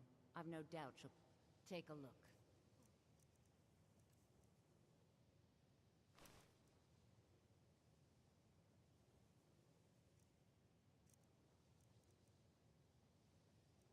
Oh, sweet. I probably should have a real helmet, honestly.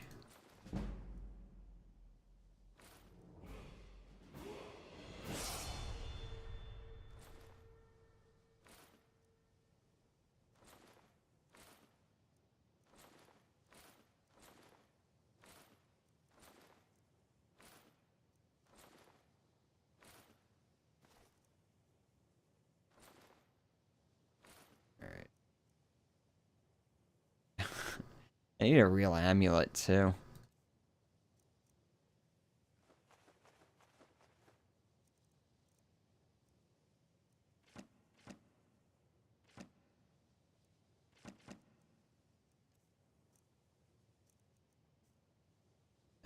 Okay. It's been a pleasure. I can afford to get more Certainly, training. your colleagues aren't quite. I can teach you, but I won't be held responsible for what you do with the knowledge. I don't think I'm gonna go too crazy. Yeah, that's as far as I'm gonna go.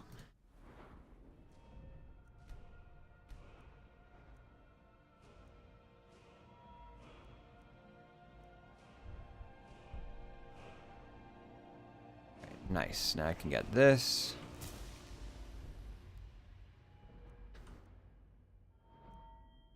Yeah, I'm gonna have to invest into smithing at some point.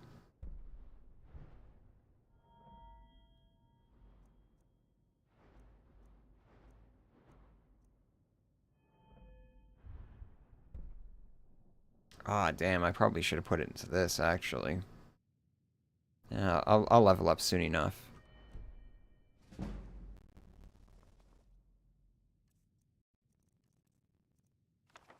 I already have Ice Spike.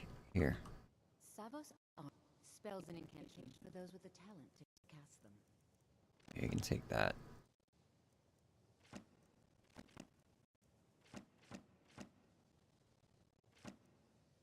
Take all my garbage.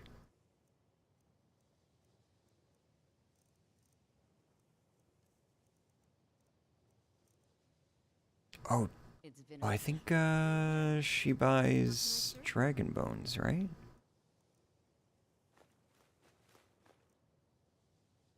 You lead, I'll follow. Hold on. No. The most deserving mage. Don't you think I'd make a wonderful master wizard? Spells and incantations for those with the talent to. Bye.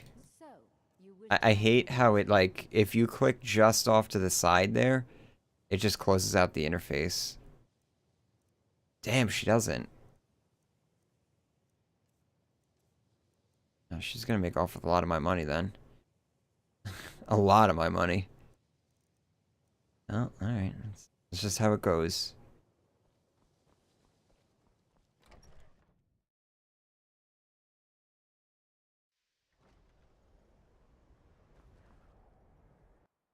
You just got kicked from the companions for being in the Thieves Guild. Oh, it's a mod. I was gonna say, I don't remember there, being faction exclusion stuff.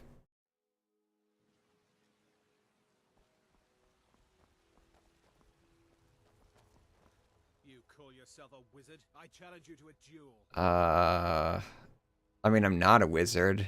I'm a two-handed warrior, but... The gods will be the judge of that. Let's see. What can we do with this dude?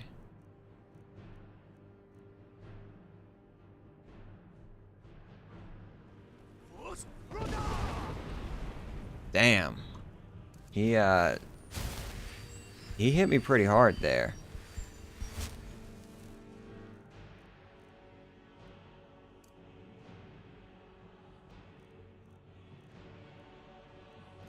So I'll hit him with this thing. Damn. He's yeah, he's a pretty powerful wizard there. I bet there's like no like reasonable reward to even fight this guy too. It's a shame he's probably not going to pop up again.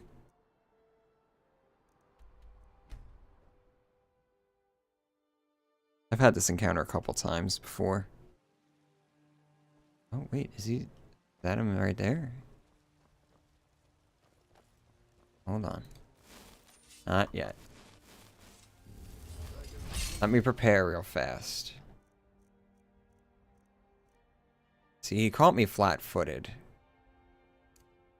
Oh wait, actually, let me do lightning cloak instead.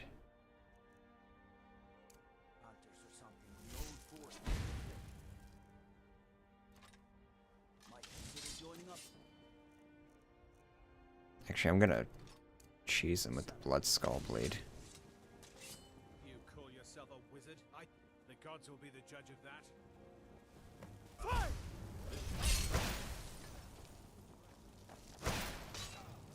Alright, just stand near him and drain his magicka.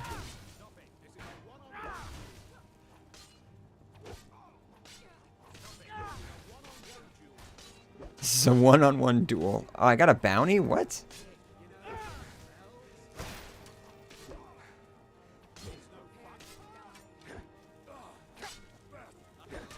have committed crimes against Skyrim and her people. Ah, I'm not Thane. Damn it. Smart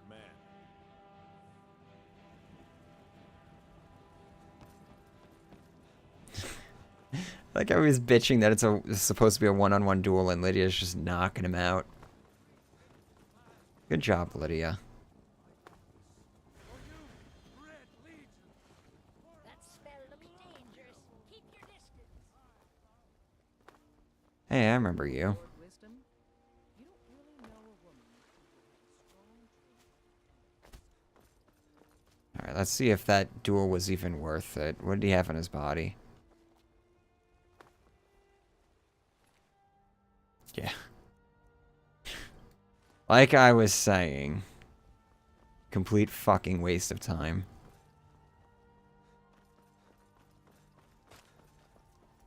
Lydia? Lydia, are you following me? I've got your Alright, back. yeah, you are. Lead on. By the best blacksmith in Skyrim. Let me know if you see anything you like. Yeah, walk past one guy swinging a sword and one guy flinging spells and then complain you got hit. Problem back home in Cyrodiil. So you're interested in my potions and ingredients? I could use some cure disease.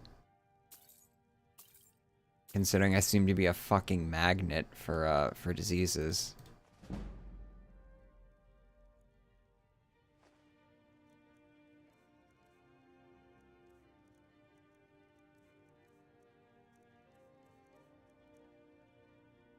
Come back anytime if you need a remedy. Am I running any graphics mods? No. So, Well met, traveler. it's all just vanilla.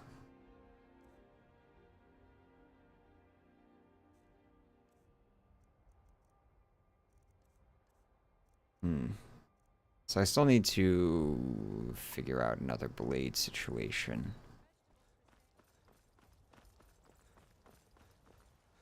Got some good pieces out here. Looking to protect It always yourself? feels weird to me buying, like, armor and equipment and stuff like that, because I know I can just go run some dungeons and find something that will eventually satisfy that. Also because they never have anything that I actually could use.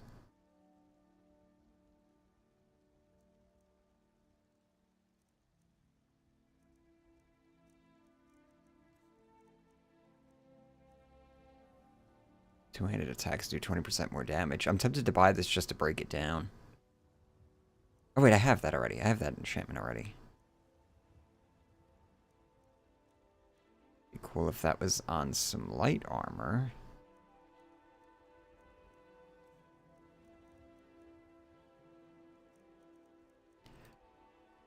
I don't know. I'm getting kind of tired and hungry. Don't forget to check inside the shop. I foresee a lot of grinding on this character, and I don't really want to do any of that crap on camera. I don't know how much longer I'm even going to play on this character, because I feel like I already got most of what I need out of it.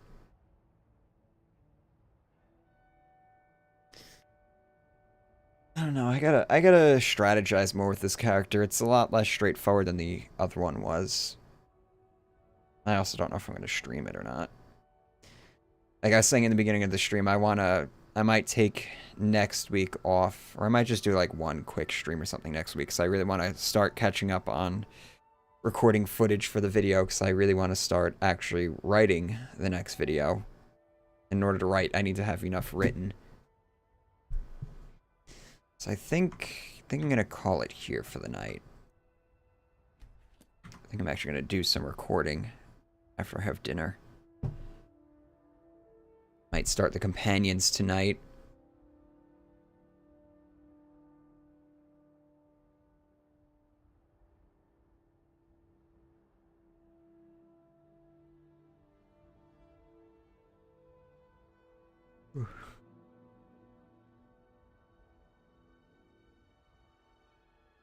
Now, is there anything in chat?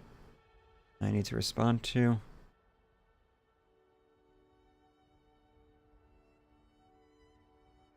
Skyrim lacks a strip club.